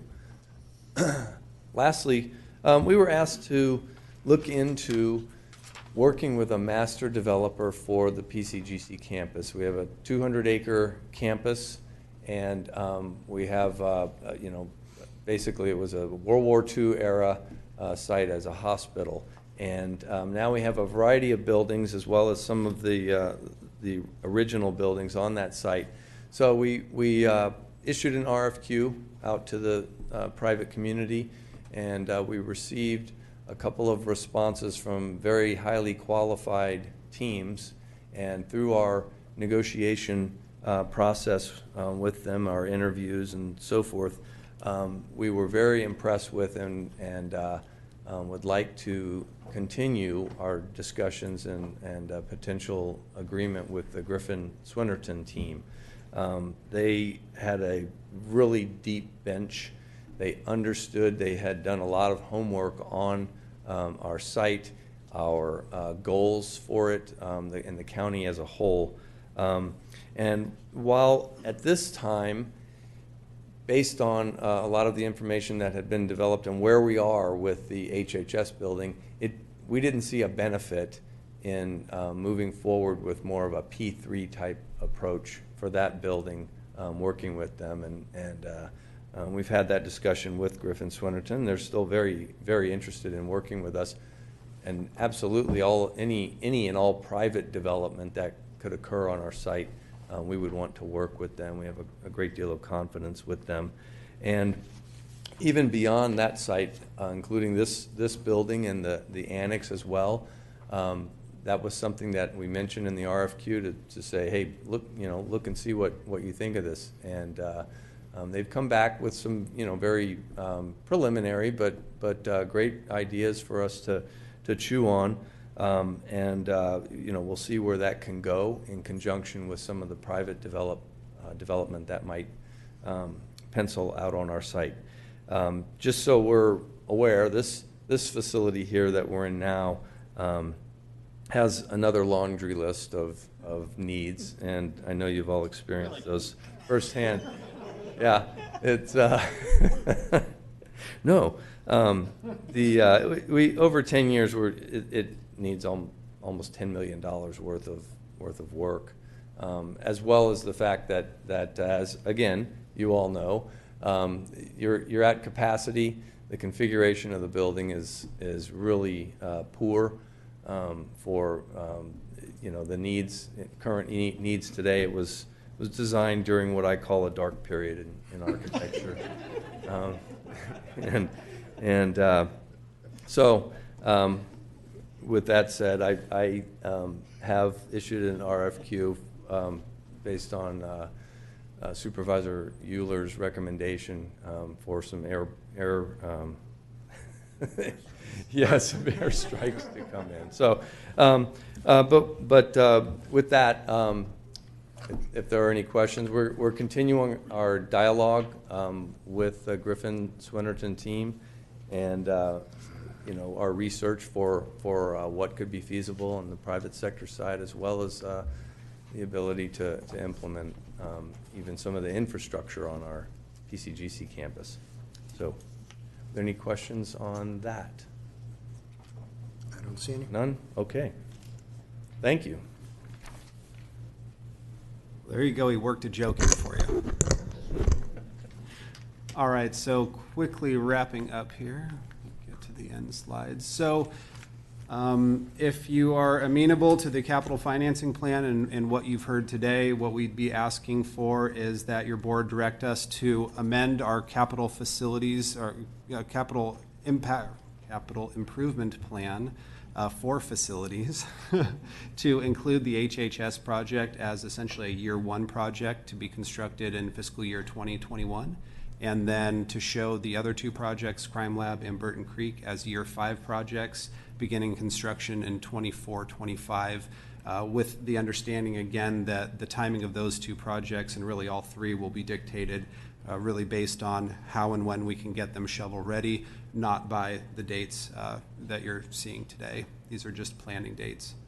We would also ask that you direct us to proceed with design and construction of the HHS building. What we would be doing is preparing criteria documents over the next few months, so that's sort of the last level of design documents necessary before we issue an RFQ or an RFP for a design build firm, which we would do somewhat concurrently with those criteria documents leading up to that bond issuance this summer.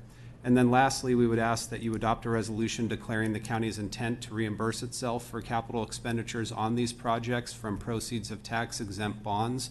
And I think this is worth a little bit of discussion here. So the resolution was recommended by bond counsel that the county pass.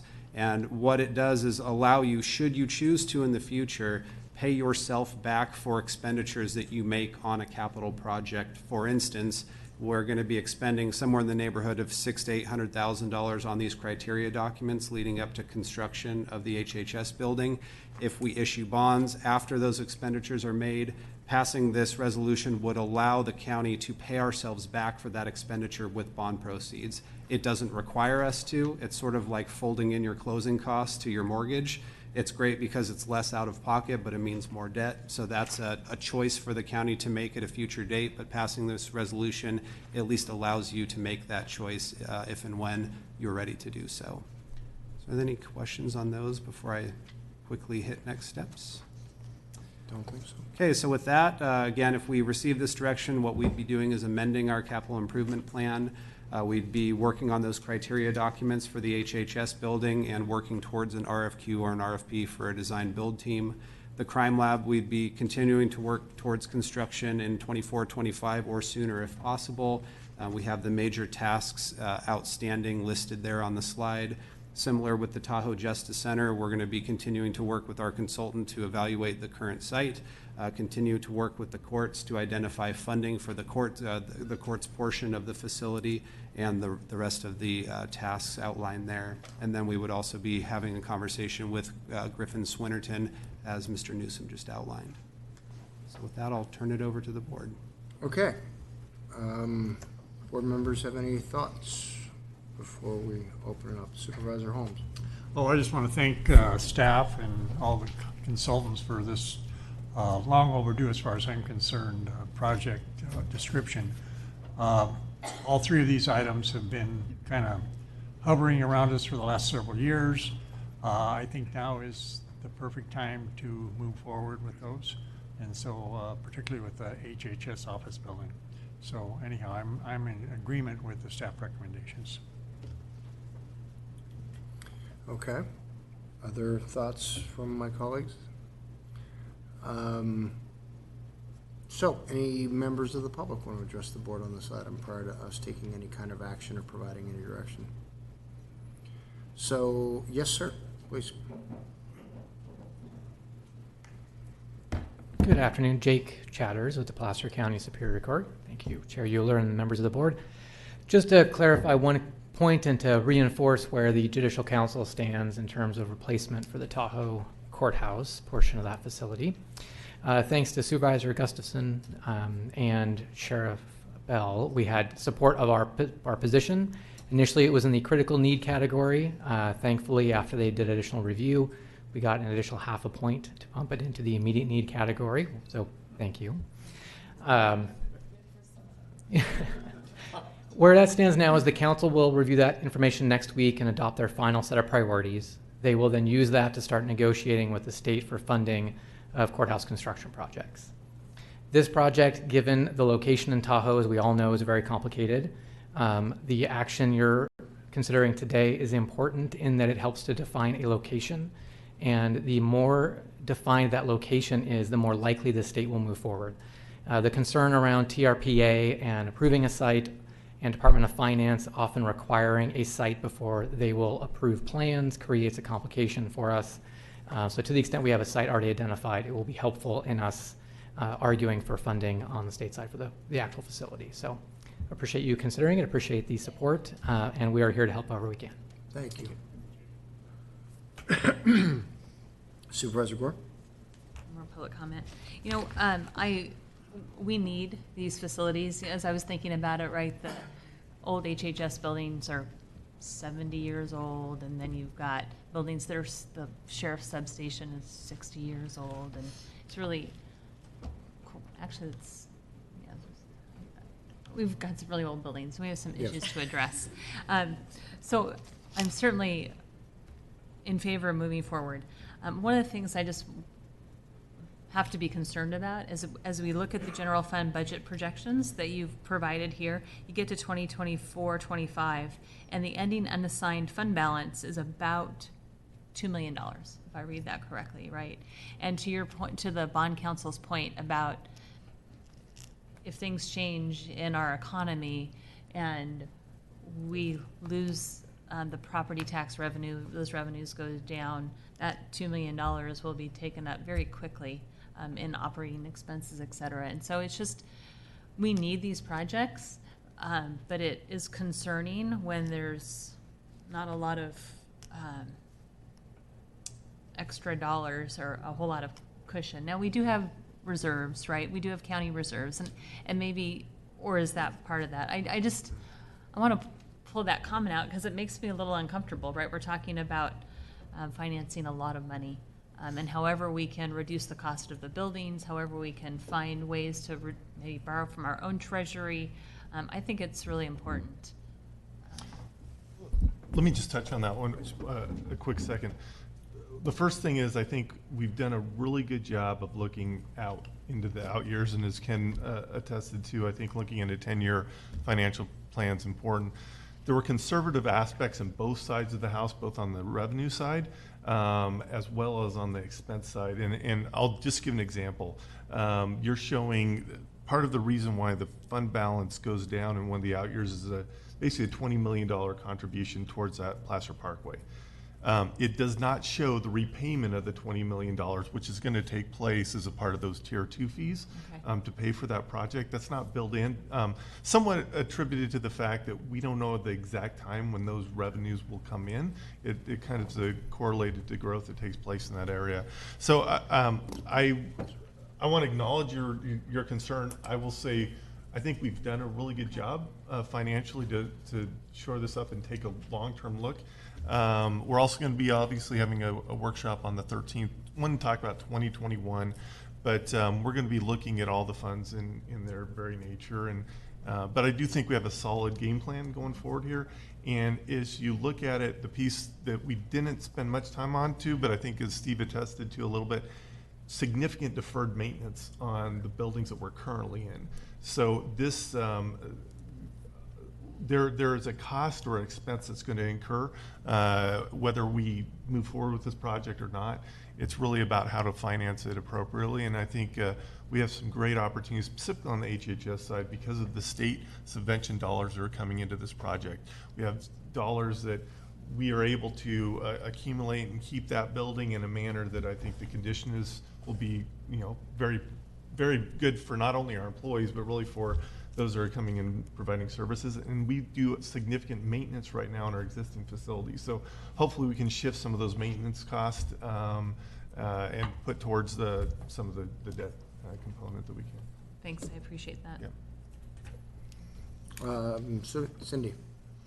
I echo that concern. I guess I'm really excited that we're looking out to the future, because we can keep putting Band-Aids on past things, or we can plan for the future. And it is painful when you look out and you see the status of maybe some of the legacies that have been left to us to deal with, and that we need to move these projects forward. It is a favorable time with interest rates right now, and so the more emphasis we can get the other two projects moving forward expeditiously and take advantage of that timing, given how you've laid this out, I would really urge that. I know that takes staff time, and there's a lot of big projects here, but let's move while we have those opportunities, and we certainly have the need. So, Supervisor Wygant? And just in terms of general comments, I acknowledge and appreciate everybody's comments on the board. I also want to thank staff and consultants for doing some great work. My background's in finance, so appreciate the conservative nature and the thoroughness with which we go forward with our budgeting process, and we've developed a culture here since I've been here, which is a long time, of looking at our budgets over multiple years, and typically a 5-year horizon, I know, as compared to what historically was just a 1-year horizon. But having lived through some of these facilities for some years, I'm really excited about the work plan and the financial thought that went behind it. Particularly the HHS facility. It's been a long time coming that we have addressed that Burton Creek, I'm only worried about us making some suggestions to the grand jury about what they should pick up in their workload once this is taken off the list, because they'll probably have almost nothing to talk about. But, so having lived through 2008, 2008 here at the county, Bonnie, the reserve thing was, that's a good eye and good observation, and Cindy too, that when we hit 2008, we had good reserves, operational contingencies built up. We put in place a 4-year, 5-year plan for how we would spend those. Assessor did a really good job of noticing that the growth in our assessed valuations were actually continuing to increase, but at a decreasing rate. So all of that's by way of, I'm really comfortable with what we're doing, noting that we need to keep an eye on all of those things, and largely for the point of making sure that staff and all of us on the board continue to have that kind of a thorough and intelligent perspective about fiscal analysis, because in my view, that's the beginning part of all of this business. If we don't do a good job of our budgeting process, don't have fiscally conservative and intelligent and honest mechanisms for going forward, we're going to trip over ourselves. But so far, I think we've done well, and I'm really comfortable and glad we're all talking about this in the way that we're doing it. Supervisor Holmes, anything to add? No, you heard me earlier. I agree Okay. with that. This is All right. good stuff. This is cathedral thinking. With technology. I don't want it to take 100 years, okay? So there was no staff recommendation on exactly what air-to-ground ordinance should be deployed in taking out these buildings? We're seeking your direction. Well, the harm is a very effective missile. Unfortunately, it is supersonic though, so the additional noise just in its flight, obviously once the ordnance deploys, you're gonna have some noise. So maybe the JASSM is subsonic. That's probably a better option for this, but. Maybe the source for a catastrophic forest fire. Yeah. We'll make sure the wind's blowing the right way. I just want to be up on the hill over there watching my binoculars. Goodbye, domes. Our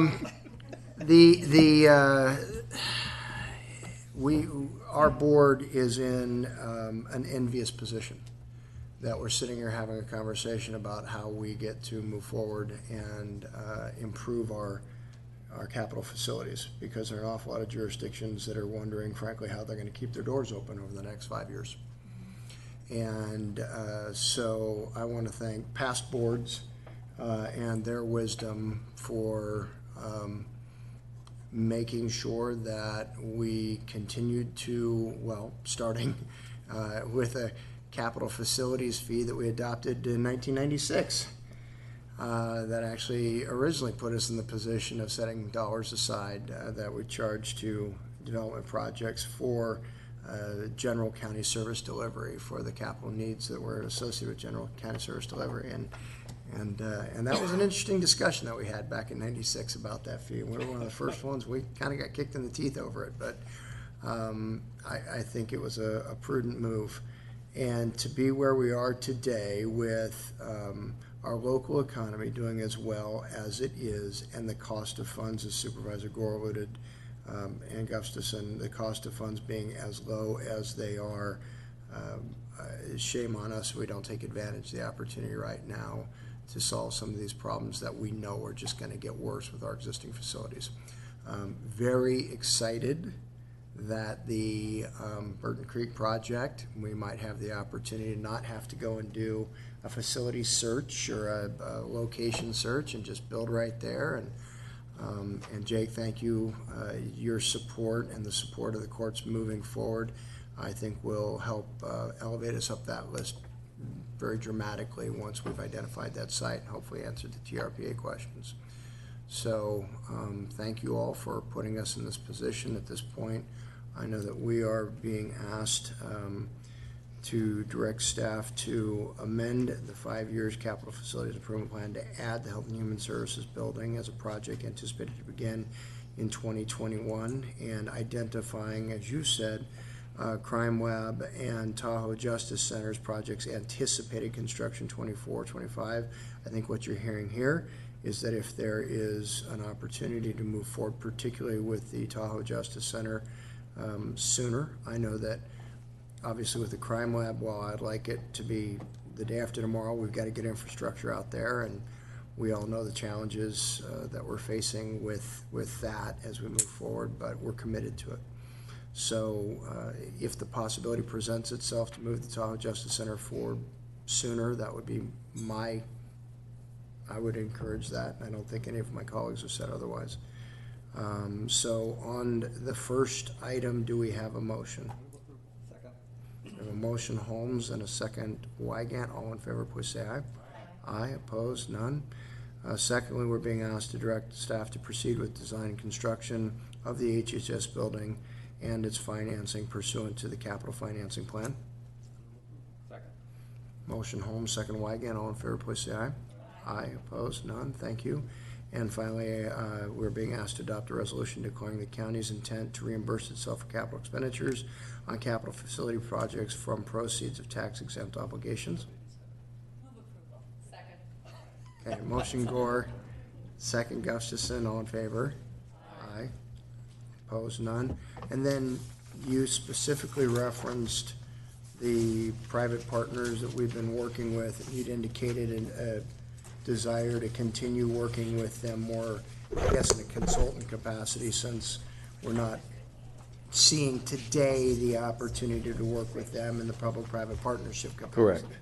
Right. So we're going to continue the conversation with them to see where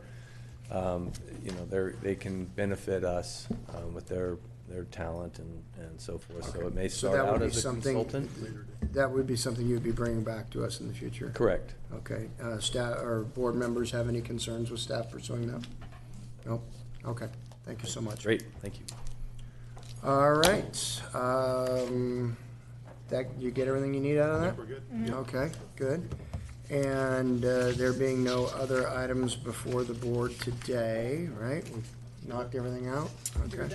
Then we are adjourned to a workshop, not a regularly scheduled board meeting, but rather a workshop that will be conducted in regard to our budgets. We're going to talk about more numbers on November 13th at the Auburn Library located at 350 Nevada Street. So we are adjourned to that workshop. Thank you all very much. Thank you.